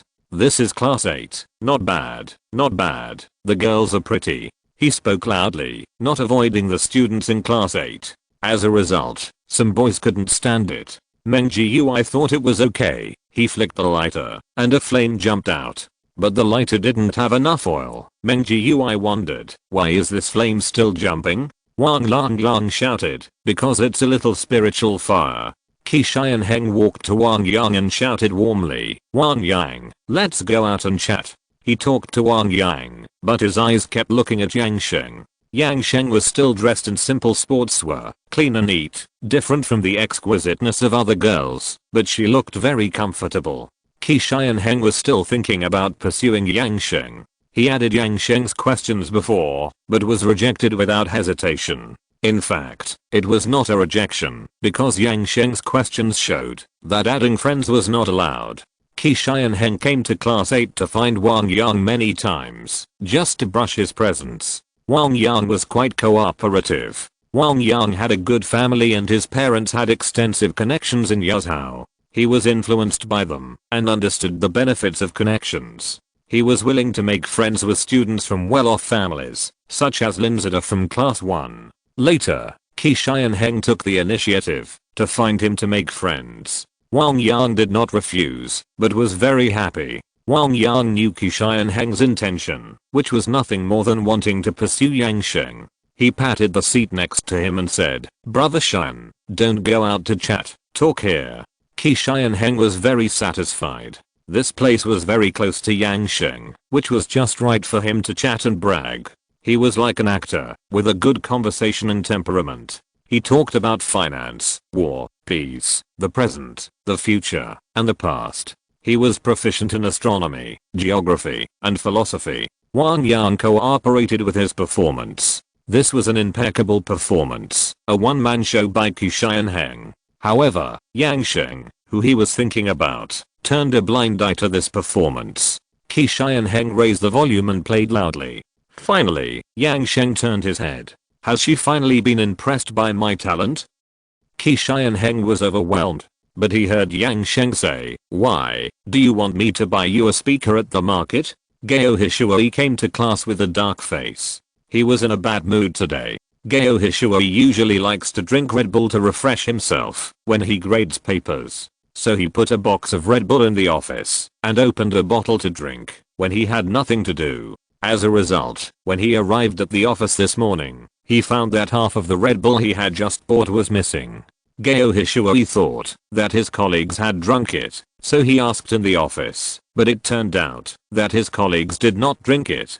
They were all teachers and could afford Red Bull. They would definitely not steal Red Bull. Gao Hishui was very puzzled and could not find the murderer. In class, Gao Hishui sighed. It's really a decline in morals. There are still people stealing things in our school. The classmates knew that Gao Hishui usually liked to reason and tell them things. This teacher was not bad in other aspects, except that he liked to satirize students and looked ugly. Gao Hishui is a teacher and has a certain authority. After he said this, the students were aroused to speak. After hearing this, Wu Zhaoqi spoke enthusiastically. "Teacher, my basketball was stolen, more than 800 yuan.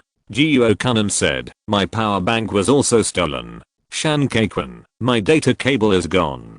Gao Hishui was shocked to hear so many students talking. He didn't expect so many people to have things stolen. That thief is really lawless. Gao Hishui said with a gloomy face. He dared to steal things in number 4 middle school. He is really bold. Does he think that this will prevent others from finding out? Ignorant. He must not know that if he stole Red Bull, fingerprints can be found on the box. When these words came out, Song Sheng, who had his milk stolen, twitched his mouth. Teacher Gao Hishui is too young. Song Sheng thought so. He rarely spoke at ordinary times, so at this moment, he was naturally too lazy to remind teacher Gao Hishui. The evening self-study ended. The moon was bright and the stars were sparse, and the magpies flew south. The mountain bike was driving on the river dam, and Zhu Yuantang was sitting in the back seat. "Jiang Ning, you have an exam tomorrow. I'll cook corn for you. It's very sweet," Zhu Yuantang said. "Okay. So you have to do well in the exam. If we have to sit in different seats again, we can sit together." Although Jiang Ning did something bad to her today by fortune telling, Zhu Yuantang still wanted to sit with him. Only by sitting with Jiang Ning would school be interesting. She and Jiang Ning would sit at the same table until they graduated from high school. Then they would sit at the same table again in college. It would be like this forever. Zhu Yuantang fantasized about the time she would spend with Jiang Ning. She was really happy in her heart. She pulled Jiang Ning's clothes and stretched her body slightly. Then, she leaned to the right and looked forward. The street lights on both sides of the river dam were bright. From then on, the way home was no longer dark. Zhu Yuantang said strangely, "Jiang Ning, I remember that the street lights were off after our evening self-study. Why are they on recently? Jiang Ning said, I'll let them be on. He had previously notified Xiao Xuanshang to arrange for the streetlights to be on until 11 o'clock in the evening. Xiao Xuanshang sent someone to negotiate and settled the matter the next day. Zhu Yuantang heard Jiang Ning's words and felt that he was very powerful. Jiang Ning would not lie to her. Then Jiang Ning must have done this. The two were chatting, and suddenly, a wild dog rushed out from under the river dam, aiming at the root of the mountain bike. Jiang Ning has countless ways to drive away wild dogs, but he chose to press the brakes. The mountain bike paused. Zhu Yuantang couldn't help but hug Jiang Ning's waist because of inertia, and his soft body was tightly pressed against Jiang Ning's back. Coincidentally, the wild dog that rushed out halfway also paused and actually stopped urgently at the moment it was hit by the mountain bike. Zhu Yuantang hugged Jiang Ning, and after seeing this funny scene, he smiled happily. Look, the dog can brake. So funny. Jiang Ning's slightly raised mouth corners fell. 1 minute later, Jiang Ning was riding in front. Zhu Yuantang followed behind with his short legs. Woo woo woo. Jiang Ning, I said the wrong thing. Chapter 241 Rich Theoretical Knowledge. April 3rd. Thursday. The exam is at 8 AM. I don't have to go to morning self-study, so I can go a little later. As Jiang Ning observed yesterday, it was sunny today with a blue sky. The mountain bike was driving on the river dam, accompanied by the fragrance of grass and wildflowers, and my mood became clear. Zhu Yuantang held the corn cob, sat in the back seat of the bike, and took small bites. Jiang Ning's bike was very stable, and she didn't feel the bumps at all. When Zhu Yuantang was in junior high school, she heard people say that the train was the most stable car in the world, even if people who usually get carsick would never get carsick on the train. Zhu Yuantang had never taken a train, so she didn't know how stable it was, but in her opinion, it was definitely not more stable than Jiang Ning's mountain bike. The corn was very sweet. If she were at home, she would definitely eat it in big bites and compete with Jiang Ning to see who could eat faster. She wanted to eat it now because Jiang Ning's bike was stable and she wouldn't choke because of the bumps. It's just that now on the river dam, there are people who get up early to exercise from time to time on the road. Middle-aged uncles, grandfathers, and old ladies, accompanied by the rising sun, with a vigorous look. Zhu Yuantang was in a very good mood, and she sometimes liked to see this kind of fireworks. Passing by a crossroads, Zhu Yuantang saw a pair of elderly people supporting each other intimately under the river dam and climbing the dam together. Seeing this scene, Zhu Yuantang suddenly felt emotional and felt that it was really loving. She put down the corn cob, tugged at the corner of Jiang Ning's clothes, and said gently, Jiang Ning, when we are old in the future, we will be like them, okay? When you are old, you will definitely not be able to walk, and I will support you then. Zhu Yuantang took the initiative to volunteer. She fantasized that, when she was old, Jiang Ning could no longer walk. At that time, wouldn't she be able to bully Jiang Ning at will? But she was not the kind of person who bullied the weak. She would not bully Jiang Ning like Jiang Ning bullied her last night. Jiang Ning looked at the dam and said, okay, but you may not have noticed that the last time we went to school, we met this old man, and the old lady with him was not the one now. Zhu Yuantang's face was dumbfounded. While Zhu Yuantang was thinking about morality, Jiang Ning rode his bike to number 4 middle school.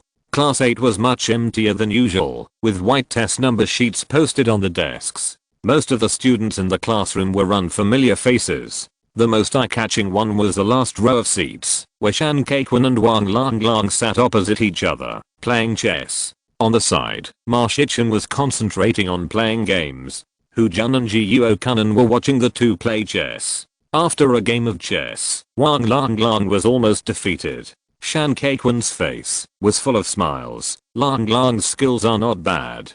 Practice more in the future. You have a bright future. He gave Wang Lang a few more instructions, and his mood became even better. During this period, Shan Kaikwan took the time to challenge almost half of the students in the class in his free time. He has never lost a game so far. At this time, he saw Jiang Ning coming in from the door at the back of the classroom. Shan Kaikwan's face changed. He had achieved a great victory in chess and cultivated his absolute confidence. So Shan Kaikwan invited Jiang Ning, do you want to play a game of chess? After saying this, Wang Longlong, Jiuo Kunan and others around him looked over with interest. Although Jiang Ning is now in the front row, in the eyes of the students in the back row, Jiang Ning still belongs to them in the back row. This view is very strange, similar to a sense of identity. For example, Mao Zhe, he stayed in the back row, but he couldn't play with everyone, didn't get everyone's recognition, and no one looked for him on weekdays. He was all alone.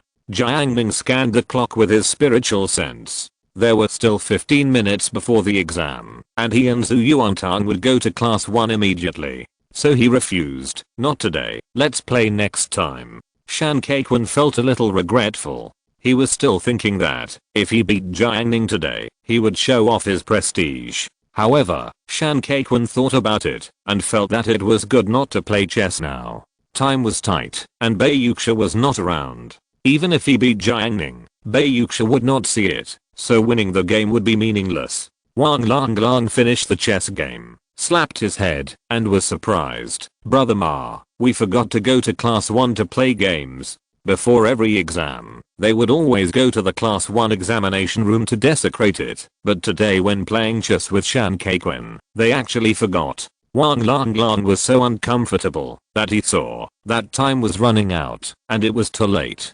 Ma Shicheng said, let's go in the afternoon. After hearing this, Shan Kaikwan came up with a bold idea. Brother Ma, can you take me with you in the afternoon? He had never been to class 1, and he wanted to follow Ma Shicheng and the others to broaden his horizons. Okay, if you want to go, go. Ma Shicheng thought there was nothing to take with him. Shan Kaikwan suggested, how about this, let's go to class 1 to play chess in the afternoon, what do you think? He wanted to go to class 1 to pretend, and it would be best if he could find 2 students from class 1 to play chess. In full view of the public, he defeated the students of class 1. How cool. Actually, Shan Kaikwan wanted to go to class 2 to have a look, because Bai Yuxia was in the number 2 examination room, but he didn't think carefully just now, and didn't expect this. It doesn't matter, he will go to class 2 to perform tomorrow. Jiang Ning and Zhu Yuantang went to class 1 and occupied the first 2 seats. Seat number 3 was Du Chuan, and he looked at Jiang Ning. This time, he would be the second place. At the end of the classroom, in the last few seats, Chen Kan sat there honestly. He also looked at Jiang Ning. This time, he would lift the ban and go completely crazy. The subject of the first course exam was Chinese. Chen Kan just received the test paper and just glanced at it lightly. Then he looked around and muttered, this is too easy, it's not difficult at all. The classmates around him cast their eyes, but there was something strange in their eyes. This is a Chinese test, brother, can you evaluate the difficulty so quickly after getting the test paper? However, Chen Kan ignored it. He enjoyed the eyes of everyone and felt very happy. Look, watch as much as you want. I swear, this is the last time you look back at me. Because next time, you can only see my back. The exam officially began. Examination room 1 is the best exam room. Students are concentrating on doing the questions. The tips of their pens rub against the paper, making a rustling sound. Jiang Ning was too lazy to think about the questions himself. He used his spiritual sense to scan wherever Zhu Yuantang wrote. Anyway, it was just an ordinary monthly exam. It was not important. Just fool around. Time passed quickly, and there was only half an hour left. Jiang Ning and Zhu Yuantang raised their hands at the same time and handed in their papers together. The invigilator knew their grades. In the previous exams, they often handed in their papers early, so he didn't say anything and nodded in approval. Jiang Ning picked up the badminton bag hanging next to the desk and left the exam room. Yesterday, after Zhu Yuantang asked about the weather, she agreed with him that after the exam was over today, in order to kill time, they would go downstairs to play badminton. She would teach Jiang Ning a lesson. There were not many students in the open space downstairs. The first year students were taking the exam, and it seemed very quiet. In order not to disturb the students taking the exam, they deliberately walked a little further away. Gao Hishui stood in the corridor at the entrance of the examination room with a gloomy face. He said to the teacher next to him, Brother Koang, I give up. The thieves in the school are simply lawless. Gao Hishuai and brother Qiang Bao Qiang are known as the two heroes of number 4 middle school. Both of them are known for their strictness. They usually have a very good relationship. Qiang Bao Qiang is slightly fat, has a round face, wears round framed glasses, and has a kind face. Just from his appearance, you can never imagine that he is a strict teacher. Qiang Bao Qiang was puzzled. What's wrong, Hishuai? Why are you so angry? Gao Hishuai said angrily, my Red Bull has been stolen. He was still in class 8 yesterday, and he said that the person who stole his Red Bull could find fingerprints in the box. As a result, he came to the office today and wanted to take a can of Red Bull to drink, but found that even the box was gone. Gao Hishuai was furious at the time and almost went crazy. He is a teacher. A teacher hired by the principal of number 4 middle school himself could still be robbed.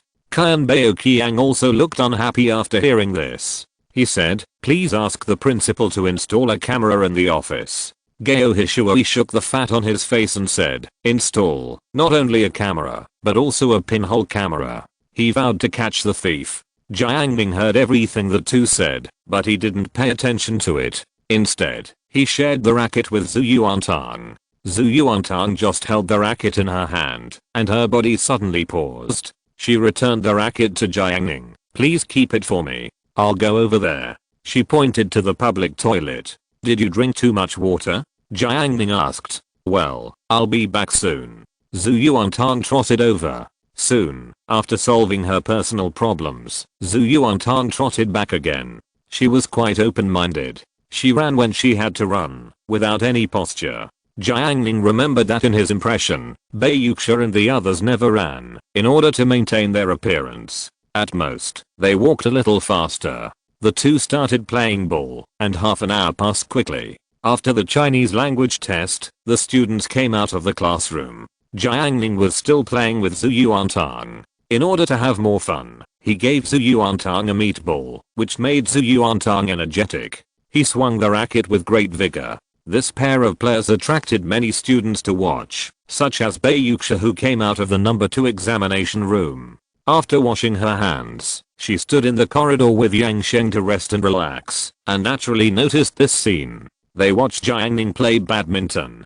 Two girls with outstanding looks, standing together, naturally became a beautiful sight. Many boys secretly looked at them. No matter what age group the boys were, 15 or 16-year-old girls were always easy to attract people's attention. Boys from other classes only dared to look secretly, but the boys from class 8 looked openly. After Dong Qingfeng found the two girls, he walked over generously in the eyes of the boys in his class. His steps were steady and there was contempt in his eyes. He was disdainful in his heart. You boys only dared to look secretly. Look at me, Dong Qingfeng, and go up to chat directly. There was no way. After all, people are different. A bunch of cowards. I'm jealous of you. Dong Qingfeng felt that, if he could say a few words to beautiful girls, it would undoubtedly show his status and this behavior would be very face-saving. Dong Qingfeng came to the two girls, and greeted them openly. Bai Yuxia, Yang Sheng, how did you do in the exam? Facing the greetings from her classmates, Bai Yuxia naturally would not be too cold. She was not an ice cube. Dong Qingfeng was popular in the class. He often helped the girls in the past, such as taking out the trash for Jiang Yanan, which made the girls have a good impression of him. It's okay, only the composition was a little difficult. Bai Yuxia said. Indeed, I feel that the overall difficulty of this test paper is not high, but the composition is easy to go off topic, but I should not go off topic. Dong Qingfeng felt the same way. While speaking, he glanced at the reactions of the boys around him, and felt secretly happy. Bai Yuxia said, the difference in Chinese scores this time should be mainly in the composition. When she thought of the composition, she couldn't help but be speechless. I wonder if Wang Langlang got the highest score this time. Dong Qingfeng was silent for a while and said, it should be. Since the first monthly exam in the first year of high school, Wang Langlang has always occupied the first place in composition. After all these exams, he is still the first. If it weren't for the occasional mistakes in other types of questions in the Chinese test, he would definitely be the first in Chinese. This might break the curse of Zhu Yuantang being the first in all subjects. As the two talked, Yang Sheng chatted from time to time, mainly because Dong Qingfeng's attitude was very good, neither humble nor arrogant. Chen Kan came downstairs to find Dong Qingfeng. The two had a good relationship. Although Dong Qingfeng's grades were not as good as his, the difference was not too big. After all, Dong Qingfeng was a player who could take the exam in the front examination room. When Dong Qingfeng saw Chen Kan, he immediately greeted him. In his opinion, people like Chen Kan who relied on perseverance to improve step by step were worthy of his admiration. Chen Kan said a few words and looked at Jiang Ning and Zhu Yuantang who were playing badminton in the open space in front. Dong Qingfeng noticed his gaze and asked, "Are you in the same examination room?" "Yes, they handed in their papers 30 minutes early," Chen Kan said truthfully. Yang Sheng said, "Jiang Ning is quite good at badminton. She is good at various sports and has a good vision." After hearing this, Chen Kan smiled warmly and confidently. "Badminton is not that difficult. It's very simple." Huh. Yang Sheng, do you play badminton often? "Not very often, but I can see the rules very clearly. I can say I know it like the back of my hand." Seeing Yang Sheng's strange look, Chen Kan explained, "What I'm talking about is not the rules of playing, but the rules of how to win." After throwing out this topic, it was Chen Kan's time to show off. Chen Kan adjusted his collar and said in his mind, "Now is Chen Kan's time. Isn't the core of badminton the ball? To be honest, I can 100% determine the landing point of the badminton. I'm very good at mathematics and physics. Don't underestimate this. It's very important for badminton." Chen Kan put his hands behind his back and explained lightly. Bai Yuxia and Yang Sheng were very surprised. Dong Qingfeng vaguely grasped that Chen Kan was talking about something extraordinary and he listened attentively. The badminton sports model is a commonly used projectile model. Do you know what a parabola is? Chen Kan drew an arc with his hand like a lecturer. Then, I will first observe the speed and angle of the badminton. Because it is affected by external forces, I have to do a screening first. Chen Kan took a few steps forward and opened his arms. "I'm feeling the speed of the wind." He closed his eyes and looked intoxicated. "The wind is controlling me, and I'm controlling the wind." Bai Yuxia and the other two were stunned. "After determining the wind speed, I will use aerodynamics to calculate, and then I can determine the landing point of the badminton." Chen Kan smiled calmly. "This is very simple for me." Yang Sheng listened and asked, "Then what?" Chen Kan's eyes moved to her face, and there was a trace of disgust in his heart. There was no fragrance of knowledge on this girl. "After that, I determined the landing point, and naturally I could catch the ball 100% of the time. So I'm invincible in playing." Yang Sheng just felt ridiculous. "Really? I don't believe it." Bai Yuxia also had the same expression. Even Dong Qingfeng, who was standing by, felt incredible. This was beyond their cognition. Is there such a skill in playing badminton? Chen Kan felt that he was underestimated. To prove it, he said, "Okay, I'll play 2 games now and verify it for you." Chen Kan rushed to Jiang Ning's side. As he walked, he felt the speed of the wind. When Jiang Ning saw a classmate coming over, he raised his hand and easily caught the flying badminton. "Is there anything?" Chen Kan had a good attitude. He asked, "My hands are itching. Can I play 2 games?" "Okay, you play." Jiang Ning was not a stingy person. He handed the racket to Chen Kan. Chen Kan waved the racket and suddenly said, "Jiang Ning, you have good skills. Let's play." He felt that Zhu Yuantang was too weak. It would be hard to convince people if he won against her, so he took the initiative to challenge a difficult goal. "Okay." Jiang Ning took Zhu Yuantang's racket. At a distance, the two were about to start a badminton duel. Bai Yuxia and the others went to watch the game nearby. Zhu Yuantang stood in a row with them and waved his hand. "Jiang Ning, come on." After hearing this, Chen Kan didn't care in his heart. Today he wanted to let people see what science is. He held the racket as if he was holding the whole world. Jiang Ning threw the badminton and swung the racket. Bang! The badminton flew out at a high speed. Chen Kan hadn't calculated the angle yet, and the ball had already come over, and he didn't even have time to move the racket. Dong Qingfeng shouted, "What are you doing?" Chen Kan, don't worry. This time it was his turn to serve. Chen Qian calculated the angle and served the ball. Jiang Ning hit another ball over there and Chen Qian received it again. He was sweating on his forehead. After playing several balls in a row like this, Chen Qian didn't receive the ball except for serving. This is not right. This is not scientific. Chen Qian was unwilling to accept it. Yang Sheng, who was watching, complained, "There is a lot of theoretical knowledge, but you are at a loss when playing." Chapter 240 Coke. In the morning, in the second exam, Jiang Ning and Zhu Yuantang handed in their papers early again in the last half hour.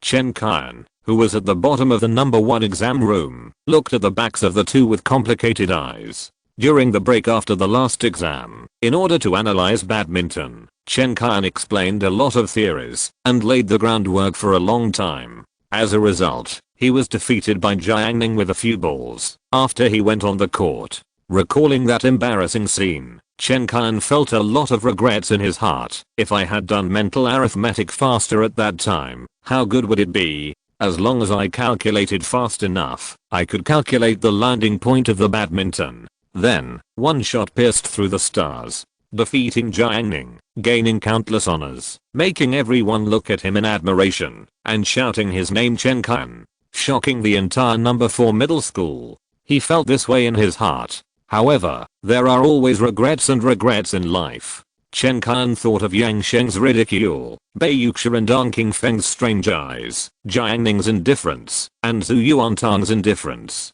He thought of the reactions of passers-by who didn't take him seriously, the towering teaching building, and the sun hanging high in the sky. All the failures were due to the fact that he was not fast enough. He, Chen Qian, was definitely not a man of that level. If I, Chen Qian, took action, the sun and the moon would lose their light. Chen Qian stared at the test paper and suddenly wrote furiously. Since he lost to Jiang Ning in the field of badminton, it didn't matter. He would find back his lost confidence in other fields. For example, grades. This time, he would never lose again. He would personally take back what he lost. He would defeat Yang Sheng and Jiang Ning one by one. And Bai Yuxia, who was taken away by Zhu Yuantang.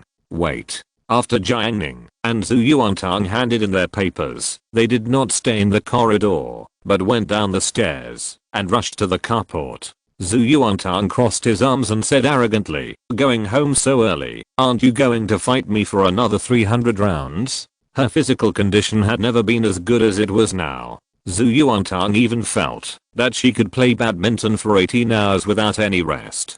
Beat Jiang Ning until she surrenders and make her Zhu Yuantang famous. Jiang Ning said, "Forget it." He walked into the carport.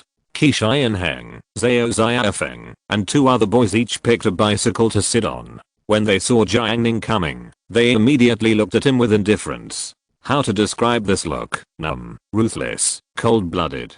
4 boys looked at him at the same time. If it were other students facing such a scene, they might feel terrified and dare not look at them at all, or even turn around and leave quickly. However, Jiang Ning looked at them calmly, and in front of them, he pushed the mountain bike out of the carport, and Zhu Yuantang followed behind him like a little tail. When they walked away, Zhao Xiaofeng took out a pack of cigarettes from his trouser pocket, handed one to Qi Heng first, and then gave it to the other 2 boys. "Brother Shan, this guy is quite something. He handed in his paper early and still did so well in the exam." Zhao Xiaofeng took a breath and said, "And he is not afraid of us at all." Another student followed up, "Yes, he is not afraid of us." The last boy said like a repeater, "He is not afraid of us." Qi Heng retracted his gaze from Jiang Ning. He held the cigarette between his fingers and said sarcastically, "You think you are good at it, but you don't know how high the sky is." His tone was light and floating. He had smashed Yang Sheng's mountain bike before, and then Jiang Ning came to his house and arrested him on the spot. At that time, Qi Heng regarded it as a shame and was furious. He swore to take revenge and make Jiang Ning pay the price. Later, because Zhang Kai stole his breakfast and sent a text message asking him to order food, Qi Heng was fooled and went crazy, so he changed his target from Jiang Ning. A boy next to him said arrogantly, "What's the point of knowing a few moves? I'll beat him up with a tortoise punch until he kneels down and begs for mercy." People who know a little bit of kung fu are just lame. His words tended to belittle Jiang Ning, but the more Qi Xianheng listened, the darker his face became. Qi Xianheng had practiced martial arts before. Last time, after learning that Zhang Kai from class 8 had stolen his breakfast, he relied on his experience in Sanda to go to the boys' dormitory to settle the score with Zhang Kai, but ended up getting beaten up by Zhang Kai. He went home to recuperate for several days before the bruises on his face disappeared. Now, when he heard his classmate's words, he immediately looked at the boy with a bad look. "Fuck, are you belittling me?"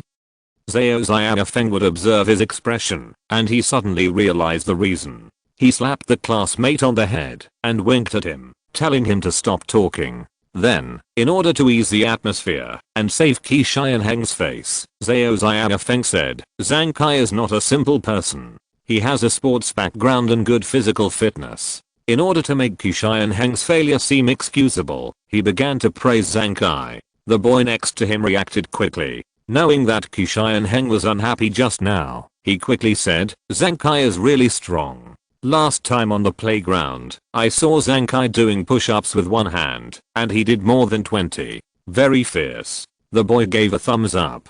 The last boy boasted, "Last time I was outside the school, I saw Zhang Kai fighting with someone. He was very powerful. He fought for more than 70 minutes in one breath. After the fight, he climbed over the wall into the school and ran more than 30 laps around the playground." People's physical fitness cannot be generalized. The three people kept boasting about Zhang Kai as if they were the god of war. Finally, Zhao Xiaofeng concluded, "Zhang Kai's strength is very impressive. In the entire 4th middle school, no, in the entire Yazhou, it is estimated that only Brother Shan can be slightly better than him." Several people were boasting about him. Anyone with a little bit of brains knew that they were flattering him, which made people feel sick. But Qi Xianheng, who was being flattered, felt extremely comfortable. Regardless of whether what they said was true or not, they were praising him. Comfortable, cool. Qi Xianheng couldn't help but feel elated. He said, "Brothers, the time is almost up. Let's have fun with Zhang Kai then." He and Zhang Kai had been grudges for about a month. He had been honest before. I'm afraid that Zhang Kai thought he had forgotten it. He didn't forget it. He had delayed it until now, because of various considerations to avoid alerting the enemy. Thinking of the humiliation that time, Qi Xianheng was extremely angry, and his eyes flashed with a venomous look. A boy laughed. "I guess Brother Shan will not let him go. As the saying goes, a biting dog doesn't bark." Zhao Xiaofeng looked strange, and then he slapped the boy on the top of his head. "If you can't speak, don't speak." On the second floor, the examination room, Shan Kaikun had just finished the questions. He crossed his legs and looked at the students around him with sarcasm. The classmates were still busy doing the questions. Shan Kaikun was very proud. He had already finished the test paper easily. At this time, he actually had a sense of dominance. Shan Kaikun whispered, "Why haven't you finished yet? I'm almost sleepy." He felt superior to the students around him. After all, he would go to several examination rooms on the first floor for the next exam, and the students in this examination room would be left behind by him. They could no longer catch up with his pace. In the examination room, no one handed in the paper in advance. Shan Kaikun raised his hand to indicate that he would hand in the paper. After the teacher agreed, he walked out of the examination room with arrogant steps and disdain. When he went downstairs, he took out his cell phone and checked the time, only to find that he had come out too early. He had an appointment with Ma Shichen, Jiuo Kunan, and Yan Xianpeng to eat braised chicken, and there were still 5 minutes before the agreed time. "How about we go to the store and wait?" When Shan Kaikun was thinking about it, he suddenly saw two figures, one tall and one short, coming down the stairs. The shorter one was Jiuo Kunan. He was actually not short, with a height of 178 centimeters, but standing next to Yan Xianpeng, who was over 190 centimeters tall, and looked like a bear. He looked small. When the two went downstairs, Shan Kaikun also saw Zhang Kai from their class following Yan Xianpeng. Shan Kaikun was surprised. "What are you doing?" Jiuo Kunan explained. Xianpeng invited Zhang Kai to eat braised chicken. Hearing this, Shan Kaikun didn't quite believe it. Although Yan Xianpeng was big, He was definitely the stingiest person Shan Kaikun had ever seen in terms of stinginess. Zankai was all smiles. He let Xianpeng copy his exams, so now he was having a meal, which he deserved. They waited for another minute, and Ma Shichen came out. "Let's go quickly, otherwise the store will be crowded," Shan Kaikun urged. They handed in their papers early, and there were not many students at the moment. Otherwise, when the store was crowded, they would not be able to get a seat. Several people walked to the school gate together. On the way, they met Lukaki from the same class. When Yan Xianpeng saw his sweetheart, he hurriedly went up to chat with her. "Kiki, have you finished the exam?" "Yes." Lukaki's grades were relatively poor. She didn't know how to answer many questions in the subjects she took today. After hurriedly finishing, she handed in the paper early and went back to the rental house. Yan Xianpeng looked at Lukaki and invited her. "Kiki, I'll take you to eat braised chicken to replenish your body." Lukaki's eyes turned, and she hesitated and said, "I don't have any money. What should I do?" Yan Xianpeng taught her, "Look at you. You are so careless. Then I can only go eat by myself first." After that, Yan Xianpeng and Shan Kaikun left together. Lukaki stayed where she was. Is this man mentally ill? Zankai noticed that to talking just now. He was worried that Yan Xianpeng might not have enough money to treat Lukaki to dinner. Now he gave up the idea and walked a distance away. Zankai praised him. "Brother Peng, you are a real brother." He was moved that he abandoned a woman for a brother like him. Yan Xianpeng smiled generously. "My old Peng is the most loyal." Zankai echoed and praised a few words. Ma Shichen was playing with his mobile phone. Arriving at the door of the braised chicken restaurant, Shan Kaikun pushed open the door, looked around, and found Jiang Ning and Zhu Yuantang opposite Jiang Ning. "Jiang Ning, you handed in the paper so early?" Shan Kaikun asked. In his impression, shouldn't a good student hand in the paper after the exam? Jiang Ning said, "I finished it. It's boring to stay here." After listening to Shan Kaikun, he asked again, "I haven't seen you eating at the school gate for a long time." "I'm too lazy to go back to cook." In fact, Zhu Yuantang was playing badminton, which consumed his physical strength and was hungry. He didn't want to wait until he got home to eat, so he ate outside directly. Zhu Yuantang opened a can of Coke and drank happily. Shan Kaikun didn't say much. He saw the big portion of braised chicken on the table of Jiang Ning and Zhu Yuantang, and he was a little envious. He didn't envy the big portion of braised chicken, but envy that two people could eat one portion. For example, when he came here, he could only order a small portion of 16 yuan. It's almost time. It's almost time. After the exams and the sports meeting, I will be worthy of Bayuxia, and then I will confess to her. Shan Kaikun encouraged himself. By that time, he and his partner could go out to eat together. Ma Shichen also greeted him, and then he went to the front desk, ordered a braised chicken, and ordered a bottle of green tea. They were a group of 5 people, and the table in the restaurant was for 4 people. After considering it, Ma Shichen walked to the empty table next to him. He took the initiative to say, "You guys sit down, I'll go over here." Shan Kaikun and Jiuo Kunan glanced at Zankai. They had made an appointment for 4 people before, and Zankai was an extra person. How could they let Brother Ma sit alone? However, Zankai just played dumb when he heard that. Shan Kaikun and Jiuo Kunan were a little unhappy. They had asked Ma Shichen for help, especially Jiuo Kunan. Brother Ma was very kind to him. After they ordered their meals, they simply went to Ma Shichen's table. Zankai still didn't think it was wrong. He pulled Yan Xianpeng and said, "Brother Peng, you said you would treat me." Yan Xianpeng patted his stomach and said, "Don't worry, I'll treat you right away." He and Zankai went to the counter and shouted, "Boss, 1 serving of braised chicken." Zankai felt that it was wrong. He said he would treat himself. Shouldn't it be 2 servings? Should he buy a large serving? The middle-aged uncle boss asked, "Large or small?" Yan Xianpeng, "Small." Zankai immediately reminded, "Brother Peng, the small serving is not enough." Yan Xianpeng's face turned serious. "Why is it not enough?"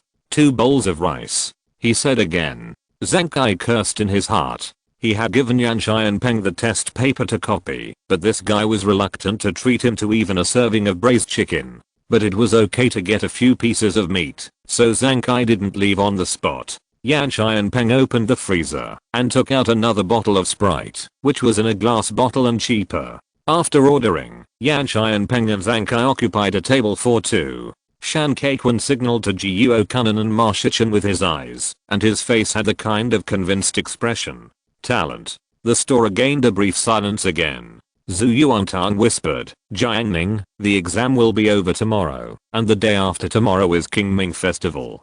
Can you please not go out and be busy? Last weekend, she waited for Jiang Ning at home for a whole day, but in the end she didn't wait for him to come back. Zhu Yuantang had a bad day. Jiang Ning thought for a moment. Many affairs of Huqi Mountain can be handed over to Xiao Xuanshan. Only the key spiritual fields will be taken care of by him personally. He nodded, not going out. Hearing this, Zhu Yuantang became happy. It's settled. We'll go to the small grassland in Heba to play during Qingming Festival. I'll ask Chachu to come over. Yeah, sure. It looks like they're going to go camping.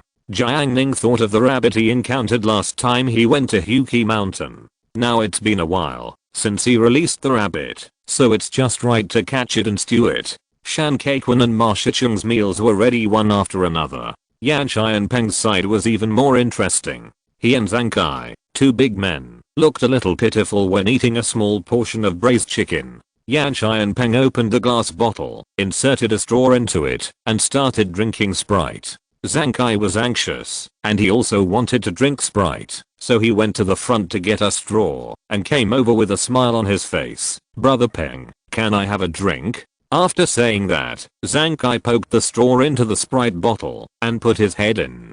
Drink slowly. Yan Xianpeng saw that the water level of the Sprite in the bottle was dropping rapidly. He couldn't wait any longer, so he immediately stretched his head over, put his head against Zhang Kai's, each biting a straw, and drank from the same bottle of Sprite. Shan Kaikun, Ma Shicheng, and Jiuo Kunan were stunned. In their impression, only lovers would drink beverages like this, right? Soon, they finished a bottle of Sprite. Because there was still some liquid at the bottom of the glass bottle, the two of them sucked it more vigorously, making a kai kai lulu sound. Even the boss at the counter couldn't stand it, and covered his eyes to hold back his laughter. If he hadn't been concerned about the two self-esteem, he would even have planned to give them another bottle of drink. Outside the store, Zhao Xiaofeng stepped on his moccasins and pushed open the glass door first to let Qi Xianheng go in first. There are many benefits to following Qi Xianheng. For example, when eating out,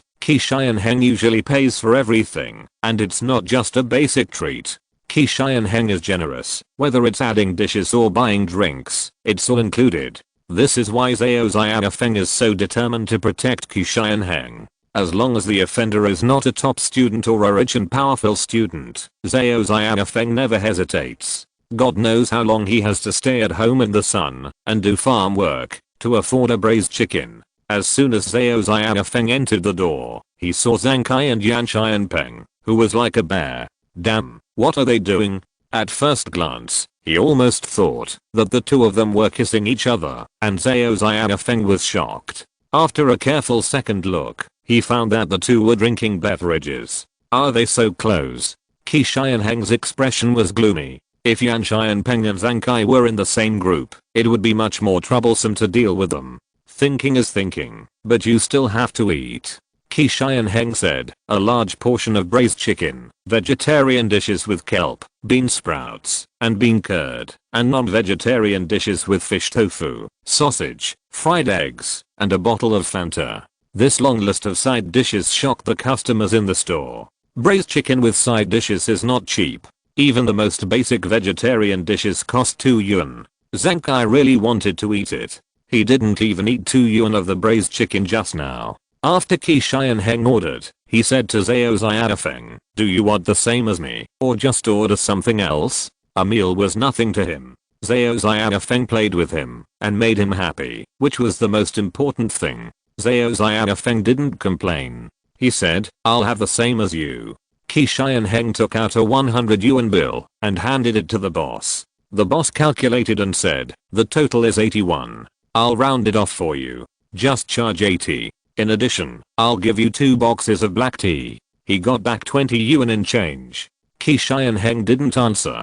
He motioned to Zhao Xiaofeng. Take it. Buy cigarettes later. After ordering the dishes, Zhao Xiaofeng found a seat. Zhang Kai looked at his attentive appearance and cursed in his heart. What a dog. After cursing, he thought again. I wish I could be a dog. Shan Kaikun and others retracted their complicated gazes. Although they were envious, they had dignity and would not humble themselves for a meal. In order to calm down, Shan Kaikun opened questions and checked his space. Suddenly, he saw a space notification and almost flew with excitement. He suppressed his excitement and said in an almost hoarse voice, Brother Ma, Brother Nan, I posted a message yesterday and Bayuxia actually liked it. It was the first time that Shan Kaikun was liked by Bayuxia. He was so happy. Bayuxia liked it for him, which was a recognition of him. He was extremely excited. He asked the two people, what do you think this shows? Jiuo Kanan didn't say anything. He felt that a like was nothing special and not worth being happy about. Maybe he slipped his hand. He felt that Shan Kaikun was making a fuss. Obviously, his mentality was not stable enough. Unlike him, his mind has now entered a flawless state and is completely perfect. There is nothing in the world that can make his mood fluctuate. Ma Shichen drank a sip of green tea and said leisurely, what does it show? It shows that you are interested in Bayuxia. The three of them chatted here. Qi Xianheng's food came over there. Zhao Xiaofeng saw that Brother Xian's face was not very good. He guessed that it was probably because Brother Xian saw that Zhang Kai and Yan Xianpeng had a good relationship. In order to restore morale, Zhao Xiaofeng picked up the chopsticks, grabbed a piece of kelp from the boiling casserole, and threw it into his mouth. He underestimated the temperature of the casserole. The small piece of kelp was so hot that he almost smoked, but he couldn't spit it out. Zhao Xiaofeng noticed Zhang Kai looking over here. His face was horrified by the burn, and he growled, what the hell, it's not as good as the food in prison. Zhang Kai's eyes changed immediately when he heard this. This guy, has he been in prison before? No wonder he thought so. Jiang Ning sat on the chair, facing Zhu Yuantang. He said, have you finished eating? Zhu Yuantang held the Coke can and hesitated to drink it. I'm done, she said, there's only Coke left. Well, after we finish drinking, let's go home. Jiang Ning planned to go back to the river dam bungalow and bask in the sun at the door. Zhu Yuantang, what's the hurry? Jiang Ning glanced at her and said, are you too full to drink? She had just eaten most of the dishes and added half a bowl of rice. Zhu Yuantang was unhappy. She touched the Coke can. Can't you see that I'm comforting it? I'll drink it after it calms down. Chapter 243, Art Showdown in the Examination Room. The subject for the afternoon exam was Mathematics. Class 1, Examination Room 1. There was still some time before the exam began, and the candidates were preparing, reading books, doing exercises, and memorizing formulas, trying not to miss any test points. At the desk in the center of the classroom, two boys were playing chess, as if no one was around. Shan Kaikun made another move, and the two chariots forced the veteran on Wang Langlang's side into a desperate situation. There was no chance of a comeback. Shan Kaikun laughed and said, ha ha ha, who else? Who else? Who else can fight me? He spoke arrogantly, shaking the entire examination room 1. The students in examination room 1 couldn't help but look at him after hearing these arrogant words. Shan Kaikun enjoyed the gazes of his classmates, and a sense of pride suddenly rose in his heart. The pride of winning the game and the joy of blaspheming the experimental class piled together made Shan Kaikun's smile twisted. It was great, so great.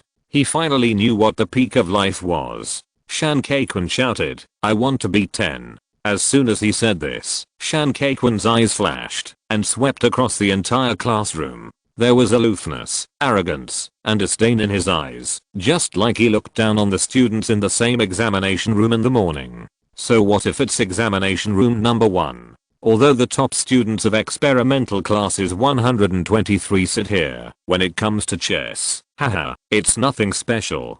Who can beat him? In examination room number 1, Zhu Yuantang, who was ranked first, and Jiang Ning, who was ranked second, were still absent. Only Du Chuan, who was ranked third, was staring at them. Shan Kaikun made a bold statement, and seeing that no one answered, he continued to place the chess pieces. In the examination room, students from other classes were okay, but the students of class 1, who were fighting at home, really felt uncomfortable. Looking for trouble on their territory? Chess. Why not play with me? Du Chuan decided to fight. He was a top student, but he also had many hobbies, and chess was one of his favorite entertainments. However, someone was faster than him. A tall and handsome figure stood up and walked towards Shan Kaikwun. Shan Kaikwun sat at his desk, staring at the chessboard, his mind calm. If he were in other classes, he would definitely be ready to run away at any time if he said such arrogant words. However, the number 1 examination room was full of top students, and relatively speaking, everyone was more civilized and reasonable. Shan Kaikwun figured it out. He didn't even raise his head, just said calmly, "You play chess with me?" When Yuan saw him pretending so much, the corner of his mouth twitched. He really wanted to belittle the other party. But his favorite Dong Jiai was in the examination room. Men, this kind of creature, once they have someone they like, they also have a soft spot. When Yuan restrained his impulse, in order to show his style, he put his hands behind his back and chanted, "Yes, it's me." Shan Kaikwun nodded slightly and said loudly, "Sit down." When Wei Yuan sat down, Shan Kaikwun took the initiative to give way and said, "Please. It means that the other party will go first." In Shan Kaikwun's view, these are just details. What if the opponent plays first? Anyway, he is 100% sure to win the game. The two played against each other, attracting the attention of students around. Perhaps in the eyes of outsiders, top students love learning and don't care about the success or failure of chess. But at this moment, Wei Yuan and Shan Kaikwun are not just playing chess, but also a duel between class 1 and other classes. It's about the honor of the class. In examination room number 1, some students are still preparing, but compared with their previous concentration, they look over here from time to time. Shan Kaikwun has superb chess skills. He has studied chess records and swept the heroes in class 8. Naturally, he has some skills. In this game, Shan Kaikwun took every step carefully and gained the advantage little by little. Then he broke out at a certain opportunity and defeated Wei Yuan step by step. In the end, he decided the outcome with one move. Shan Kaikwun raised his lips and praised, "Not bad, your courage is commendable. It's a pity that your strength is a little lacking." He sighed. In this class, no, in this number 4 middle school, there is no student who can be his opponent. Wei Yuan looked embarrassed. He used to play chess often, winning more than losing. He thought he was good enough to deal with Shan Kaikwun, but he didn't expect that the opponent was so strong. Shan Kaikwun knocked on the chessboard. Change. He didn't care whether Wei Yuan continued to play the next game. The loser had no right to choose or speak. Only the winner could make the rules, and he was the winner. Wei Yuan was very upset. In the previous game, he was completely defeated by Shan Kaikwun, and was defeated fairly. In front of the person he loved, Dong Jiai, he was defeated by another man. I hate it. Du Chuan stepped forward. He gently patted Wei Yuan's shoulder and gave him a comforting look. Although Wei Yuan was reluctant, he still gave up his seat. Du Chuan, the college entrance exam thug personally invited by the principal of number 4 middle school, sat opposite Shan Kaikwun. Please. The chess game began. Wei Yuan did not leave. He was not a man who gave up easily. He wanted to regain his lost dignity, and the best way was to defeat Shan Kaikwun. In this way, Dong Jiai could also witness his personal charm and completely make up for the remaining 1% of the love progress bar. While the two were playing chess, several students entered the classroom one after another. Zhuang Jianhu, Ding Xuan, and Lin Zida entered the door together. Especially Ding Xuan, whose almost flawless face attracted the attention of classmates in the classroom. Lin Zida found the two people playing chess as soon as he entered the door. Wow, what's going on? The exam is about to start, and there are still people playing chess. Lin Zida hurried over to join in the fun. He can play chess. Although he always loses to Ding Xuan, it does not mean that his chess skills are bad. On the contrary, ordinary people can't beat him at all. The chess game has reached the last moment. Du Chuan struggled hard, but in the end, he was killed by Shan Kaikwun with one blow. Oh, so what if you are in the top 3 in age? Shan Kaikwun was very proud. Before, he thought of Du Chuan's horrible results and thought he was very strong, but it turned out that he was even weaker than Wei Xiaoyan. Shan Kaikwun was awakened. Since chess was not included in the college entrance examination, it was normal for his opponent to be very weak. In other words, it was not that his opponent was weak, but that he was strong to a certain extent. Shan Kaikwun knocked on the chessboard and let out a long sigh. Being invincible is really a kind of loneliness. He looked around and felt as if he was drawing his sword and looking around in confusion. Even if Du Chuan usually had a good temper, he couldn't help but hear this. He turned his head to look at Ding Xuan, wanting to ask him to come out. After all, Ding Xuan had never lost in chess in the class before. However, when he looked at Ding Xuan, Lin Zeta patted him on the shoulder. Du Chuan, let me play against him. It was the first time that Lin Zeta saw a student from his class showing off. He couldn't help but make a move. Lin Zeta sat down. Shan Kaikwun looked at the fat boy opposite him and recalled that day on the playground when Cuiu fought Pang Jiao. He bet 4 bottles of coke with the fat boy with the intention of taking advantage, but ended up losing 4 bottles in vain. You're here. Shan Kaikwun suppressed his joy. He had remembered the bet that day for a long time. Today was his chance to get back at the party. Yes, I'm here. Tell me, what's the bet? Lin Zeta started the conversation familiarly.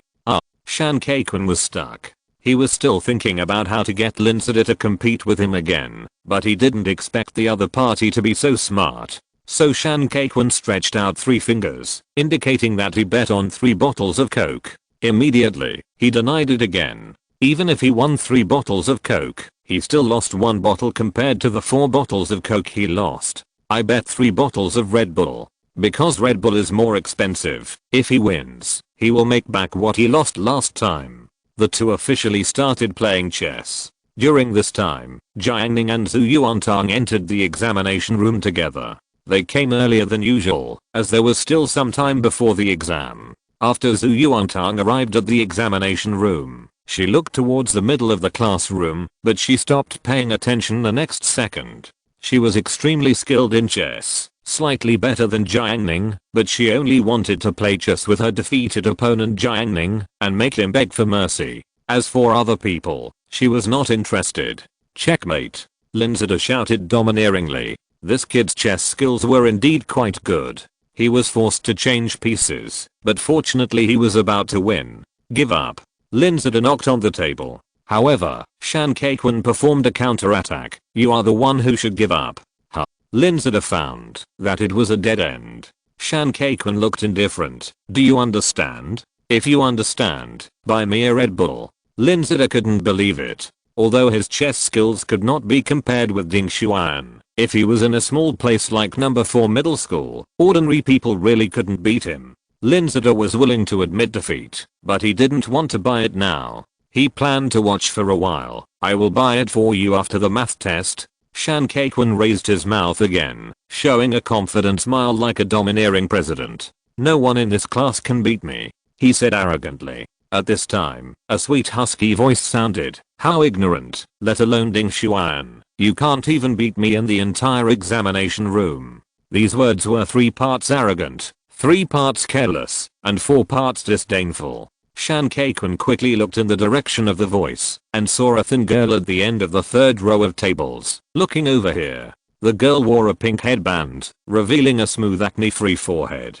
She had a pretty face. Shan Kaikwun asked, who are you? Without waiting for the girl to answer, Wei Xiaoyan held his head high and said, she is Dang Jiai. Are you very proud? Let a girl stand up for you? Shan Kaikwun said disdainfully. He paused and looked directly at Dang Jiai. I know you. I have a deep impression of you. From January to April, you have been living in my mind. I can't forget you all day and all night. Upon hearing this, Wei Xiaoyan suddenly felt a sense of crisis. No way. Is he going to pursue Dang Jiai? Shan Kaikwun said, covering his chest, heartbroken. At the end of the New Year's Eve party last semester, he and Bei Yuxia confessed their love. That night, he accidentally typed the wrong name and typed Dang Jiai's name, which led to a farce.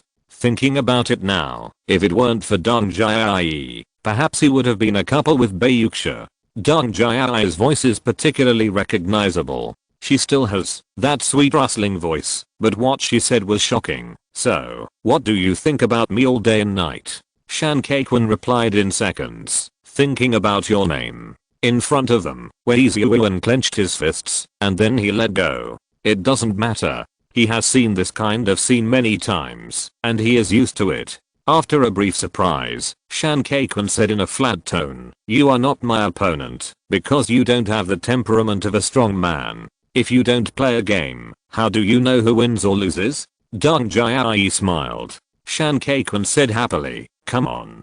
Dong Jai came on stage, where Easyuan looked at her, hoping that she would win the game, but also hoping that she would lose. Otherwise he would be very embarrassed. A game of chess began. At first, Shan Kaikwon didn't care. He had been through hundreds of battles. What kind of opponent had he not encountered? What's more, Dong Jai is a little girl. However, the more Shan Kaikwon played, the more he found something wrong. The opponent's way of playing was very tricky and strange, and it was hard to defend against. In the end, Shan Kaikwon lost the big situation and actually lost. Shan Kaikwon was stunned and couldn't bear this kind of blow. "Dong Jai," I said, "you are not my opponent." Everyone in class 1 was overjoyed. Du Chuan, Wei Ziyuan, and a group of classmates who watched the game before almost clapped their hands in celebration. They had been unhappy with Shan Kaikwon for a long time and finally defeated him. Shan Kaikwon was suddenly hit so hard that his heart was extremely fragile. His chess dream was shattered. He subconsciously looked at Ma Shicheng. Brother Ma was the mainstay of their back row. It would be useful to find Brother Ma whenever he had something to do. He had already knocked down 3 young players in class 1. As long as Brother Ma defeated Dong Jai, they would still be the winners. Ma Shicheng held the phone in his hand. Facing Shan Kaikwon's pleading eyes, Ma Shicheng had no choice. Although he could play chess, he thought that he was at the same level as Shan Kaikwon and would probably lose if he went up. So, he looked at Jiang Ning. Just go to Jiang Ning whenever he had something to do. At this moment, Shan Kaikwon, Ma Shicheng, and Wang Lang all looked at Jiang Ning.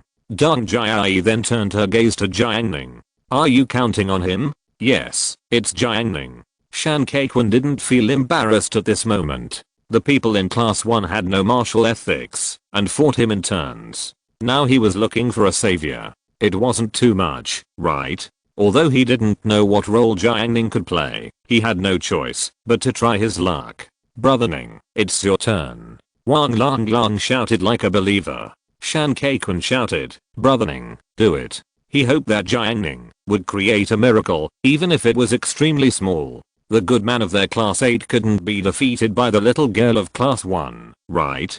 Jiang Ning heard this and looked at the chessboard and Dong Jai. Dong Jai was naturally curious about Jiang Ning, who was ranked 2nd in the grade. It was incredible that this boy, who was in class 8, could actually rank 2nd in the grade. In the entire 1st grade, there were actually quite a few girls who were interested in Jiang Ning.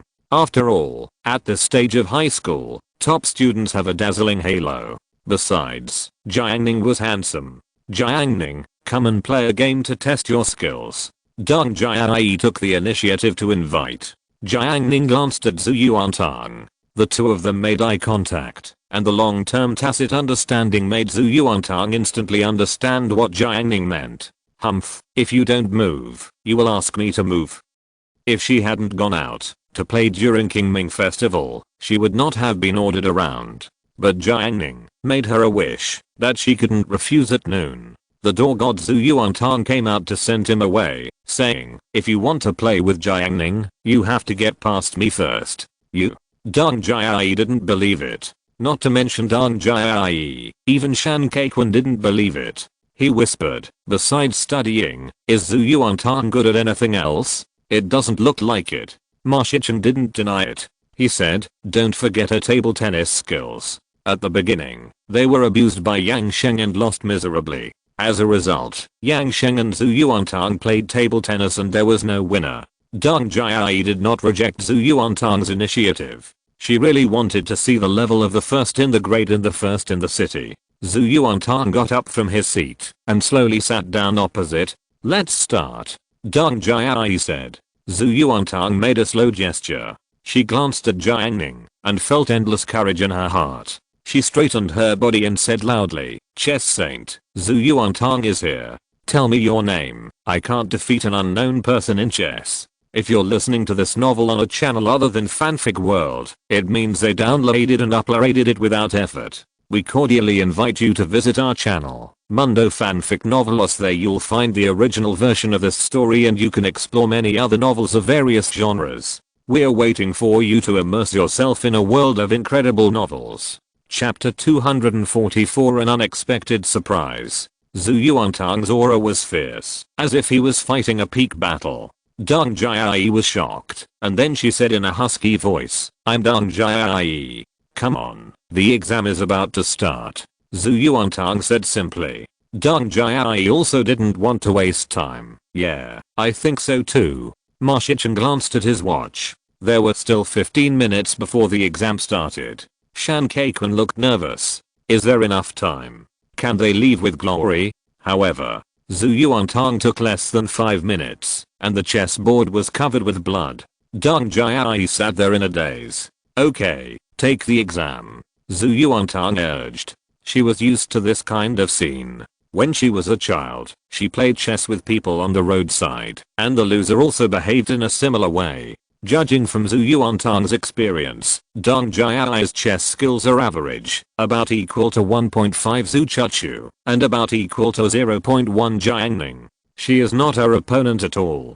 Deng Jiai just reacted. Is it over? Yes, it's over. Zhu Yuantang said. Ma Shichen looked at his watch again. Let's go. Zhu Yuantang is invincible. They played chess and occupied other people's examination tables. The student waited for a while. In order to reassure the other party, Ma Shichen gave him a piece of wriggly gum. Shan Kaikun said, okay, I'm very satisfied today. Wang Langlang got up from his seat and planned to withdraw from class 1. However, at this time, Deng Jiai's mouth suddenly moved. Before she could say anything, Wei Ziyuan said first, wait. Shan Kaikun stopped. What are you doing? I'm losing my temper. Wang Langlang said. Wei Ziyuan stopped them from leaving, and then Deng Jiai said, it's not over yet.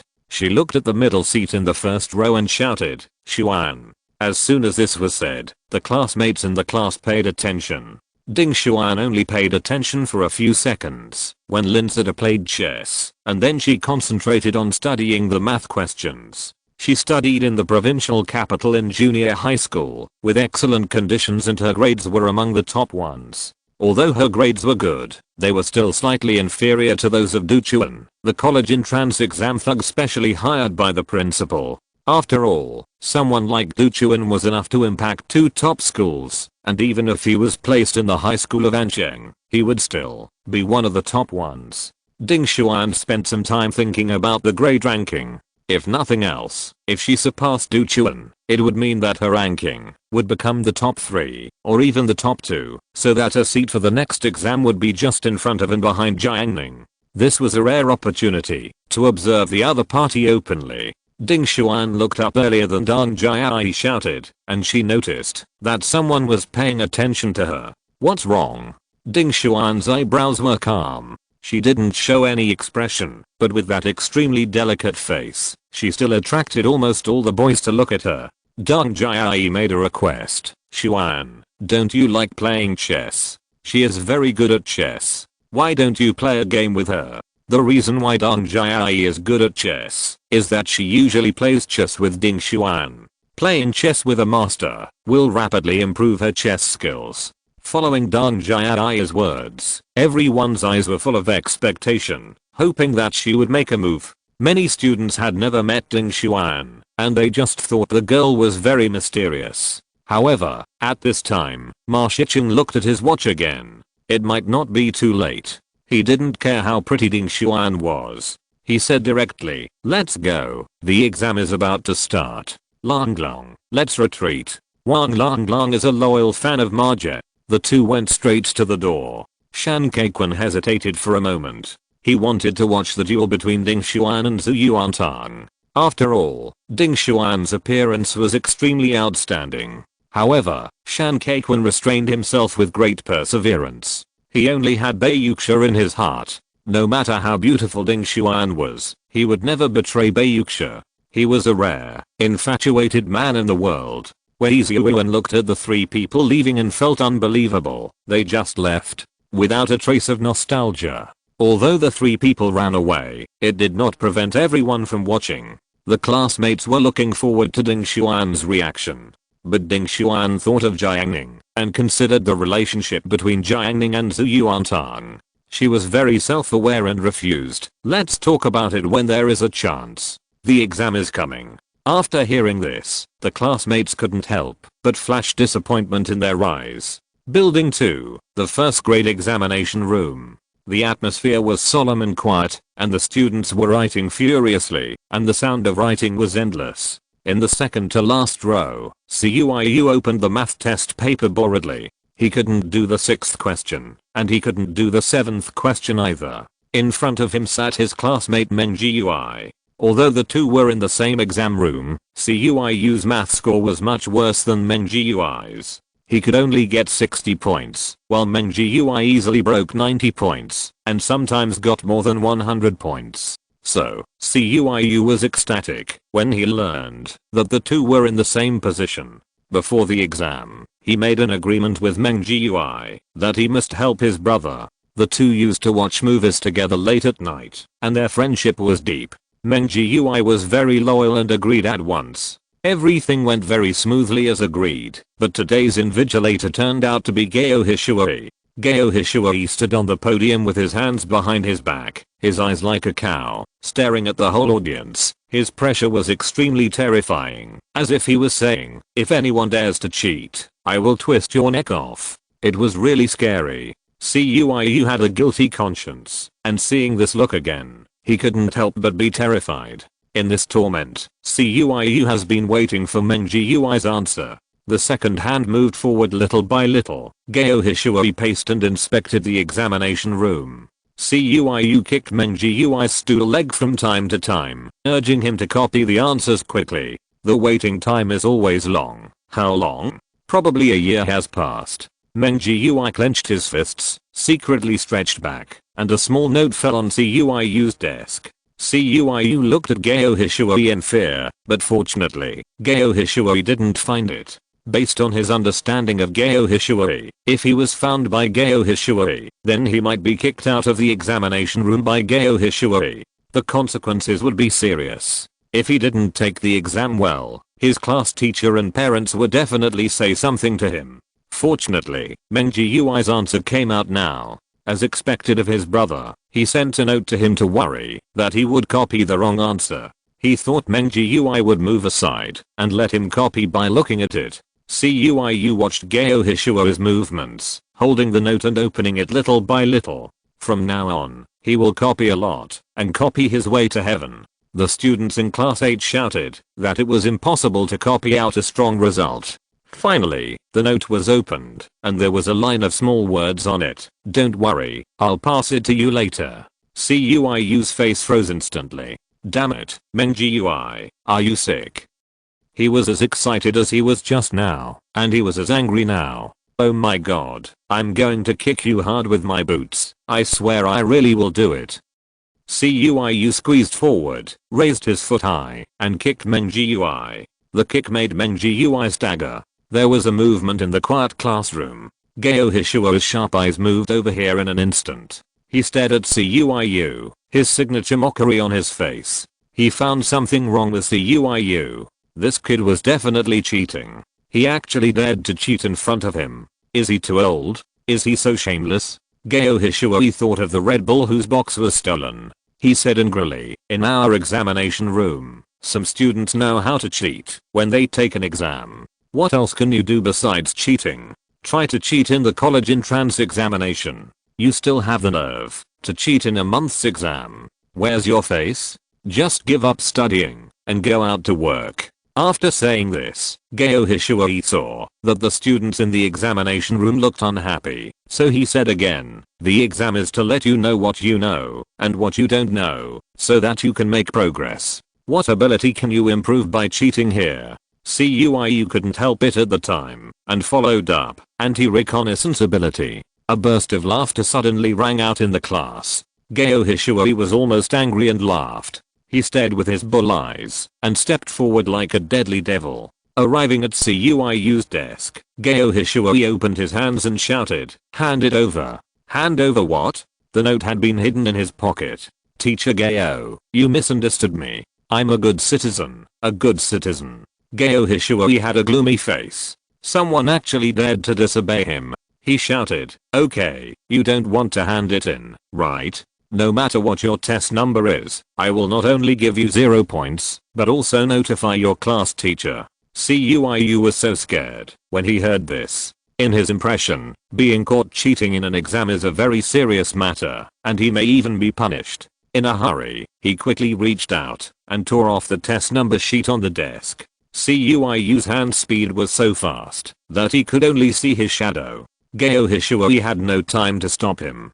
He watched helplessly as he tore the test number sheet into pieces with a few claws. "Okay, you are capable." Geo Hishuoi was furious. But if the test number sheet was torn into pieces, would it be impossible to judge the test number? Geo Hishuoi looked directly at the candidates in front and behind CUIU because their numbers were connected. Even if CUIU tore up the number sheet, he could still tell. The candidate behind CUIU was a girl, dressed very shabby, with makeup on her face, like a ghost, and earrings in her ears. If Geo Hishuoi was the principal, he would never let a female student like this into the school. CUIU turned around and looked back. The girl looked familiar to him. He remembered that at the beginning of last semester, Shan Kaikun offended a girl with butterfly tattoos, and the girl asked her brother to come to class 8 for revenge. If Jiang Ning hadn't taken action, class 8 would have been in chaos. What was the girl's name? Later, CUIU and the others talked about this girl. It seemed that her name was Gongzuan. Geo Hishuoi looked at Gongzuan with a sullen face, and Gongzuan, facing the invigilator's bullseye, would be lying if she said she wasn't afraid. She subconsciously pressed the test paper. Geo Hishuoi saw that the girl's test number sheet was blocked by the test paper. He learned the lesson that CUIU had taken the initiative just now, grabbed the test paper, and flipped it up. Who knew that under the test paper, in addition to the test number sheet posted on the table, there was actually a small copy paper with a string of ABCD written on it. Geo Hishuoi was stunned at first, and then cursed. "I have an unexpected gain today. The first class in the evening self-study is self-study." After a day of exams, everyone was very relaxed. They will take another day tomorrow, and the day after tomorrow will be the Qingming Festival holiday, which will last for 3 days. In the back row, Ma Shichen placed his mobile phone horizontally under the pile of books, and the screen was playing the One Piece animation. Wang Lang and Hu Jun next to him leaned over. "It looks good, and it's exciting," they exclaimed. Ma Shichen took out the spicy strips and tore open the bag.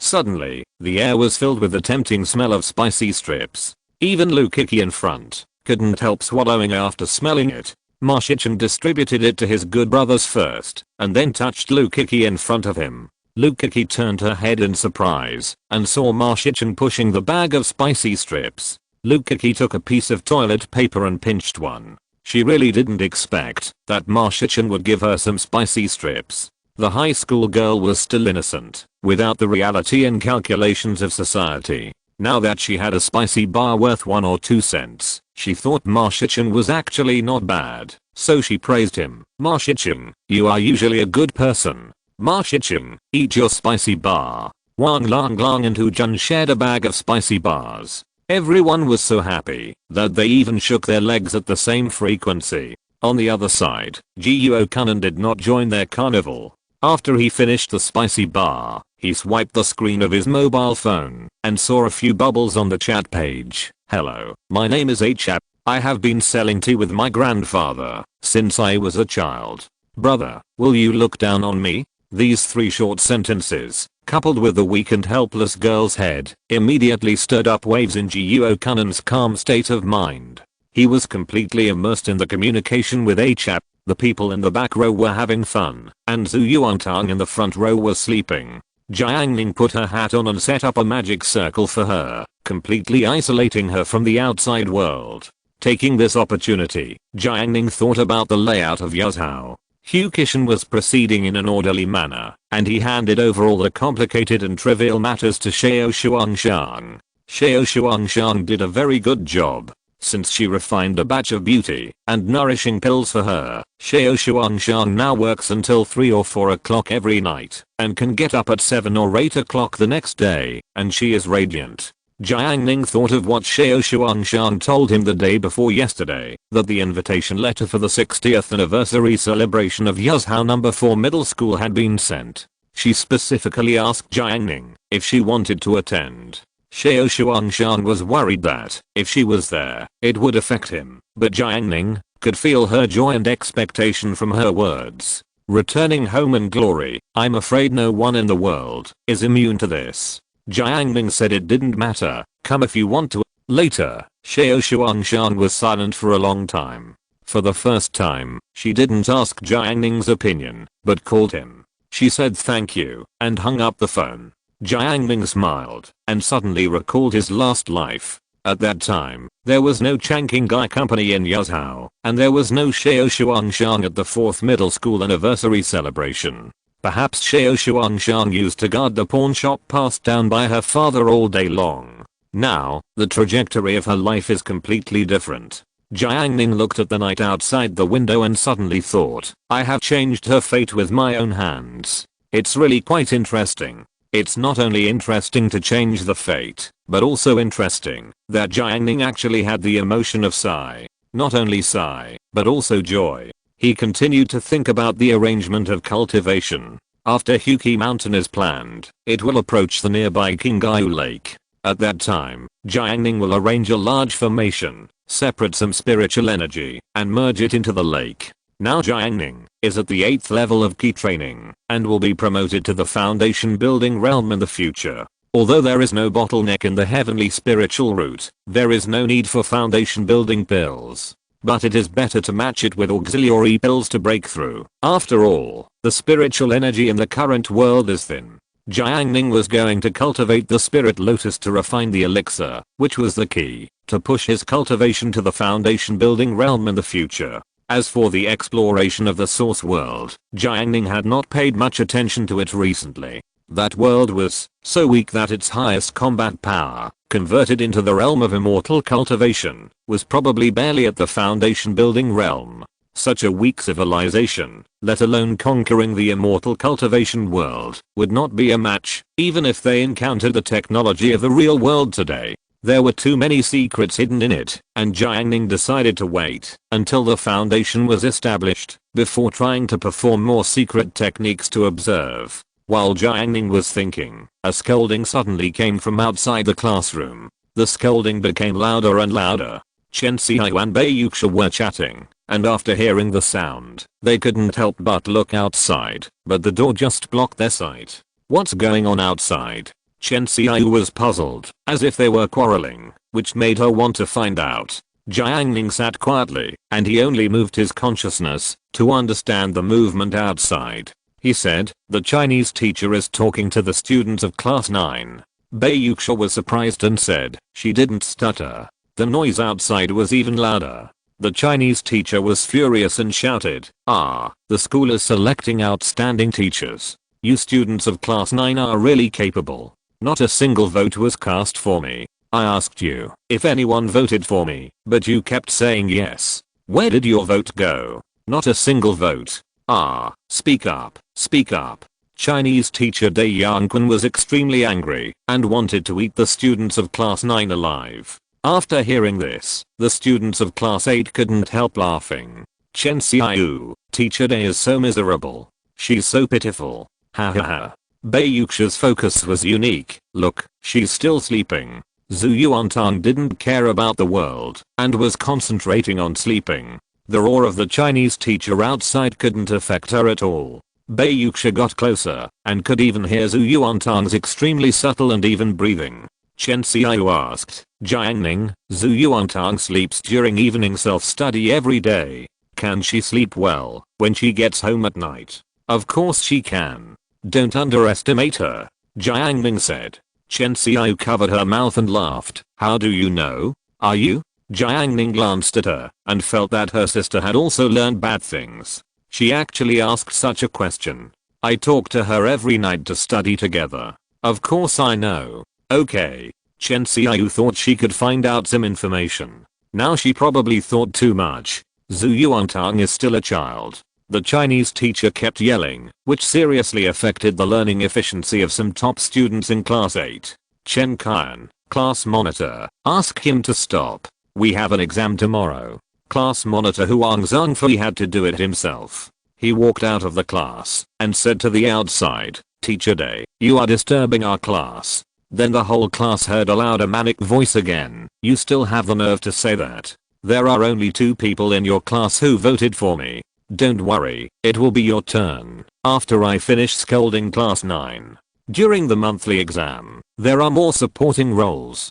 Don't worry, the main character's plot will take up the main part in the next few chapters. Chapter 245. Can he do it? Chinese teacher Dai Yanquan was furious and kept talking. He scolded the students of class 8 for half a class, and the students were so angry that they were mad at him. He left angrily until the bell rang. The students in the class were almost speechless. Chen Xiao complained, what's wrong with the school? They asked us to vote anonymously for our favorite teachers. Shouldn't it be kept secret? Why did you let the Chinese teacher know? That's so disrespectful. She thought the school was not reliable at all. How could people vote next time? Bayuxia pondered for a moment and said, it's mainly because of the 0 vote. It's really too much. To be honest, Bayuxia didn't expect that no one in the next class 9 voted for Dai Yanquan. Chen Xiao worried, I don't know how teacher Dai will treat us in the future. Her subconscious meaning was, what if the teacher was disappointed and didn't teach seriously? It would definitely affect the grades. Bayuxia had no such worries. The overall performance of the Chinese language class taught by teacher Dai is still quite good. I heard that there are additional performance bonuses every month. They will not perfunctorily treat us just because of a vote. You can rest assured. Oh, so, Zaya, you know a lot. Chen Xiao said. It's okay. Her father is a teacher at Yuzhou University of Finance and Economics. She knows more about this than ordinary students. It's great to have parents who are teachers. Chen Xiao sighed again. It seems that the children of teachers have particularly good academic performance. I used to have a junior high school classmate whose father is a teacher. He always ranks among the top 3 in the class in every exam. Later, he went to the experimental class of number 2 middle school for the high school entrance examination. And the son of our physics teacher is in the 2nd year of high school. In the last exam, he was in the top 10 in the whole school. Chen Xiao summarized a set of rules. Dong Qingfeng, who was passing by, laughed when he heard this. He said happily, not necessarily. Ma Shicheng's mother is an elementary school teacher. He ranked last in our class in the exam. Bayuxia was drinking water and almost choked. Ahem. Chen Xiao, maybe he is an exception. Most of them have good grades. Hearing her say this, Dong Qingfeng agreed. He has always been gentle to girls, unlike Ma Shicheng who always likes to argue with girls. Even if he doesn't agree, he will still go along with what the other person said. In Dong Qingfeng's heart, girls are made of water and need to be carefully cared for. Dong Qingfeng agreed, that's true. A rat spoils the whole pot of soup. Chen Xiao felt that it was not good to say this to classmates. Ma Shicheng was originally ranked last. If he was hit again, he might get depressed. She changed the subject. Have you heard that after school in the afternoon, a woman came to the school gate to look for teacher Gao? Dong Qingfeng said, I discussed it with Wang Yang in the first class, and I heard that she was teacher Gao's blind date. He lowered his voice a little. The woman came to talk to Gao Hishui, and she was in the stir-fry restaurant outside. Chen Xiao asked curiously, is Gao Hishui getting married? No, according to a classmate I met at the stir-fry restaurant, the woman told Gao Hishui that they were not suitable. Dong Qingfeng smiled when he talked about this. Chen Xiao, so miserable. Yeah. After a few words, Gao Hishui was left alone. Later, teacher Kan Baoqiang came and they drank. Dong Qingfeng revealed the news. Chen Xiqing was surprised. He drank So we must study in the next class? Maybe. Deng Qingfeng was also happy. In their class, except Chen Kan who loved to study, others liked self-study classes more. The second class of evening self-study, mathematics teacher Gao Hishuoi came to class drunk. Shan Zhao, a student in the front row, could even smell the alcohol on him. The wine tasted cheap. Shan Zhao lost interest. Gao Hishuoi's Red Bull was stolen in the morning, and he was frustrated, in love in the afternoon. He had no choice but to drink and get drunk to relieve his sorrow. Even though his mind was hazy, as a young teacher, he still insisted on teaching. This was his professional spirit. Oh, let's go if you want to. Gao Hishuoi himself didn't care much about the woman. The only sad thing was that this was introduced to him by his old mother. Gao Hishuoi was a filial son. In order to take care of his old mother, he quit his job as a teacher in Nanshi and came to Yuzhou to teach. This blind date failed, and the only thing he couldn't face his old mother. He staggered onto the podium, his mouth full of alcohol. Classmates, let's talk about the Chinese test paper. The students in the class were confused. Chinese test paper, isn't Gao Hishuoi a math teacher? Gao Hishuoi threw out the test paper, and without waiting for the students' reaction, he read, let's look at this reading comprehension. The key to this reading comprehension is. Gao Hishuoi began to lecture. The students below wanted to correct him, but they saw that he was drunk and dark and strong, so they were really afraid that he would get drunk and hit people. At that time, the class monitor Huang Zhangfei would not be able to stop him unless Jiang Ning took action, but the classmates knew that Jiang Ning would definitely not care about these trivial matters. As long as Zhu Yuantang was fine, he would definitely just watch the game. So, everyone listened to the math teacher Gao Hishuoi explaining the Chinese test paper for this exam. It's not to mention that Gao Hishuoi is really good at it. Although he is a math teacher, he can actually explain the Chinese test paper quite well, and he can easily come up with various problem-solving ideas. Wang Lang in the back row listened with relish. He exclaimed, my god, Fatty Gao is really a versatile person. Hu Jun said, he is worthy of being a top student from Nanshi. At the end of the class, Gao Hishuoi spoke for a little while, and before leaving, he reminded, okay, everyone, do your best in the exam tomorrow, try to perform well, and get good grades, and have fun on the Qingming festival the day after tomorrow. Gao Hishuoi staggered out of the classroom. Everyone was left looking at each other in bewilderment. Yuan said to Shenkinj, if the Chinese teacher knew that his test paper was reviewed by teacher Gao, would he fight with Gao Hishuoi? Shenkinj thought for a moment and said, not really, right? Yuan said, the Chinese teacher is so angry about the vote that he might really fight. She had never seen teachers fight each other before. Deng Qingfeng, who was nearby, said with certainty, absolutely not. Gao Hishuoi looks like a black bear. The Chinese teacher is a scholar, so he definitely won't fight. UN, Scholar Friday. There was only one English exam left, and after that, we would have the Qingming Festival holiday for 3 days. The students were very nervous and excited today. Like Yuan and her classmates, they didn't even take a nap at noon. Yuan pulled her small group, Jiang Yanan and Shenkinj. After the class monitor's birthday, Yuan had her finger stuck into her nostrils, and after the last time, she drank pearl milk tea and had pearls sprayed into her nostrils. After these 2 painful blows, Yuan's face has evolved. She no longer cared about her face in front of the monitor. She often comforted herself that only an old couple could face each other so frankly. Isn't this the relationship between her and the monitor Huang Zhangfei now? Yuan brought her badminton bag to the classroom. Huang Zhangfei stayed in his seat. He placed his iPhone 5S flat on the table and wiped the screen with an alcohol tissue. Monitor, what are you busy with? Yuan looked at the monitor in a white hooded sportswear and thought he was so handsome that she could breathe more easily. Huang Zhangfei turned his head and said with a smile, I'm applying a screen protector. Monitor, you can also apply a screen protector. Yuan praised awkwardly. Cuiu, who was looking for BT seeds nearby, said, what's so difficult about applying a screen protector? Ma Shichen can do it too. All my phones are covered by Ma. After Cuiu finished speaking, he wanted to show her the screen. He stretched his arm halfway and retracted it. He suddenly remembered that he was looking for seeds. If this was exposed, how would Jiang Ning look at him? Yuan was not happy. Can Ma Shichen compare with the squad leader? The squad leader is just applying it casually, but Ma Shichen is not doing his job properly. Huang Zhangfei said something pertinent. Ma Shichen is very good at applying the film. If I didn't want to disturb him, I would have asked him to apply it. Yuan said again. See, I told you that Ma Shichen is just a tool for applying the film. Huang Zhangfei wanted Yuan not to say that, but he saw Yuan's firm attitude and was afraid that it would hurt her self-esteem. Yuan was waiting for Huang Zhangfei to apply the film. After he finished applying, Yuan asked, "Squad leader, do you have anything to do later?" Huang Zhangfei squeezed out the bubbles under the film. "Nothing.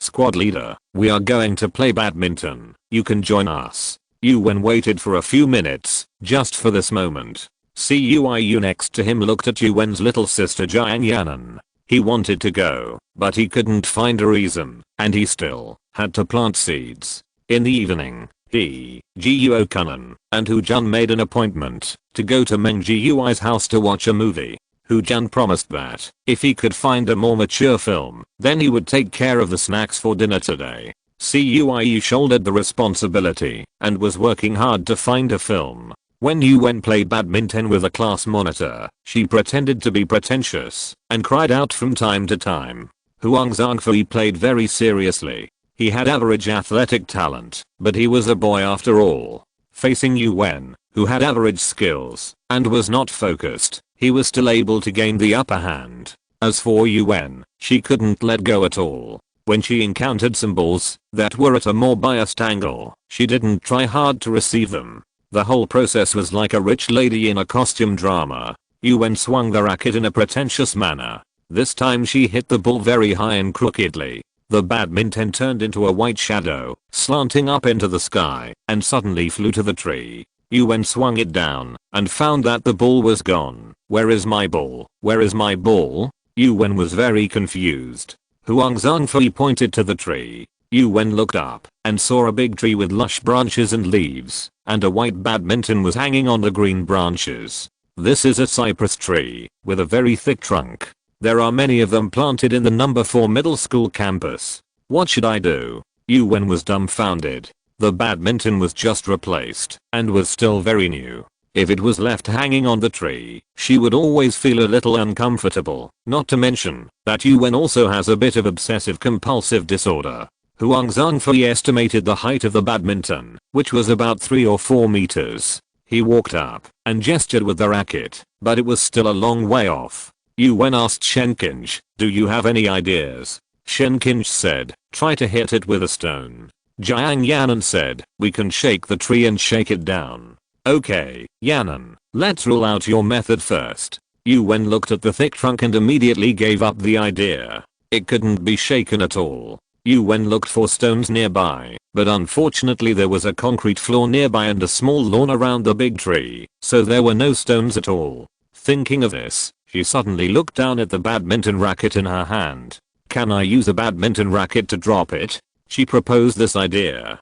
Shenkinj, badminton rackets are relatively large, so it is possible to do it. Hearing this, Yuan's heart became more confident. She said to the monitor who was trying to find a solution, "Monitor, you watch from the side. I will take care of getting it down." Yuan held the badminton racket high, aimed at the badminton on the branch. In order to swing it higher, she jumped deliberately, and the racket swung up and hit the badminton just right. The badminton fell down immediately. Jiang Yanan said excitedly, When, you are so accurate." Yuan looked proud, and she thought she had stood up for her perfect performance just now. As a result, the smile on Yuan's face froze before it lasted for a second. The badminton was indeed hit down, but the badminton racket was hung up. The happy atmosphere cooled down at a rapid speed.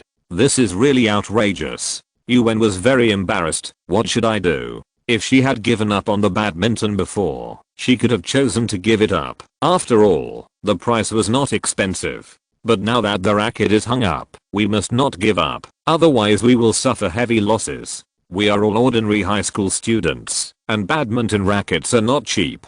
Jiang Yanan said tentatively, "How about trying again?" Yuwen refused immediately after hearing this. She was traumatized and did not dare to try again. What if another racket is hung up? Wouldn't it be even worse? On the other side of the playground, Zhang Kai passed by holding a table tennis racket. When Jiang Ning saw Zhang Kai, he hurriedly shouted, "Zhang Kai, can you help me?" Zhang Kai is the sports committee member of their class. Although Zhang Kai has a bad reputation among boys, the girls stand at a different angle and they have not gotten along well. Jiang Ning had a brief contact with Zhang Kai before and felt that Zhang Kai was okay and responsible. Zhang Kai followed the gaze of several people and found the badminton hanging on the tree. He volunteered, "I'll help you get it down." He was holding a table tennis racket, which was very worn out. The pads on the surface of the racket were gone, leaving only the bare wooden board. Zhang Kai ran towards the tree quickly, holding the racket. When he got there, he pushed his feet, jumped up suddenly, and flew into the air, reaching for the badminton racket. Unfortunately, at a height of 3 or 4 meters, he was a long way off. Yuwen and her sisters were disappointed. Zhang Kai was unwilling to give up and jumped a few more times, but still couldn't reach it. "Why don't you try with a badminton racket?" Yuwen said. Zhang Kai took the badminton racket, tried the feel, and took a run up and jumped. This time he still missed it by a distance. He said helplessly, "No, let's find a branch and try again." He looked around. Yuwen and the others were also helpless, as there was not much time left before the exam. They were anxious. Suddenly, Shen Qinj saw Jiang Ning passing by with a mountain bike, and Zhu Yuantang from their class, followed behind the bike. Looking at this pair, Shen Qinj suddenly felt very blocked. I remember when she first came to number 4 middle school, one evening after self-study, she saw Jiang Ning and Zhu Yuantang going home together, and she was disdainful, because in her opinion, Jiang Ning moving out of his uncle's house and choosing to rent a house was just an immature behavior. At that time, she also didn't take Zhu Yuantang seriously. As a result, Zhu Yuantang ranked first in the city. Jiang Ning is also becoming excellent. Does Shen Qinj regret it? A little bit. In junior high school, Jiang Ning helped her a lot. She understood Jiang Ning's meaning very well, but she never liked Jiang Ning, never. She admired the kind of boys who had good grades, were tall, and could play basketball, not the ordinary Jiang Ning before. But, if she obviously didn't like him, why would she still be upset because of it, as if something that originally belonged to her was taken away by someone? She hasn't talked to Jiang Ning for a long time. Even though Jiang Ning went to his uncle's house several times, the two of them just nodded in greeting. Shen Qinj took a deep breath, suppressed her irritation, and suddenly summoned up the courage to shout, "Jiang Ning." Jiang Ning's eyes moved over here, his expression calm. Shen Qinj continued to shout, "The badminton racket is hung on the tree, can you help?" Her tone was somewhat pleading. Yuwen next to her complained quietly, "Why call him here? It's too high. Zhang Kai can't touch it, and Jiang Ning certainly can't touch it." Zhang Kai is the sports committee member. In the girls' minds, Zhang Kai has very good physical fitness. He plans to practice sports in the future. His high jump ability is definitely very good. Shen Qinj's mind was a little confused. After she met Jiang Ning just now, she didn't think so much and shouted directly. Zhu Yuantang saw the racket on the tree from a distance, and she said to Jiang Ning, "Do you want to take action? If you don't, then I will." Zhu Yuantang was in high spirits, as if the badminton racket hanging high up could fall at the snap of a finger. "Jiang Ning, I'll take care of it." He handed the mountain bike to Zhu Yuantang. Zhu Yuantang held the handlebars, feeling a little uncomfortable. She rode in a car every day, but never pushed a car. Her movements were unfamiliar, and she pushed the car carefully to keep up. When Shen Qinj saw Jiang Ning coming over here, she suddenly felt familiar, as if she had met an old friend who had not seen each other for many years. The lines on her face became much smoother. Shen Qinj was not bad looking, with a slender figure and a pretty face. Although Yuwen didn't like Jiang Ning very much, she was here to help, so she didn't mock him stupidly. It was just that she didn't have much hope. Even if Jiang Ning helped, the problem would not be solved. Jiang Ning handed the badminton to Jiang Ning. "Are you going to use this?" Jiang Ning said, "No." Zhang Kai asked in confusion, "How can you get it down without this?" Jiang Ning came to help, which made Zhang Kai unhappy. As a sports committee member, He couldn't do what he couldn't do. If Jiang Ning did it, wouldn't it make him look very embarrassed? Boys in high school care a lot about their face. But he couldn't stop him. He could only watch Jiang Ning try. After Jiang Ning failed, he could feel a little more balanced. Huang Zhangfei said, Jiang Ning, do you have a solution? Zhu Yuantang clenched his fists tightly, still encouragingly saying, Jiang Ning is amazing. Zhu Yuantang believed that Jiang Ning could do anything. He was the most amazing person in the world. Jiang Ning nodded slightly and walked straight towards the cypress tree. Shen Qinsh couldn't believe it. Is he trying to shake the tree? Yuan and Jiang Yanan next to him were equally incredulous. Zhang Kai looked at Jiang Ning's figure and spoke quickly. This method won't work. It's a waste of effort. Jiang Ning said nothing, but continued to walk forward. Only a few people behind him looked surprised. Jiang Yanan asked, do you think he can get it down? Yuan, absolutely impossible. Don't you see how thick the tree is? Zhang Kai, I'd better go find a branch. Shen Qinsh had to admit that Jiang Ning was reckless this time.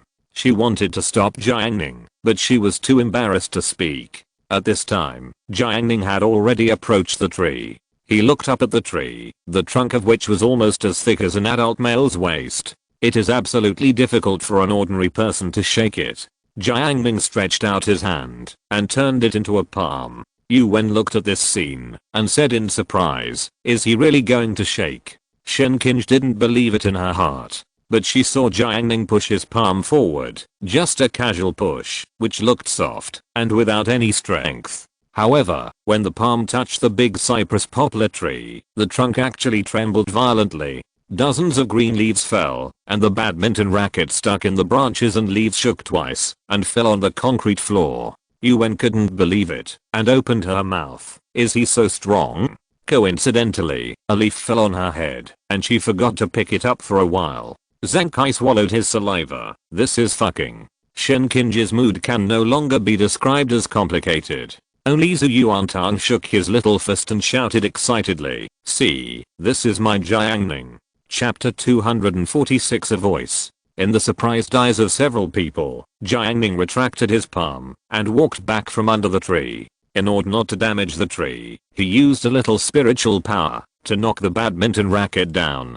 To him, it was just a trivial palm. If he was more serious, with his 8th level of ki training and lightning body training, he could easily break the tree with a palm. But it was too horrifying. Jiang Ning slowly returned, and the people present just reacted. Shen Qinsh hurriedly said, Jiang Ning, you really got the racket down. She was really grateful. Now that the exam was approaching, if the badminton racket was not taken down, they would come to find a way after the exam, and perhaps the racket would have been lost. Moreover, compared with Yuan and Zhang Kai's methods, Jiang Ning was so easy, it seemed that he didn't spend any effort at all. She looked at Jiang Ning, and she had no idea that such a great power was hidden in his not so strong body. It was simply incredible. She suddenly had an idea. If he goes to the upcoming sports meet, I'm afraid the whole school will know him, right?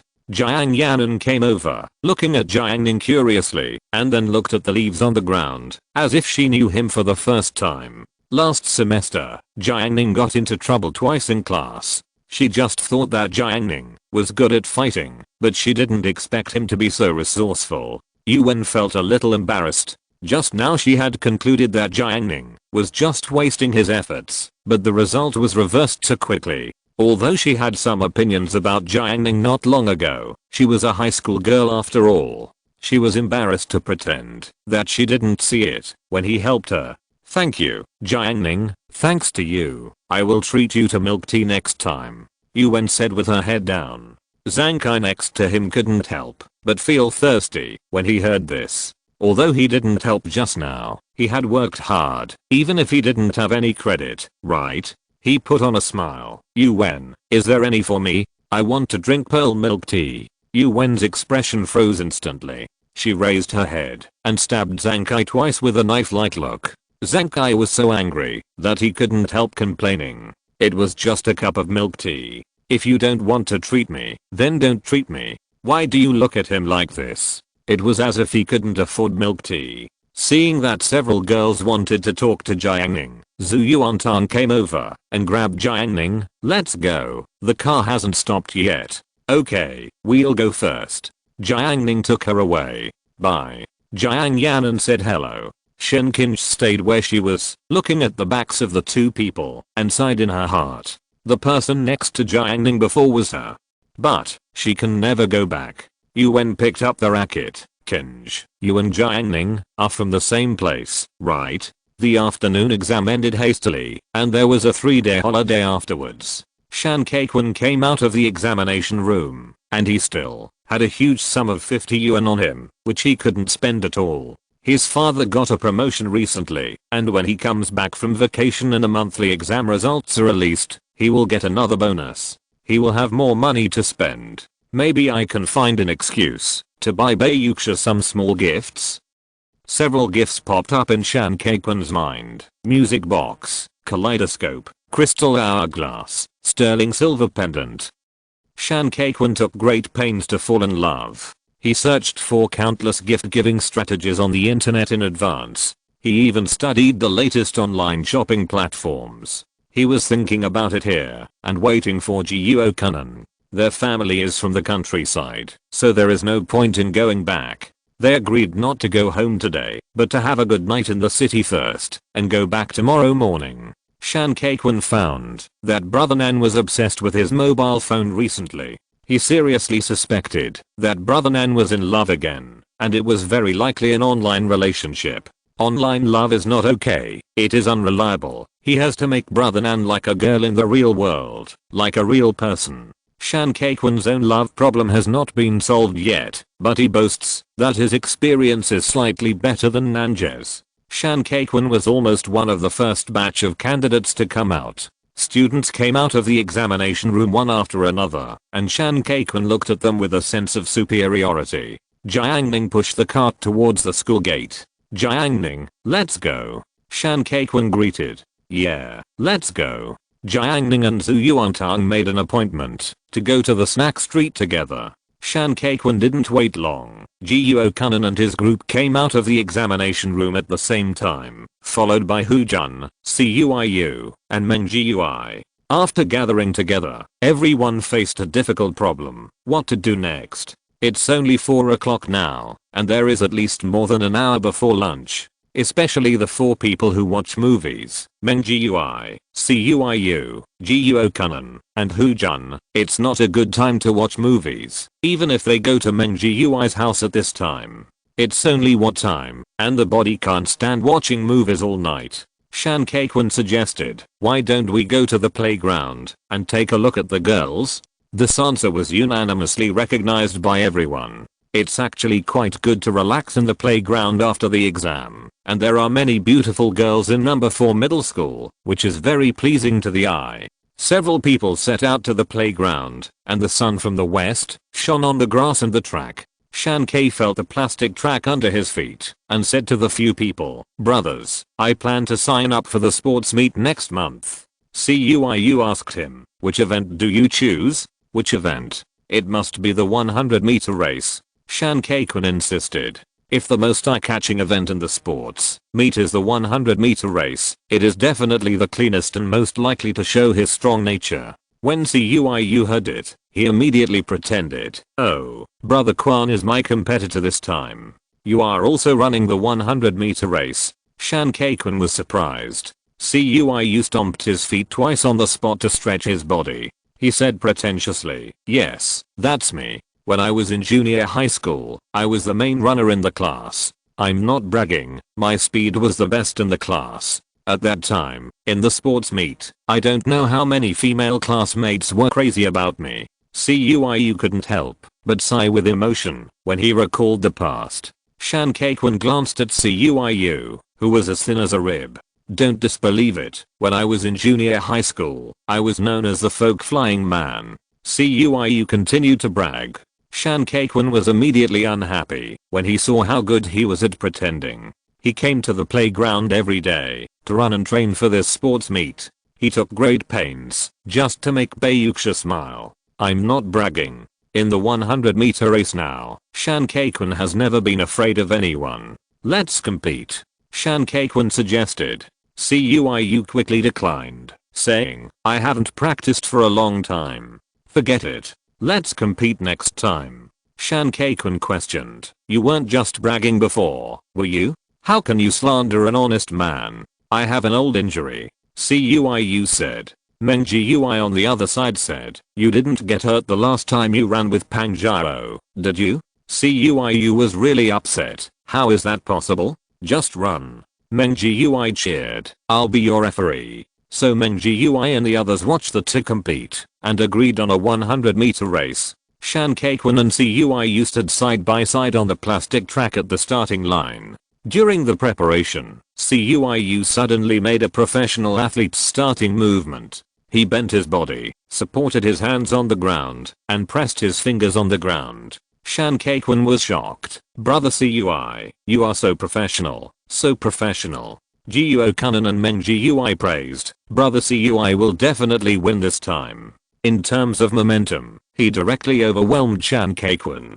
Shan Kai-kun even doubted his own strength. After all, he started the race standing up, which was completely different from the previous one. He wanted to back off, but as a man, he had no way out. Cuiu, don't blame me for bullying you later. Shan Kai-kun had no choice. At this point, he could only run hard, hoping not to lose too badly. Meng Jiui raised his hand. All runners, take your positions. He was about to shout. Cuiu said, wait. Meng Jiui looked at him strangely. Cuiu kissed the track with his face down, as if he was kissing a loved one. He said, this is called a sense of ritual. The people next to him were extremely embarrassed and wanted to pretend that they didn't know him. Get ready to run. Meng Jiui shouted. As soon as the words fell, Shan Kai-kun ran out like a wild dog that had broken free from its reins. Shan Kai-kun used all his strength, kicking his legs frantically. He took the lead, like an arrow shot from a bow, shooting towards the finish line. Cuiu did not appear in front of him. Shan Kai-kun was full of confidence and finished the competition in one go. However, when he looked back, Cuiu was lying on the track motionless. He turned back. Meng Jiui, Jiuo Kanan, and Hu Jun surrounded Cuiu, as if they were appreciating a rare animal. What's wrong with brother Cuiu? Did he fall down? Is he okay? Shan Kai-kun asked with concern. Meng Jiui said, he has a small problem. He just started running, and he fell to the ground. I think he is weak. Hu Jun said, Yu is weak. Jiuo Kanan said, do you want to help him up? Hu Jun said calmly, no need. He glanced at the playground and suddenly said, Pang Jiao is here. Pang Jiao is here. As soon as these words came out, Cuiu jumped up from the spot without a second's delay and soared into the air. Cuiu's face was full of panic, and his eyes kept looking around. Where is it? Where is it? He didn't want to lose, so he deliberately lay on the ground pretending to be dead. If Pang Jiao really came, his innocence would be gone. Cuiu didn't want to be the second Shenzhen Li. After Zhu Yuantang and Jiang Ning finished shopping at the snack street, they decided to go home. In order to digest the food, Zhu Yuantang chose to walk for a while first. The two walked home along the road, talking as they walked. Zhu Yuantang seemed to have countless strange ideas and always had endless words to say, while Jiang Ning just listened to her and rarely spoke. About 20 minutes later, Zhu Yuantang's mouth was a little dry from talking, and she looked at the milk tea shop on the side of the road. Jiang Ning, why don't you go buy some milk tea? Buy 2 cups, and I'll treat you. Okay, you help me watch the bicycle. Jiang Ning entrusted her with the important task of guarding the mountain bike. So Zhu Yuantang stood by the roadside guarding the mountain bike. There were several people queuing at the milk tea shop, and Jiang Ning would probably need to wait in line for a while. She was in a daze holding the mountain bike. The sun set, it was dark, and soon the street lights came on. Zhu Yuantang fantasized about tomorrow's holiday, how she and Jiang Ning would spend it, and what kind of delicious food she would eat. Life is so beautiful. Zhu Yuantang felt that she was as happy now as when she was a child. When she was a child, she always looked forward to tomorrow, looking forward to catching insects in the fields tomorrow, looking forward to watching good cartoons tomorrow, and looking forward to her parents buying her new toys. So every night, she always wanted to fall asleep quickly, because there is hope for tomorrow. But later, something happened in her family, and she no longer looked forward to tomorrow. She always stayed up late at night and even resisted the arrival of tomorrow because tomorrow and today seemed to be no different. Compared to tomorrow, she wanted to keep today more. It was different now. She was looking forward to tomorrow again, such as getting up early to meet Jiang Ning, having breakfast with him, going to school together, and doing more interesting things together. Thinking about those wonderful things, she looked at Jiang Ning at the door of the milk tea shop, and her eyes softened a lot. Jiang Ning, that guy, must not know these things. He is stupid every day. The queue is so slow, far worse than me. Zhu Yuantang missed Jiang Ning. She urged Jiang Ning with her mind, but unfortunately, Jiang Ning could not feel her thoughts. She still held the bicycle. At this time, a little boy came from behind. The little boy was very young and looked like he was only in the first or second grade. The little boy struggled to carry the bag and walked with difficulty. An old man followed behind. The old man was nearly 1.8 meters tall, with a burly figure, holding a long black pole in his hand. His eyes flashed, and he stared at the little boy for a while with a sly look. "What are you carrying, little friend? Grandpa will help you carry it." The old man took the bag from the little boy without saying anything. The little boy said, "It contains my books." The old man inquired, "Have you finished school?" "I finished school, but my mother worked overtime and didn't come to pick me up." The little boy thanked the old man and felt that he had met a good person. The old man and the little boy walked forward. "Grandpa has delicious food at home. Let's go to Grandpa's house to eat first." The little boy said, "My mother doesn't let me go to other people's homes." When the old man heard this, he was not angry but happy. He smiled. "Your mother is working overtime. You go to Grandpa and wait. Grandpa will take you home." The little boy still shook his head to refuse. The old man didn't give up. He stared at the little boy's face greedily. "Grandpa has a game console at home. You can go to my house to play games, and Grandpa will take you home after the game." When the game console was mentioned, the little boy was obviously tempted, but remembering what his mother told him, he still said, "Grandpa, give me the bag. I want to go home." The little boy shouted. As a result, the old man turned his face all of a sudden. He said with a sullen face, "If you don't go to my house, you don't have the bag." The little boy was stunned. Zhu Yuantang witnessed the whole scene, and she was anxious. Although Zhu Yuantang was not very clear, what did the old man ask the little boy to go to his house for? But it was definitely not a good thing. She wanted to stop it, but she was too weak. Seeing that the little boy was forced to go with the old man, Zhu Yuantang's little face was anxious, and she kept looking at Jiang Ning, but she was worried about implicating Jiang Ning. Although Jiang Ning was very powerful, the other party was an old man. If he lay down directly, what should he do if he blackmailed him? At this time, Jiang Ning came over with 2 cups of milk tea. Zhu Yuantang looked at Jiang Ning, hesitant to speak. Jiang Ning gave her a cup of milk tea, took 2 steps forward, reached out and grabbed the bag of the child. The old man stared at Jiang Ning, shocked and angry. He held the long pole in his hand, as if he was going to come up and beat someone the next moment.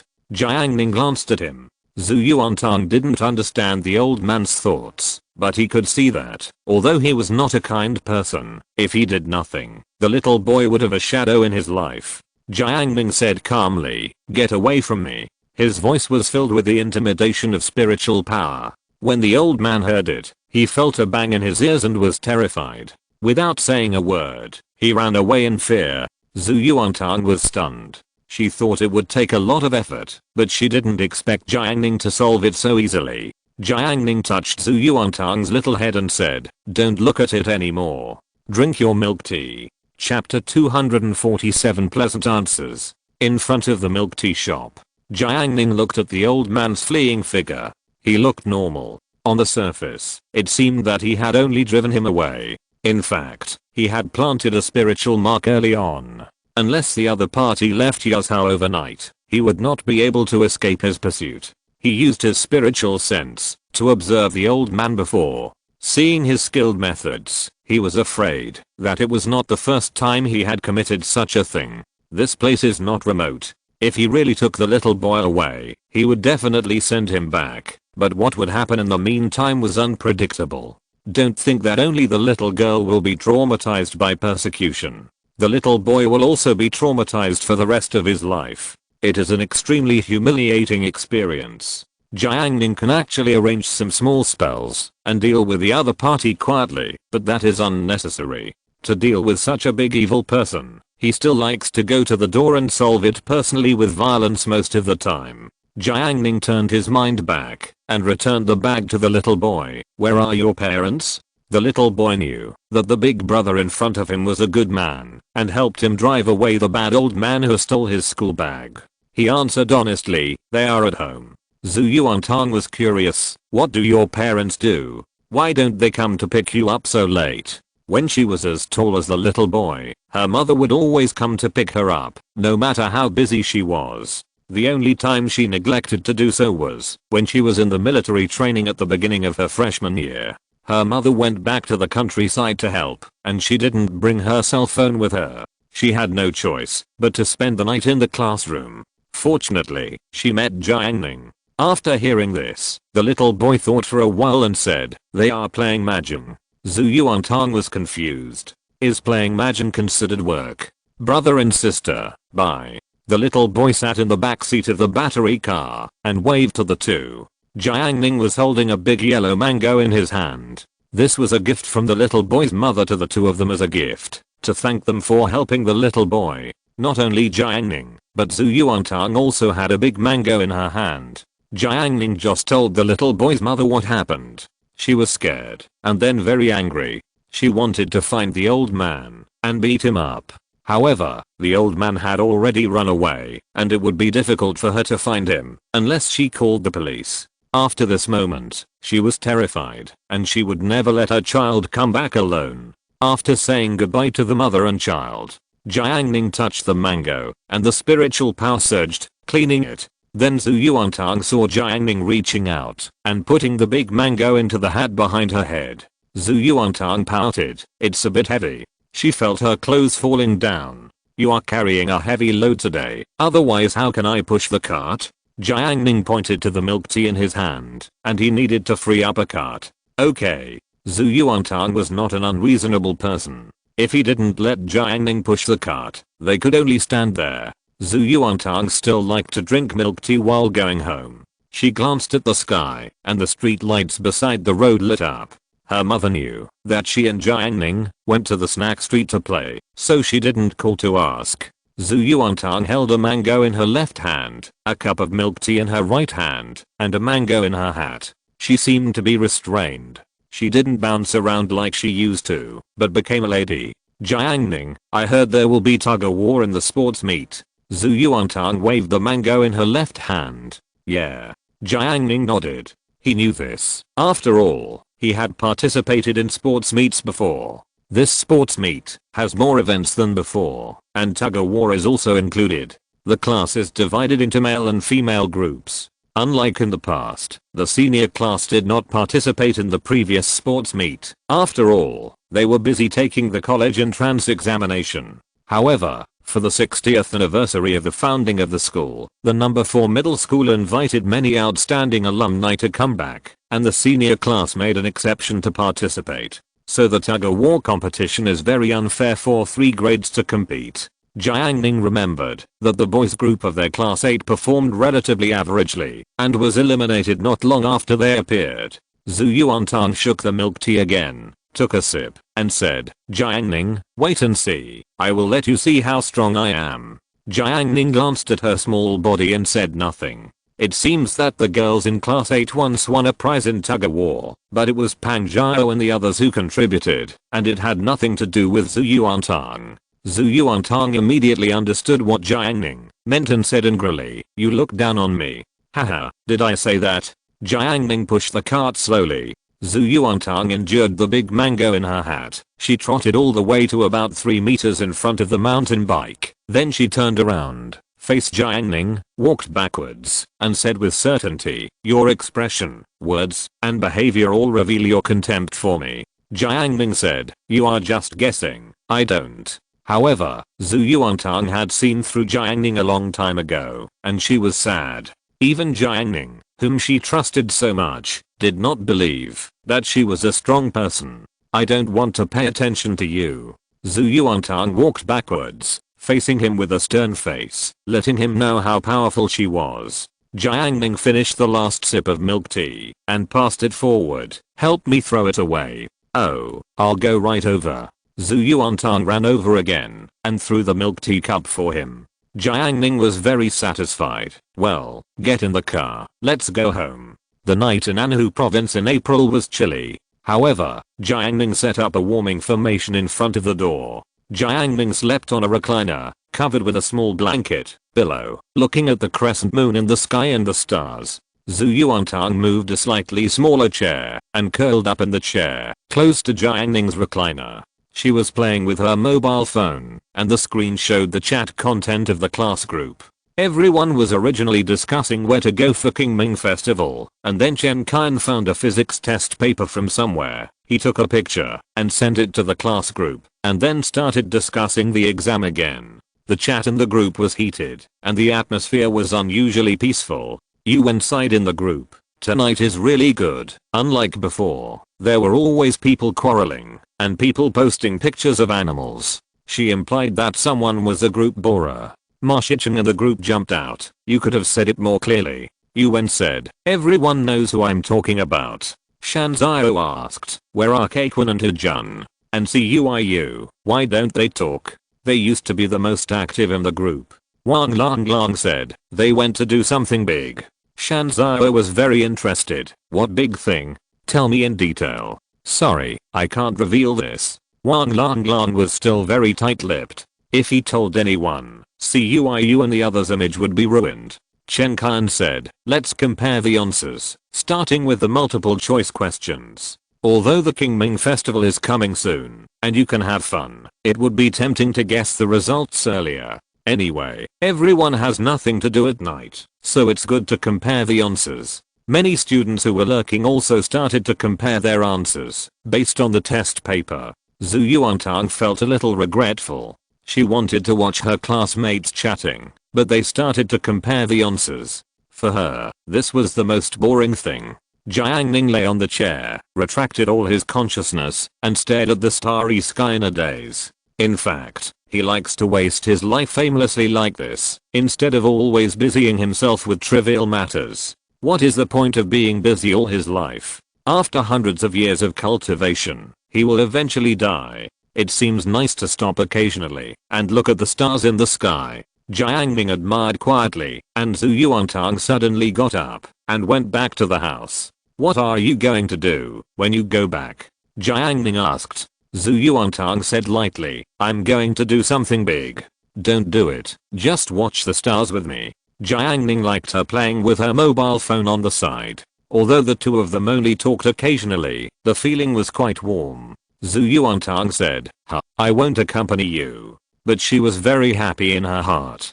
Jiang Ning always bullied her, but she didn't expect that one day he would beg her. Zhu Yuantang felt extremely satisfied. She dragged her small steps back to the house. Zhu Yuantang went to the kitchen and washed a big mango, which was the fruit of victory she and Jiang Ning had won together. She picked up the knife, cut the mango in half, and cut off the core in the middle. She carefully used a knife to cut the mango flesh, drew horizontal and vertical cuts, and turned half of the mango over, revealing the tender flesh. After she finished, she held the mango out. Eat it. Zhu Yuantang gave him a piece.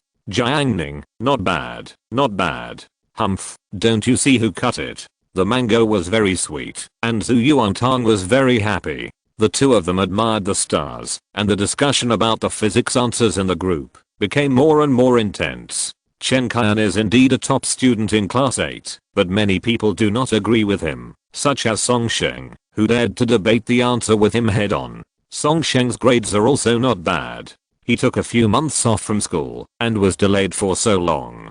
In the last final exam, he still scored in the top 10 in the class, which shows his strength. If it had developed according to the normal trajectory, Song Sheng would not have broken his leg and been hospitalized, and he would not have been able to break out of Jiang Ning, the second seed in the class. Then, Song Sheng's grades would have firmly occupied the top 5, or even the top 3. Otherwise it would have been impossible for him to be admitted to a 211 university in the college entrance examination as a parallel class. Chen Qian felt that his authority was challenged, and he and Song Sheng argued over a multiple choice question. If you don't believe me, ask Deng Qingfeng, he's good at physics. Chen Qian was so excited that he had to find out who was right and who was wrong today, so he started calling his friends. And Bayuxia, she's in the top 5 in our class. Chen Qian called the monitor out again. Wang Lang suddenly interrupted, where is brother Qi? Doesn't my brother Qi have a reputation? He is in the top 3 in our class. The group suddenly fell silent. Wu Zhaoqi popped up. I'm practicing basketball and street dance. Don't disturb me. After a brief interruption, the passion was not affected at all. The group started arguing again about the physics multiple choice question. Chen Qian even sent a picture of his calculation notes. Ma Shichen was playing LOL in an internet cafe. In a corner with dim lights and turbid air, Ma Shichen was wearing headphones, and game music leaked from the broken headphones. He stared at the monitor. The mobile phone was placed on the table, plugged in with a data cable to charge, and messages kept popping up on the screen of the mobile phone. Ma Shichen quickly clicked the mouse, and the other hand pressed on the keyboard, ready to go. He controlled his favorite hero Yasuo, and dominated the Summoner's Rift. The impassioned killing prompt sounded, double kill quadra kill. There was only one enemy left, low health against low health. Ma Shichen controlled Yasuo, and dodged the opponent's fatal blow with superb positioning. Then he used D to take the opponent's head. Pentakill. Ma Shichen took off his headphones suddenly, and heard the broadcast sound. The master of Machine 18 completed a pentakill, and was rewarded with 20 yuan in internet fees. The guests in the internet cafe looked towards his position, and saw the player of Machine 18 took out a piece of green arrow chewing gum, and slowly put it in his mouth. Then he heard the broadcast say, now please listen to the song Unparalleled requested by the player of Machine 18 for everyone. The guests looked at this scene, and felt that this thing was too pretentious. At the same time, they were very yearning in their hearts. After Ma Shichen finished pretending, he had time to open his mobile phone. As expected, it was full of messages from the class group. Ma Shichen was at the internet cafe tonight, and ordered a package for the whole night. He had plenty of time, so he slowly opened the class group, and checked the messages. While he was doing this, a girl of about 17 or 18 years old came over with a bucket of noodles. In the weather in April, the girl was dressed coolly, with above average features, but with slightly obvious dark circles under her eyes, which ruined her beauty. Brother Ma, you got another 5 kills. You are the best person I have ever seen. The girl praised him, and gently put the instant noodles on the table. This is braised beef noodles. The edge of the bucket, a disposable fork pierced through the wrapping paper, firmly fixed it. Now that you have a 5 kill, our store will also give you a bucket of instant noodles. The girl said. Ma Shichen looked up at her. The girl was the network administrator of the internet cafe, and was usually very popular. He said, next time I can make it myself. Brother Ma thinks I'm troublesome, said the female network administrator. Not really. That's good. Brother Ma, can you take me to play ranked later? I'll buy you a Coke. The network administrator girl negotiated. Ma Shichen thought for a while and said, I'm afraid it's not possible now. Wait a minute. I'll call you when I'm ready. It's not difficult for him to take care of girls. It doesn't matter. He can kill them all. The network administrator girl left with satisfaction. On the way, a boy teased, we want to take care of girls too. Give us a chance. The network administrator girl didn't give them face. No problem. Let's talk about it when you reach the gold level. Ma Shichen flipped through the group messages and saved the physics test paper. He didn't study, but it didn't mean that he didn't care about the results. Ma Shichen was like a football fan. Although he didn't play in the game, he still knew who had good grades. He looked at the physics test paper and compared it. He had not forgotten the answers he filled in for the test. Ma Shichen entered his ABCD options into the chat box and prepared to compare with everyone. The dispute between Chen Qian and Song Sheng reached a fever pitch and almost blew up the group. Suddenly, Chen Xiaoyu took action. Xiat X Yui Yuan Tong, Su Yuan Tong, tell me your answer to the multiple choice question. As soon as this message was sent, the dispute between Chen Qian and Song Sheng quickly popped up. The two wanted to continue arguing, but when they saw Chen Xiaoyu's message, they quickly stopped. waiting for her to announce the result. Others were also waiting for Zhu Yuantang to come out and answer. In front of the bungalow on the river dam, Zhu Yuantang looked up at the night sky. The crescent moon hung high in the sky, accompanied by stars, airplanes with flashing lights, and pale white clouds floating by. Jiang Ning, what do you think that cloud looks like? Zhu Yuantang decided to remind him. Jiang Ning lazily replied, it's just a cloud, what else can it look like?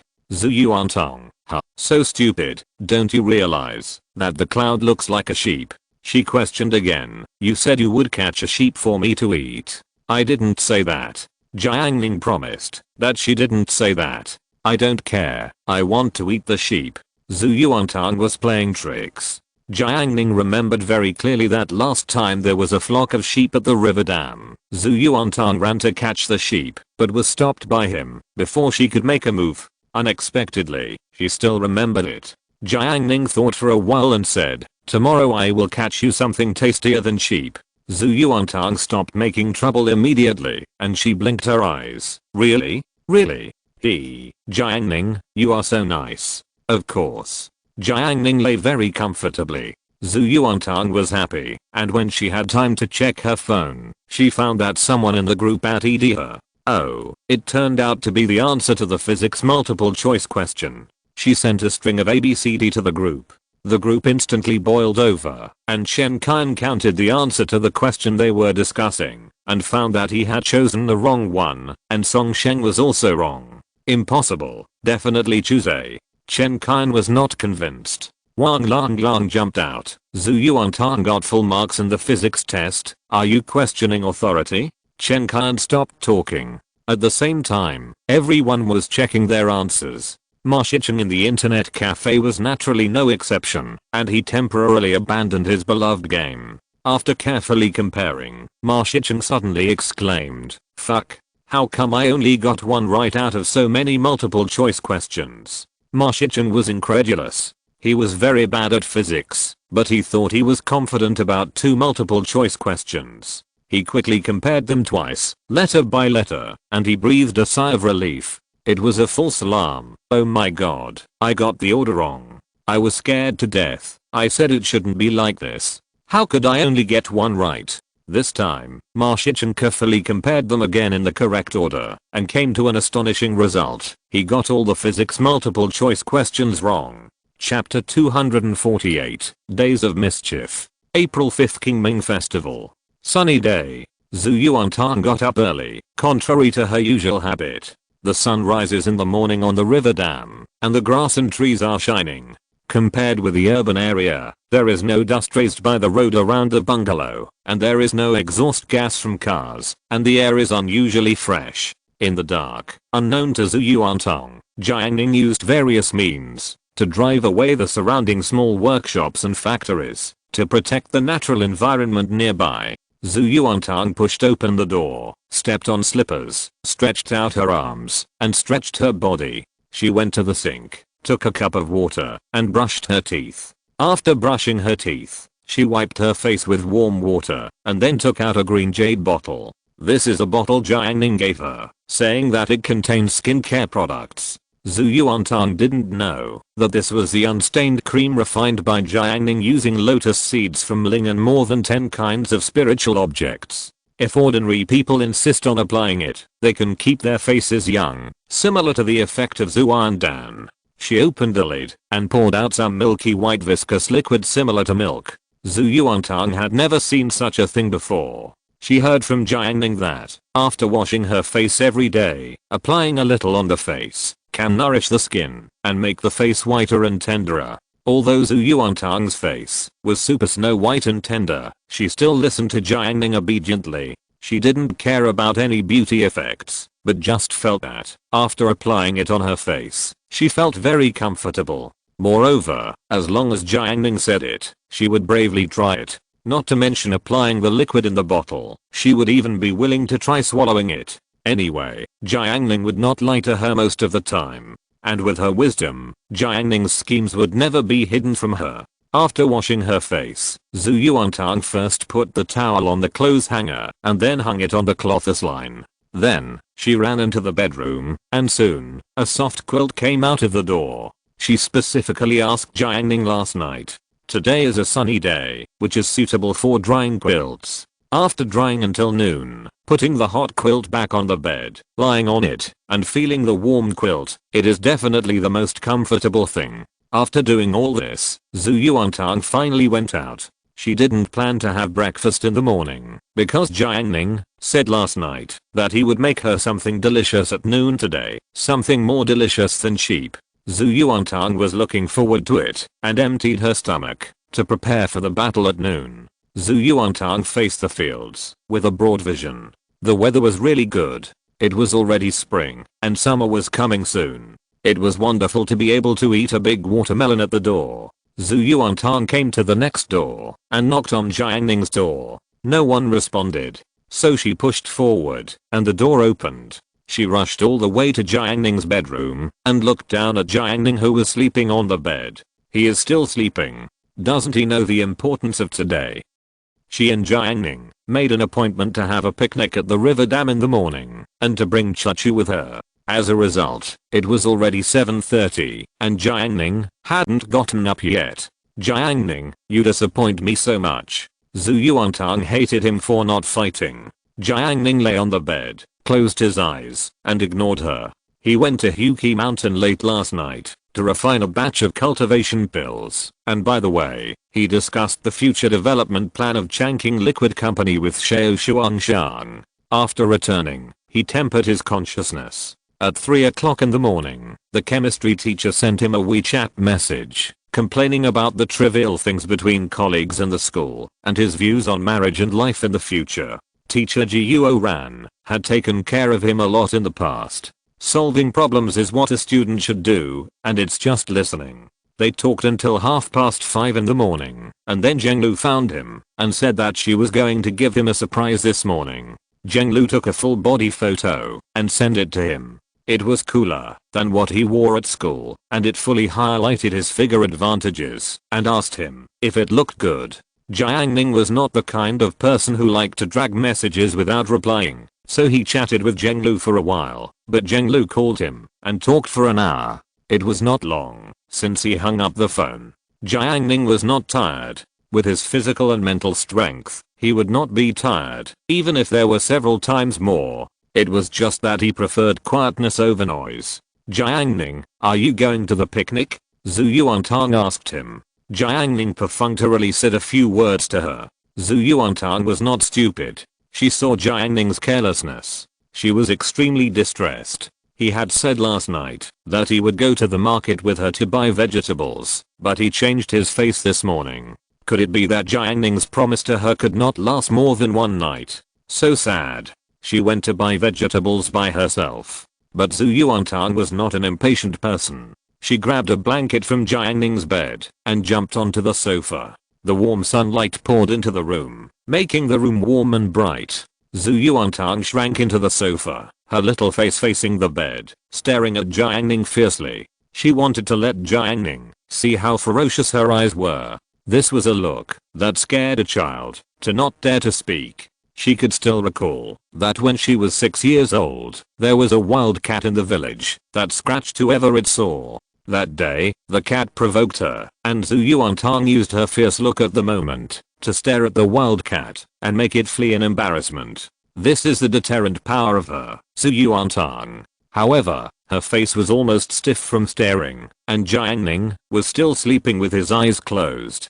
Damn it. Zhu Yuantang picked up the phone angrily. Jiang Ning was untrustworthy and repeatedly perfunctory to her. It's better not to have a picnic. She secretly sent a message to Chachu behind Jiang Ning's back. Chachu, Jiang Ning is still sleeping in. He clearly promised to accompany me to the vegetable market to buy vegetables yesterday. He lied to me. I'm so sad. What should I do? It's so uncomfortable. On the other side of the city, Zhu Chachu stood next to the washing machine, with a white face and a cold temperament. She was wearing a white coat and light blue jeans. The pants were slim and tight, wrapping the curve of her slender and attractive calves. When Zhu Chachu heard the phone ring, she put down what she was doing and took out the phone from her pocket. In order to save data flow, she usually won't turn on the network switch. to prevent some rogue applications from stealing her data flow. Once she neglected to turn off the network, and a lot of data flow from her package was stolen in one night, which made Zhu Chuchu feel distressed.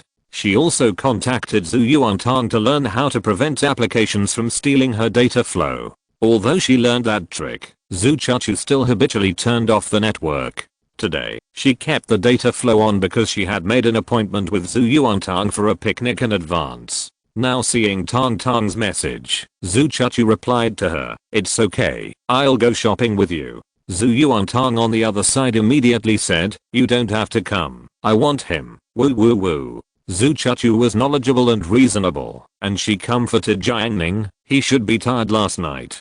Didn't you say he is usually very busy? It is very likely that he was busy yesterday for today's picnic." Zhu Yuantang, "Don't speak for him, it's useless, I hate him." Zhu Chuchu didn't want to reply, she was tired. She looked at the big bottle of Coke on the dining table. It was the drink she bought in advance when she learned about the picnic. She spent 10 yuan. Zhu Chuchu had never been on a picnic before and didn't know what to prepare. She searched the internet a few days ago and found that she was going to prepare sushi rice balls. She wanted to learn how to make them, but she was worried that Zhu Yuantang and Jiang Ning would not like them. At first, she planned to buy some fruits, but Zhu Yuantang posted the fruits she ate that day, so Zhu Chuchu gave up. So, she only had a bottle of Coke. Zhu Chuchu secretly decided that if she needed to work during the picnic, she would definitely do more work and would never take advantage of Zhu Yuantang and Jiang Ning. Seeing that Tang Tang didn't look for her, Zhu Chuchu thought that it shouldn't be a big deal just now. Tang Tang must have just been in a bad mood. She continued to check the fault of the washing machine. She and her mother rented a house. The washing machine was not fully automatic, but the old-fashioned one with two barrels, one large and one small. The large barrel was used to wash clothes, and the small barrel was used to dehydrate. Zhu Chuchu rarely used the washing machine. She usually washed her clothes by hand and only used the washing machine to help with large clothes. Last time, my mother found that there was a problem with the small barrel of the washing machine's dehydration. There was a strange noise when it turned, but she didn't find out what was wrong. Her family is used to being frugal, so naturally they won't ask people to come to repair it. Although her mother's current job salary is not bad, she still maintains a frugal lifestyle. Today is Qingming festival. In order to get triple salary, her mother did not rest, but went to the company to help. Zhu Chuchu took a flashlight and shone it on the washing machine and found that there seemed to be something blocking it. Just as she was about to find something, there was a loud noise outside the house. Listening carefully, it seemed that two men were arguing. Zhu Chuchu looked helpless. In the unit building next to her, a young man and an old man had a conflict over a pet dog recently. They quarreled for several days in a row and almost fought. Sometimes in the middle of the night, they cursed at each other through the window. Zhu Chuchu had never seen such people. The only thing she knew was that those two people were not good people. Someone nearby had said that there were two female students renting a house in that building. The young man knocked on their door in the middle of the night, and they were so scared that they moved out a few days later.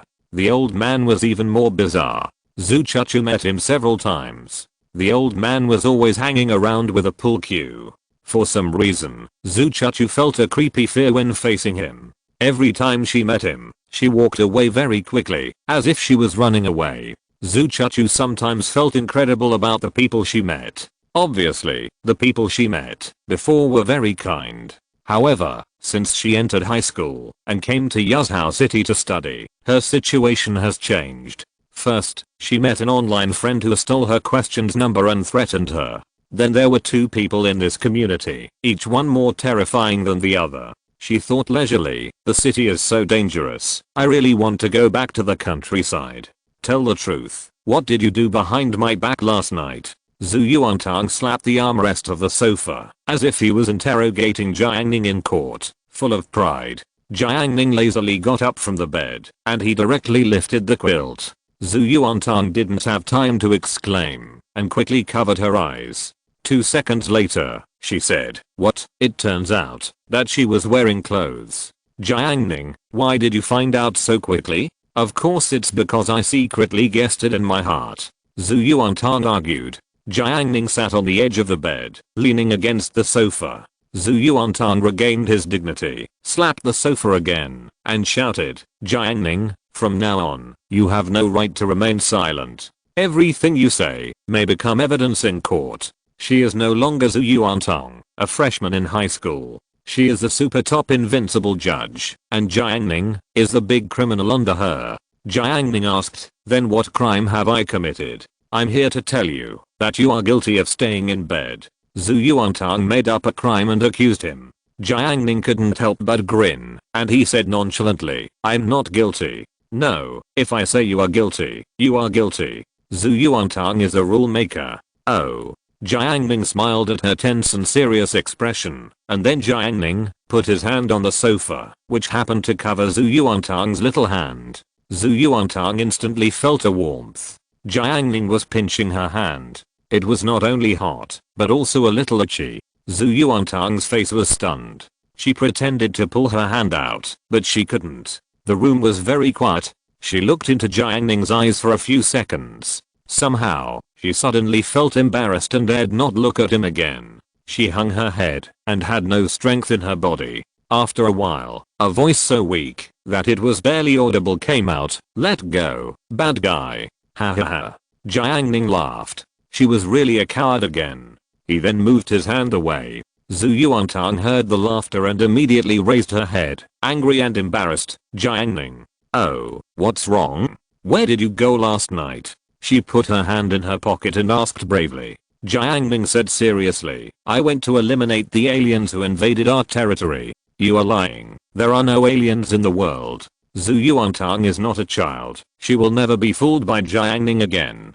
Jiang Ning asked her, have you seen aliens? No. Jiang Ning said, so, don't thank me. Jiang Ning did not plead guilty in the end. Zhu Yuantang was furious, but she would not be too late to take revenge. Let's start with not accompanying Jiang Ning to watch the stars tonight. Of course, they still have to go for the picnic in the morning. She took Jiang Ning's mountain bike and drove to the vegetable market together. They were going to a large vegetable market to buy the vegetables needed for the picnic in the morning, and then go to the small plain on the river dam side with Zhu Chuchu for a picnic. On the flat road of the river dam, cars, sedans, SUVs, and station wagons passed by from time to time. Zhu Yuantang whispered in the back seat, they are all people who come to the small plain for camping. Jiang Ning has been to the small plain below the river dam. It's called a small plain, but in fact it's just a flat ground with a lot of green grass below the river dam. The ground is rectangular and about the size of 2.5 football fields. The environment by the river is better than that of a city park. Today is Qingming festival, so it's naturally easy to attract people to play. Let's buy quickly and get a good place later. Zhu Yuantang said. It's not even 8 o'clock now, so they just need to arrive before 9:30. While riding his bike, Jiang Ning made a plan for today's trip. After buying vegetables, he would fly to Huqi Mountain to catch the rabbit, and then bring some fruits from the villa. Tonight, he would fly to Ansheng to teach Lin Zhongsheng group a lesson. After so long, the other party was still unwilling to let go of Changqingai Company, and was still making small moves behind the scenes to intercept the materials collected by Xiao Xuangshan.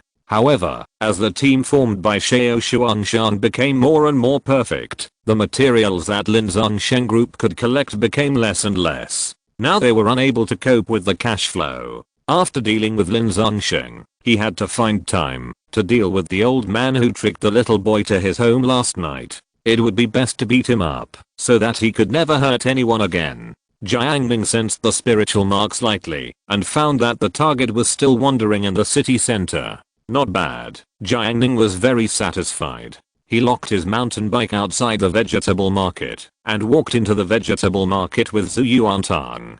Jiang Ning rarely spoke. Zhu Yuantang basically picked the vegetables alone. He occasionally expressed which vegetables to buy. Zhu Yuantang bargained with the aunt at the vegetable market.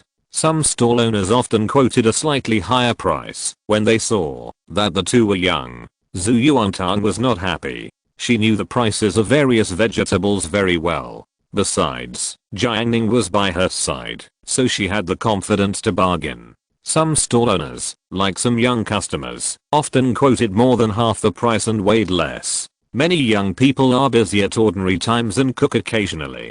It is difficult for them to understand the current vegetable prices. They will inevitably be ripped off when they go to some vegetable markets with unsophisticated folk customs. As a result, many people who have been cheated when buying vegetables no longer go to the vegetable market to buy vegetables, but go directly to the supermarket to buy them. Anyway, the prices are clearly marked. Zhu Yuantang bought vegetables very quickly, and Jiang Ning carried part of it for her. After leaving the vegetable market, Zhu Yuantang sent a message to Zhu Chuchu, asking her what time to meet. At this moment, at Zhu Chuchu's house, the washing machine was running, washing the sheets and quilts, making a loud buzzing sound. Zhu Chuchu was sitting in the bedroom, with the Chinese textbook flat on the girl's legs. She held the phone, hesitating whether to let Zhu Yuantang come over. Although the house she rented was clean, it was very old. The white wall of the ceiling was cracked. Because it was on the top floor, if it rained heavily, the cracked wall would fall off. In windy weather, the windows always made a bang bang bang vibration sound. Her mother looked for the landlord several times, but the landlord always said he was busy. The only thing that made Zhu Chuchu feel a little warm was that there were two large maps on the wall opposite the bed, one of which was a world map and the other was a map of the motherland. When she was tired of studying, she often looked up at the two maps. Yuzhou City, where she was just an extremely small dot on the entire map. Zhu Chuchu sometimes wondered, is the world really that big? Chapter 249 Elevator. Zhu Chuchu didn't really want Tang Tang to come to her rented house. Deep down, she was inferior and didn't want Tang Tang to see her living in such a shabby place. Since she entered the first year of high school, no classmates had ever come to her house to play. Before, her deskmate Muaying had invited her to visit her home, but Zhu Chuchu declined. She thought that if she went to Muaying's house, then if Muaying came to her house, she would not be able to refuse. In fact, she had this idea for Zhu Yuantang, but she had been to Tang Tang's house more than once and had eaten a lot of delicious food. Alas, Zhu Chuchu sighed lightly. If she had known earlier, she would never wash clothes and go downstairs directly to the river dam. But she didn't expect Tang Tang and Jiang Ning to reconcile so quickly. Tang Tang was a little disappointing. She couldn't just ignore her clothes when she was halfway through washing them. Zhu Chuchu went to the window, and the quarrel between the old man and the young man outside had disappeared. It seemed that they had called a truce. But according to Zhu Chuchu's estimation, they might continue to quarrel at night. I hope they won't quarrel when Tang Tang comes, or it will affect my mood. Zhu Chuchu hoped. I'll go downstairs to pick you up now. Zhu Chuchu sent the message and hurried out of the bedroom. She planned to change her slippers. Although the house she rented was very shabby, she still kept it clean and tidy. The questions message reminder sounded, and Zhu Yuantang said, no need to pick me up. Zhu Chuchu, do you know where I live? A few hundred meters away. Zhu Yuantang sat on the back seat of the mountain bike. She held Jiang Ning in one hand and played with her mobile phone with one hand, but her hand was too small to type. She struggled to type out a line of words. I know, Aunt Hua came to my house last time and mentioned where you lived during dinner. I remember it clearly. Zhu Yuantang was proud of her memory. After sending the message, she deliberately looked at Jiang Ning's back and told him with her eyes that she remembered everything you did to me and the bad things you did to me before. Zhu Chuchu said, even if you know, it's not easy to find my house. The buildings here are very messy. Cities are not like rural areas. In rural areas, each family lives in a household and neighbors are familiar with each other. When a stranger comes, he can find the target by asking someone. In cities, the old urban areas are generally broken and messy, full of buildings, and the neighbors are unfamiliar, so it is too difficult to find people. It doesn't matter, I'll let Jiang Ning tell fortunes. Zhu Chuchu saw Tang Tang's message, and her expression was confused for a moment. She knew that Jiang Ning was good at chess and fishing, but fortune telling was a bit beyond the scope. She couldn't understand, is this something a high school student can master? Moreover, finding her home address through fortune telling, why does it sound a bit weird? She felt very unreliable. I'll pick you up. Zhu Yuantong, don't do that. This is my test for Jiang Ning, who let him sleep in the morning.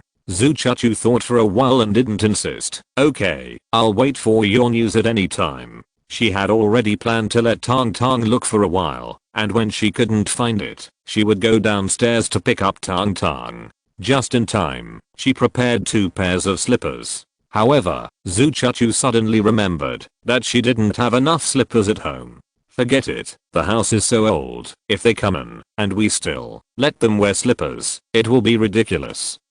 Zhu Chuchu gave up the plan. In order not to let the 2 think too much, she found a pair of white sneakers to wear. Outside the building, Zhu Yuantang sat on the mountain bike steadily. Compared with the high-rise buildings in the city, the nearby buildings are obviously much shorter. The narrow road is full of cars on both sides, squeezing the space, and there is almost no greenery. There are many pedestrians, bicycles, electric vehicles, and cars on the road. Several boys aged 15 or 16 gathered on the roadside, smoking cigarettes, with a rebellious look on their faces, as if they were thinking about something. The combination of Zhu Yuantang and Jiang Ning attracted their attention. Zhu Yuantang didn't look at it much. She didn't want to cause trouble for Jiang Ning. When she was in junior high school, she encountered people blocking the roadside. She listened to the gossip of her classmates and learned a lot of cruel things. Just listening to them made people feel fear and unbearable.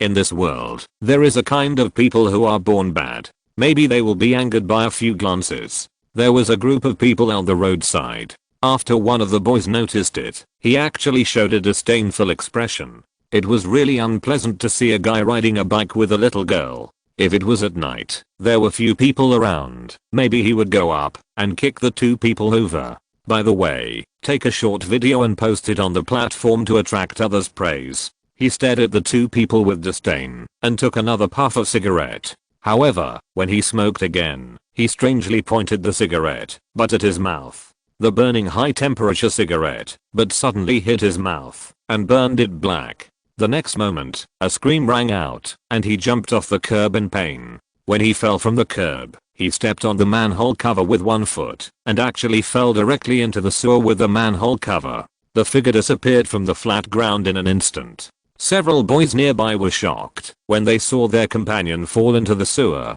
Then they came to the well, and looked at the boy in the well. The boy was fine, but his body was stuck in the sewage, struggling constantly, and a pungent smell of foulness came out. A gloating laugh came out. At this time, Jiang Ning was already 200 meters away, so Zhu Yuantang naturally didn't know what had just happened. Jiang Ning rode a mountain bike and shuttled through the road with ease. That was what he did just now. Since his spiritual consciousness broke through to the burning lamp realm, his spiritual consciousness ability has been able to interfere with the soul of ordinary people, enough to make people neglect for a moment. And a moment is enough to do many things. The other party dared to look at him with that kind of eyes. If it were in the world of immortal cultivation, some powerful cultivators would directly destroy the other party, which would be a common thing.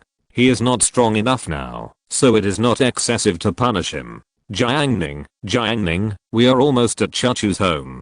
Tell your fortune and calculate where her home is. Zhu Yuantang reminded Jiang Ning that it was time for him to take action. Well, I'll try. Jiang Ning's consciousness of hundreds of meters opened up instantly, and like an X-ray, the internal structure of the building turned into countless information and displayed in his mind. He instantly found Zhu Chuchu's residence and planned a shortcut. The mountain bike went forward for more than 30 meters, suddenly turned right and entered the alley. Have you found it? Zhu Yuantang asked him. I found it. But why don't you pinch your fingers when you tell fortunes? Zhu Yuantang pinched Jiang Ning's clothes, as if to make a gesture. Jiang Ning, because I can do mental arithmetic. Zhu Yuantang felt that Jiang Ning was lying to her. Doesn't fortune telling require heirs? Some also need to be brewed for a long time before they can get a glimpse of the secret. Jiang Ning turned into a narrower alley with 7-story-old buildings on both sides. In the sky above his head, there were bundles of old and messy wires. He passed 2 large green trash cans and rode deep into the alley. Finally, he stopped the mountain bike at the second to last corridor. He said, "We are here. I'll carry the vegetables." Zhu Yuantang volunteered. She lives on the 7th floor. Can you do it? It would have been better if Zhu Yuantang hadn't said this, and maybe he would have given some vegetables to Jiang Ning to carry, but once this was said, it was too late. He actually underestimated me. Zhu Yuantang had to teach him a lesson. She took the lead with a full bag of vegetables and began to climb the stairs. She rushed to the 4th floor in one breath. She was tired, gritted her teeth, and rushed to the 1st floor again, finally reaching her limit. Jiang Ning passed her with empty hands and climbed the stairs slowly. Zhu Yuantang was so angry that her arms were sore and she had no strength. She almost couldn't hold the bag of vegetables. Zhu Yuantang silently said in her heart, "Start the backup hidden energy." She was like a robot, and a surge of power suddenly surged in her body. She rushed to the 2nd floor and finally reached the 7th floor. After this, Zhu Yuantang's legs were almost weak, and she almost couldn't stand. It was all Jiang Ning's fault. Jiang Ning knocked on the door, and a girl's voice sounded from inside the house. "I'm here." Zhu Chuchu pushed open the door, and the first thing she saw was Jiang Ning's handsome face. Then she moved her eyes down, and saw Tang Tang with a bunch of vegetable bags hanging on his body. "Ha, Chuchu, I carried all of them up here, isn't that amazing?" Zhu Yuantang was panting with exhaustion, but she couldn't hide the smug smile on her face no matter what. Zhu Chuchu nodded. "Really amazing." "Yeah, of course." Zhu Yuantang felt that it was worth it, and she was now full of a sense of accomplishment. "Come in." Zhu Chuchu invited the two of them into the house, and she led the way in front, saying, "You actually found it in such a confusing place." Zhu Yuantang said, "Thanks to Jiang Ning's fortune telling." Zhu Chuchu picked up the thermos and poured a glass of water for each of them. She asked, "How did you know that this is my house and there is another family opposite?" If she could find the building given the address, it would be considered amazing, but she never said that her family was this one. "The house opposite is empty and no one lives there," Jiang Ning said. "Ah, you found it?" A mother and son originally lived opposite Zhu Chuchu. The aunt was a very good person. Her husband worked in the coastal area. She moved from county to the city to accompany her child's education. Their family bought a house in the city, and the building was still under construction. They originally planned to move out after the house was built. Later, in the community, the young man who quarreled with the elderly all day was idle all day. Somehow, he played with the aunt's child. He led the child astray. In short, he was very bad. I remember one day, he pushed the flower pot on the balcony at the foot of the stairs down. Fortunately no one was it. The aunt tried to persuade him repeatedly, but to no avail. Zhu Chuchu pushed the door open one time and saw the young man coming to the door, looking at the aunt with disgusting eyes, and pulling and tugging at the aunt, forcibly touching her. Zhu Chuchu is much more mature than Tang Tang. She knows the dark side of human nature and has seen a lot of it, but she heard about it and never expected it to happen to her. She was greatly shocked. A few days later, the aunt opposite moved out. Jiang Ning said, "Well, from the details, I found that no one lives there." "Okay." Zhu Yuantang listened to the two people chatting and interrupted. "Chuchu, can I see your bedroom?" "Of course." Zhu Chuchu was struggling before whether to let Tang Tang and Jiang Ning come to her house. But once she decided on something, she would let go of her defense and let them go, even if they made more rude requests. Of course, visiting a house is not rude. Zhu Yuantang stepped into Chuchu's room. Jiang Ning stood at the door of the bedroom. His spiritual sense detected that Zhu Chuchu beside him seemed to be very uneasy. She clenched her fingers and stared at Zhu Yuantang without blinking, afraid that she would show disappointment. Zhu Yuantang entered the room and saw the map on the wall at the first time. "Wow, what a big map!" Zhu Yuantang exclaimed. She stood in front of the map, gestured with her hands, and immediately found Yazhou City where she was. "Such a small piece," Zhu Yuantang said. "Compared with the huge world map, Yazhou City is indeed very small." Zhu Yuantang thought for a while and said, "It seems not small. Yazhou City has 3 counties. Zhu Yuantang has only been to 1 county, and even in the urban area, she has not been to all of them. If her exploration progress of the urban area was 3% in junior high school, then after having the driver Jiang Ning, her exploration progress soared wildly and became 23%. Chuchu, Jiang Ning, Can we point out the places we have been to on the map? Okay. Zhu Chuchu agreed. She stood in front of another map of the motherland and pointed to Yazhou City. Then she stayed there. Zhu Yuantang looked at Chuchu and laughed. What a coincidence. I haven't been out of Yazhou either. Then she pointed her finger on the map several times in succession, namely Nanshi, Huaiqing and other cities. Jiang Ning, are these cities you have been to before? Yes. Jiang Ning nodded, but Zhu Yuantang didn't point out all of them. In recent months, he has taken the spirit boat to many places to get materials. And these are nothing. The place where he is really active is in the world of immortal cultivation. Although Jiang Ning is a hard cultivator, he later ascended to the Jiandan realm. Every once in a while, he would go out to perform sect tasks, often traveling thousands of miles, to hunt down evil cultivators. Those evil cultivators would not wait for him to kill them, and often hid in various dangerous places, such as Thunder Valley, Sanxianshan, and Black Waterfalls. Those spectacular scenes are like miracles. I just don't know if he still has a chance to return to the world of immortal cultivation. After a few people chatted for a while, Zhu Chuchu said, I'll go get the clothes, and we'll set off after that. She wrung out the sheets and quilts, put them in the dehydration bucket, and started the washing machine. The old-fashioned washing machine has a powerful dehydration capability, and it is simple and crude, spinning the drum like crazy. After 2 minutes, the dehydration is completed, and Zhu Chuchu takes the lighter sheets and quilt covers to the basin. Zhu Yuantang came over and followed her to the balcony. Chuchu, I'll help you dry the clothes. There is strength in numbers. Zhu Chuchu looked at the cloths line above her head. The rope was very high, and she had to tiptoe to barely hang it up. Zhu Chuchu usually uses a clothes rod to hang clothes up. Give me some clothes. Zhu Yuantang wanted to help. Zhu Chuchu didn't want to refuse her kindness, so she had to say, okay. She took the pillow cover to Tang Tang. Then, considering Tang Tang's height, it was estimated that it would be a little difficult.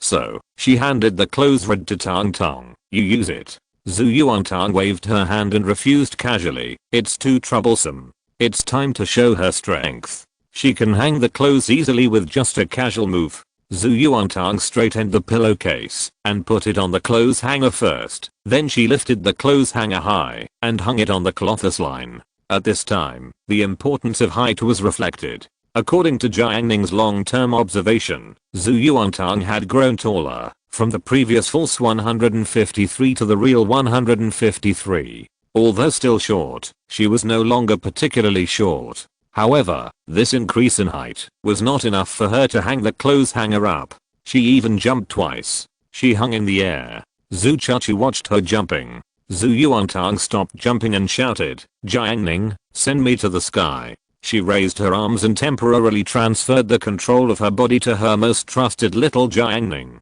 Jiang Ning came over, bent down slightly, and hugged her soft body from behind and gently lifted it up.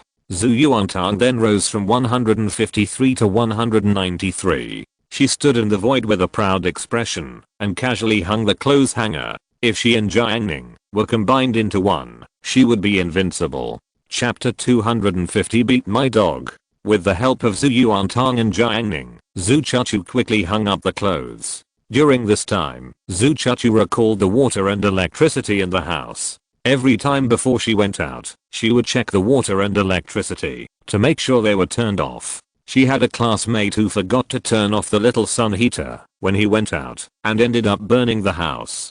Fortunately, there were no casualties. Zhu Chuchu felt that the consequences were extremely serious just thinking about it. She and her mother rented a house, and it was a building. If a fire really happened, don't worry about whether it would burn people. Once the fire started, it would definitely spread widely. The high compensation alone would make her collapse. Okay, it's done. Zhu Yuantang's feet left the ground and hung in the air. She patted Jiang Ning. Send me down. Zhu Yuantang now wants to experience the feeling of being down to earth. After all, even if he is an emperor, he can't always be high above, and he must have fun with the people. Jiang Ning's consciousness moved, and he noticed something unusual outside the house. I originally wanted to go over to cripple you at night. Since you're here, don't blame me for being rude. His expression remained unchanged, still with a smile on his face, as he put Zhu Yuantang down. Zhu Yuantang was quite satisfied.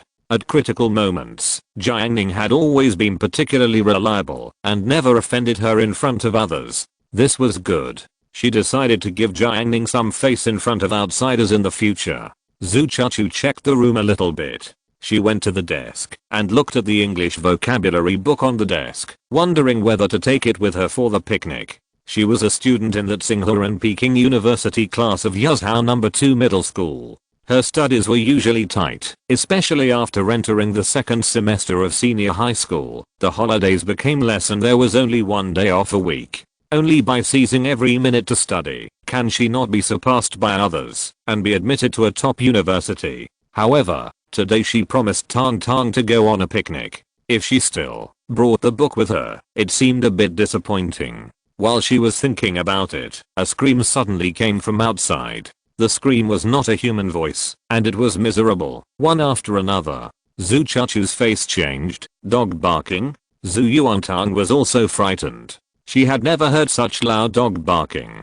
The screams were very close, as if they were happening outside the door. Not only in Zhu Chuchu's room, but also in the surrounding residents, they could hear the continuous and miserable barking of dogs. Some residents stuck their heads out of the windows to search for the source of the barking. Zhu Chuchu subconsciously walked towards the door, while Zhu Yuantang subconsciously looked at Jiang Ning to ask for his advice. Zhu Yuantang was only scared for a moment, and then she calmed down. She had Jiang Ning with her, and there was nothing to be afraid of in this world. It has been said that she is the embodiment of wisdom and courage, and Jiang Ning is the embodiment of strength. Zhu Chuchu stepped on her sneakers and walked quickly to the door of the room. The miserable barking of dogs was infinitely amplified, as if it was right next to her ears. The peephole on the door was broken, and Zhu Chuchu could not see the situation outside, and she did not dare to open the door. Jiang Ning arrived at the door and said, "Open the door, we are still going to have a picnic." Zhu Yuantang said, "That's right, open the door, I'm so hungry." Zhu Chuchu felt very strange about their calm attitude. What if there was danger outside? She looked at Jiang Ning carefully. In her eyes, Jiang Ning was quite tall. He was considered tall in their class, but he was not strong, and should not have much strength. "Are you really going to open the door? Will it be dangerous?" "Well, open the door. It's okay," Jiang Ning said. Unless the other party was carrying a missile and aimed it at the door, it would not be dangerous. Moreover, he had divine consciousness. He had a clear insight into everything that happened outside. Zhu Chuchu paused for 2 seconds, then opened the door. The dog's screams suddenly became louder. In her eyes, a burly old man with a hateful face swung the long pole in his hand wildly and swung it down suddenly, smashing a teddy in the corner. The huge scream came from the dog's mouth.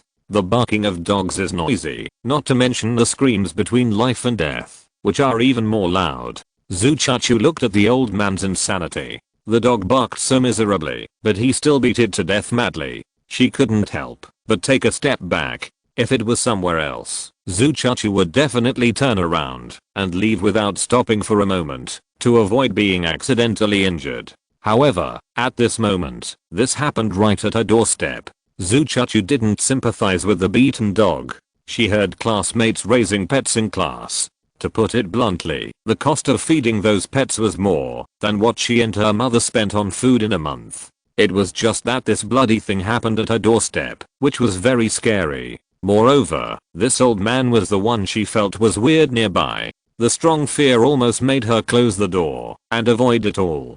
Dong dong dong. There was a vibration coming up the stairs. A young man in black leather shoes quickly ran up from downstairs. He saw the old man's movements and almost burst his eyes. He shouted, "Damn it, you dare to hit my dog." As he said, he stepped over the 4 steps of the stairs, completely jumped onto the platform, and punched the old man in the back. The old man was punched and saw the young man's face again. The two often quarreled, and they couldn't suppress their new and old hatreds. They started fighting on the spot. Zhu Chuchu, how does it feel to see 2 strangers fighting in front of your own door? Jiang Ning pushed the door wider and watched the 2 people fighting. After Zhu Yuantang saw the old man clearly, she looked at Jiang Ning with strange eyes. She still remembered that this old man was none other than the old man who bullied children on the way home yesterday evening. Does he live nearby? Zhu Yuantang remembered that the road they took to go home was some distance away from here. Jiang Ning had no other thoughts and watched the fight quietly. A strong old man and a young man fighting. Who will win? The answer is both lose. Zhu Chuchu said, why don't we close the door? Jiang Ning, don't worry, just watch for a while. Zhu Chuchu was so scared. She looked at Tang Tang. Tang Tang said, small scenes, I've seen a lot of them. Zhu Chuchu was confused. What kind of environment do you live in? Is this a small scene? So the three of them stood at the door and watched the old and the young fight. The ring at the door was narrow, with only Zhu Chuchu's door and the door opposite, such a small space. The old man originally had a long pole in his hand, but it was okay to beat a dog, but facing a person rushing up such a narrow space, he really couldn't swing it. The two fought fiercely, like animals who had lost their humanity, and all kinds of moves were brought up. When fighting to the point of forgetting, it is inevitable to cross the line. Several times, Zhu Chuchu thought she would be affected, but every time they approached the door, it seemed that there was an invisible force that pushed them back. The barking of dogs and the fights have completely alarmed the neighbors. Several people came running downstairs. They stood on the landing of the stairs and watched the two people fighting. Someone advised, it's a big festival.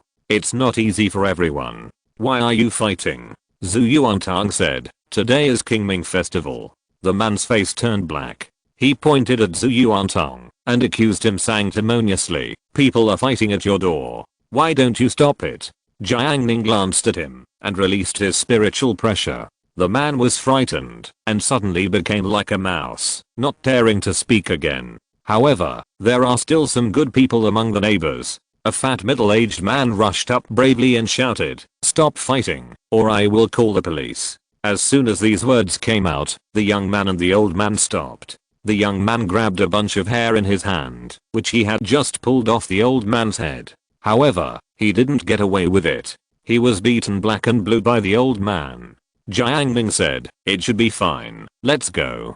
Zhu Chuchu was still a little worried. The young man who had just fought suddenly looked at her with a purpose in his eyes. She was terrified. That young man was not a good person. The aunt next door was harassed by the young man before and moved away. The young man was very perverted, and now he seemed to have set his sights on her. But this was just Zhu Chuchu's guess. She didn't say much, closed the door, and left the house with Jiang Ning. Behind her was a fast-like crowd.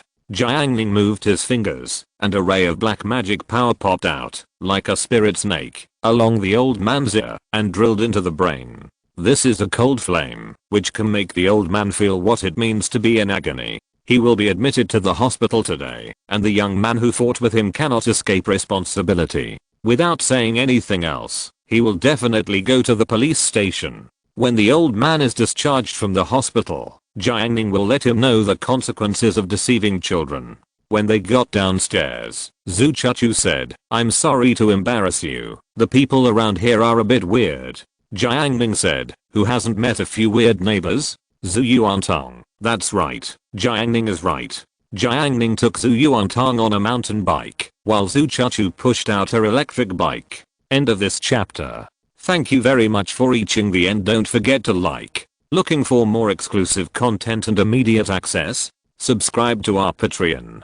Remember, every like, subscription, or donation encourages us to continue. Thanks to everyone. See you in the next video.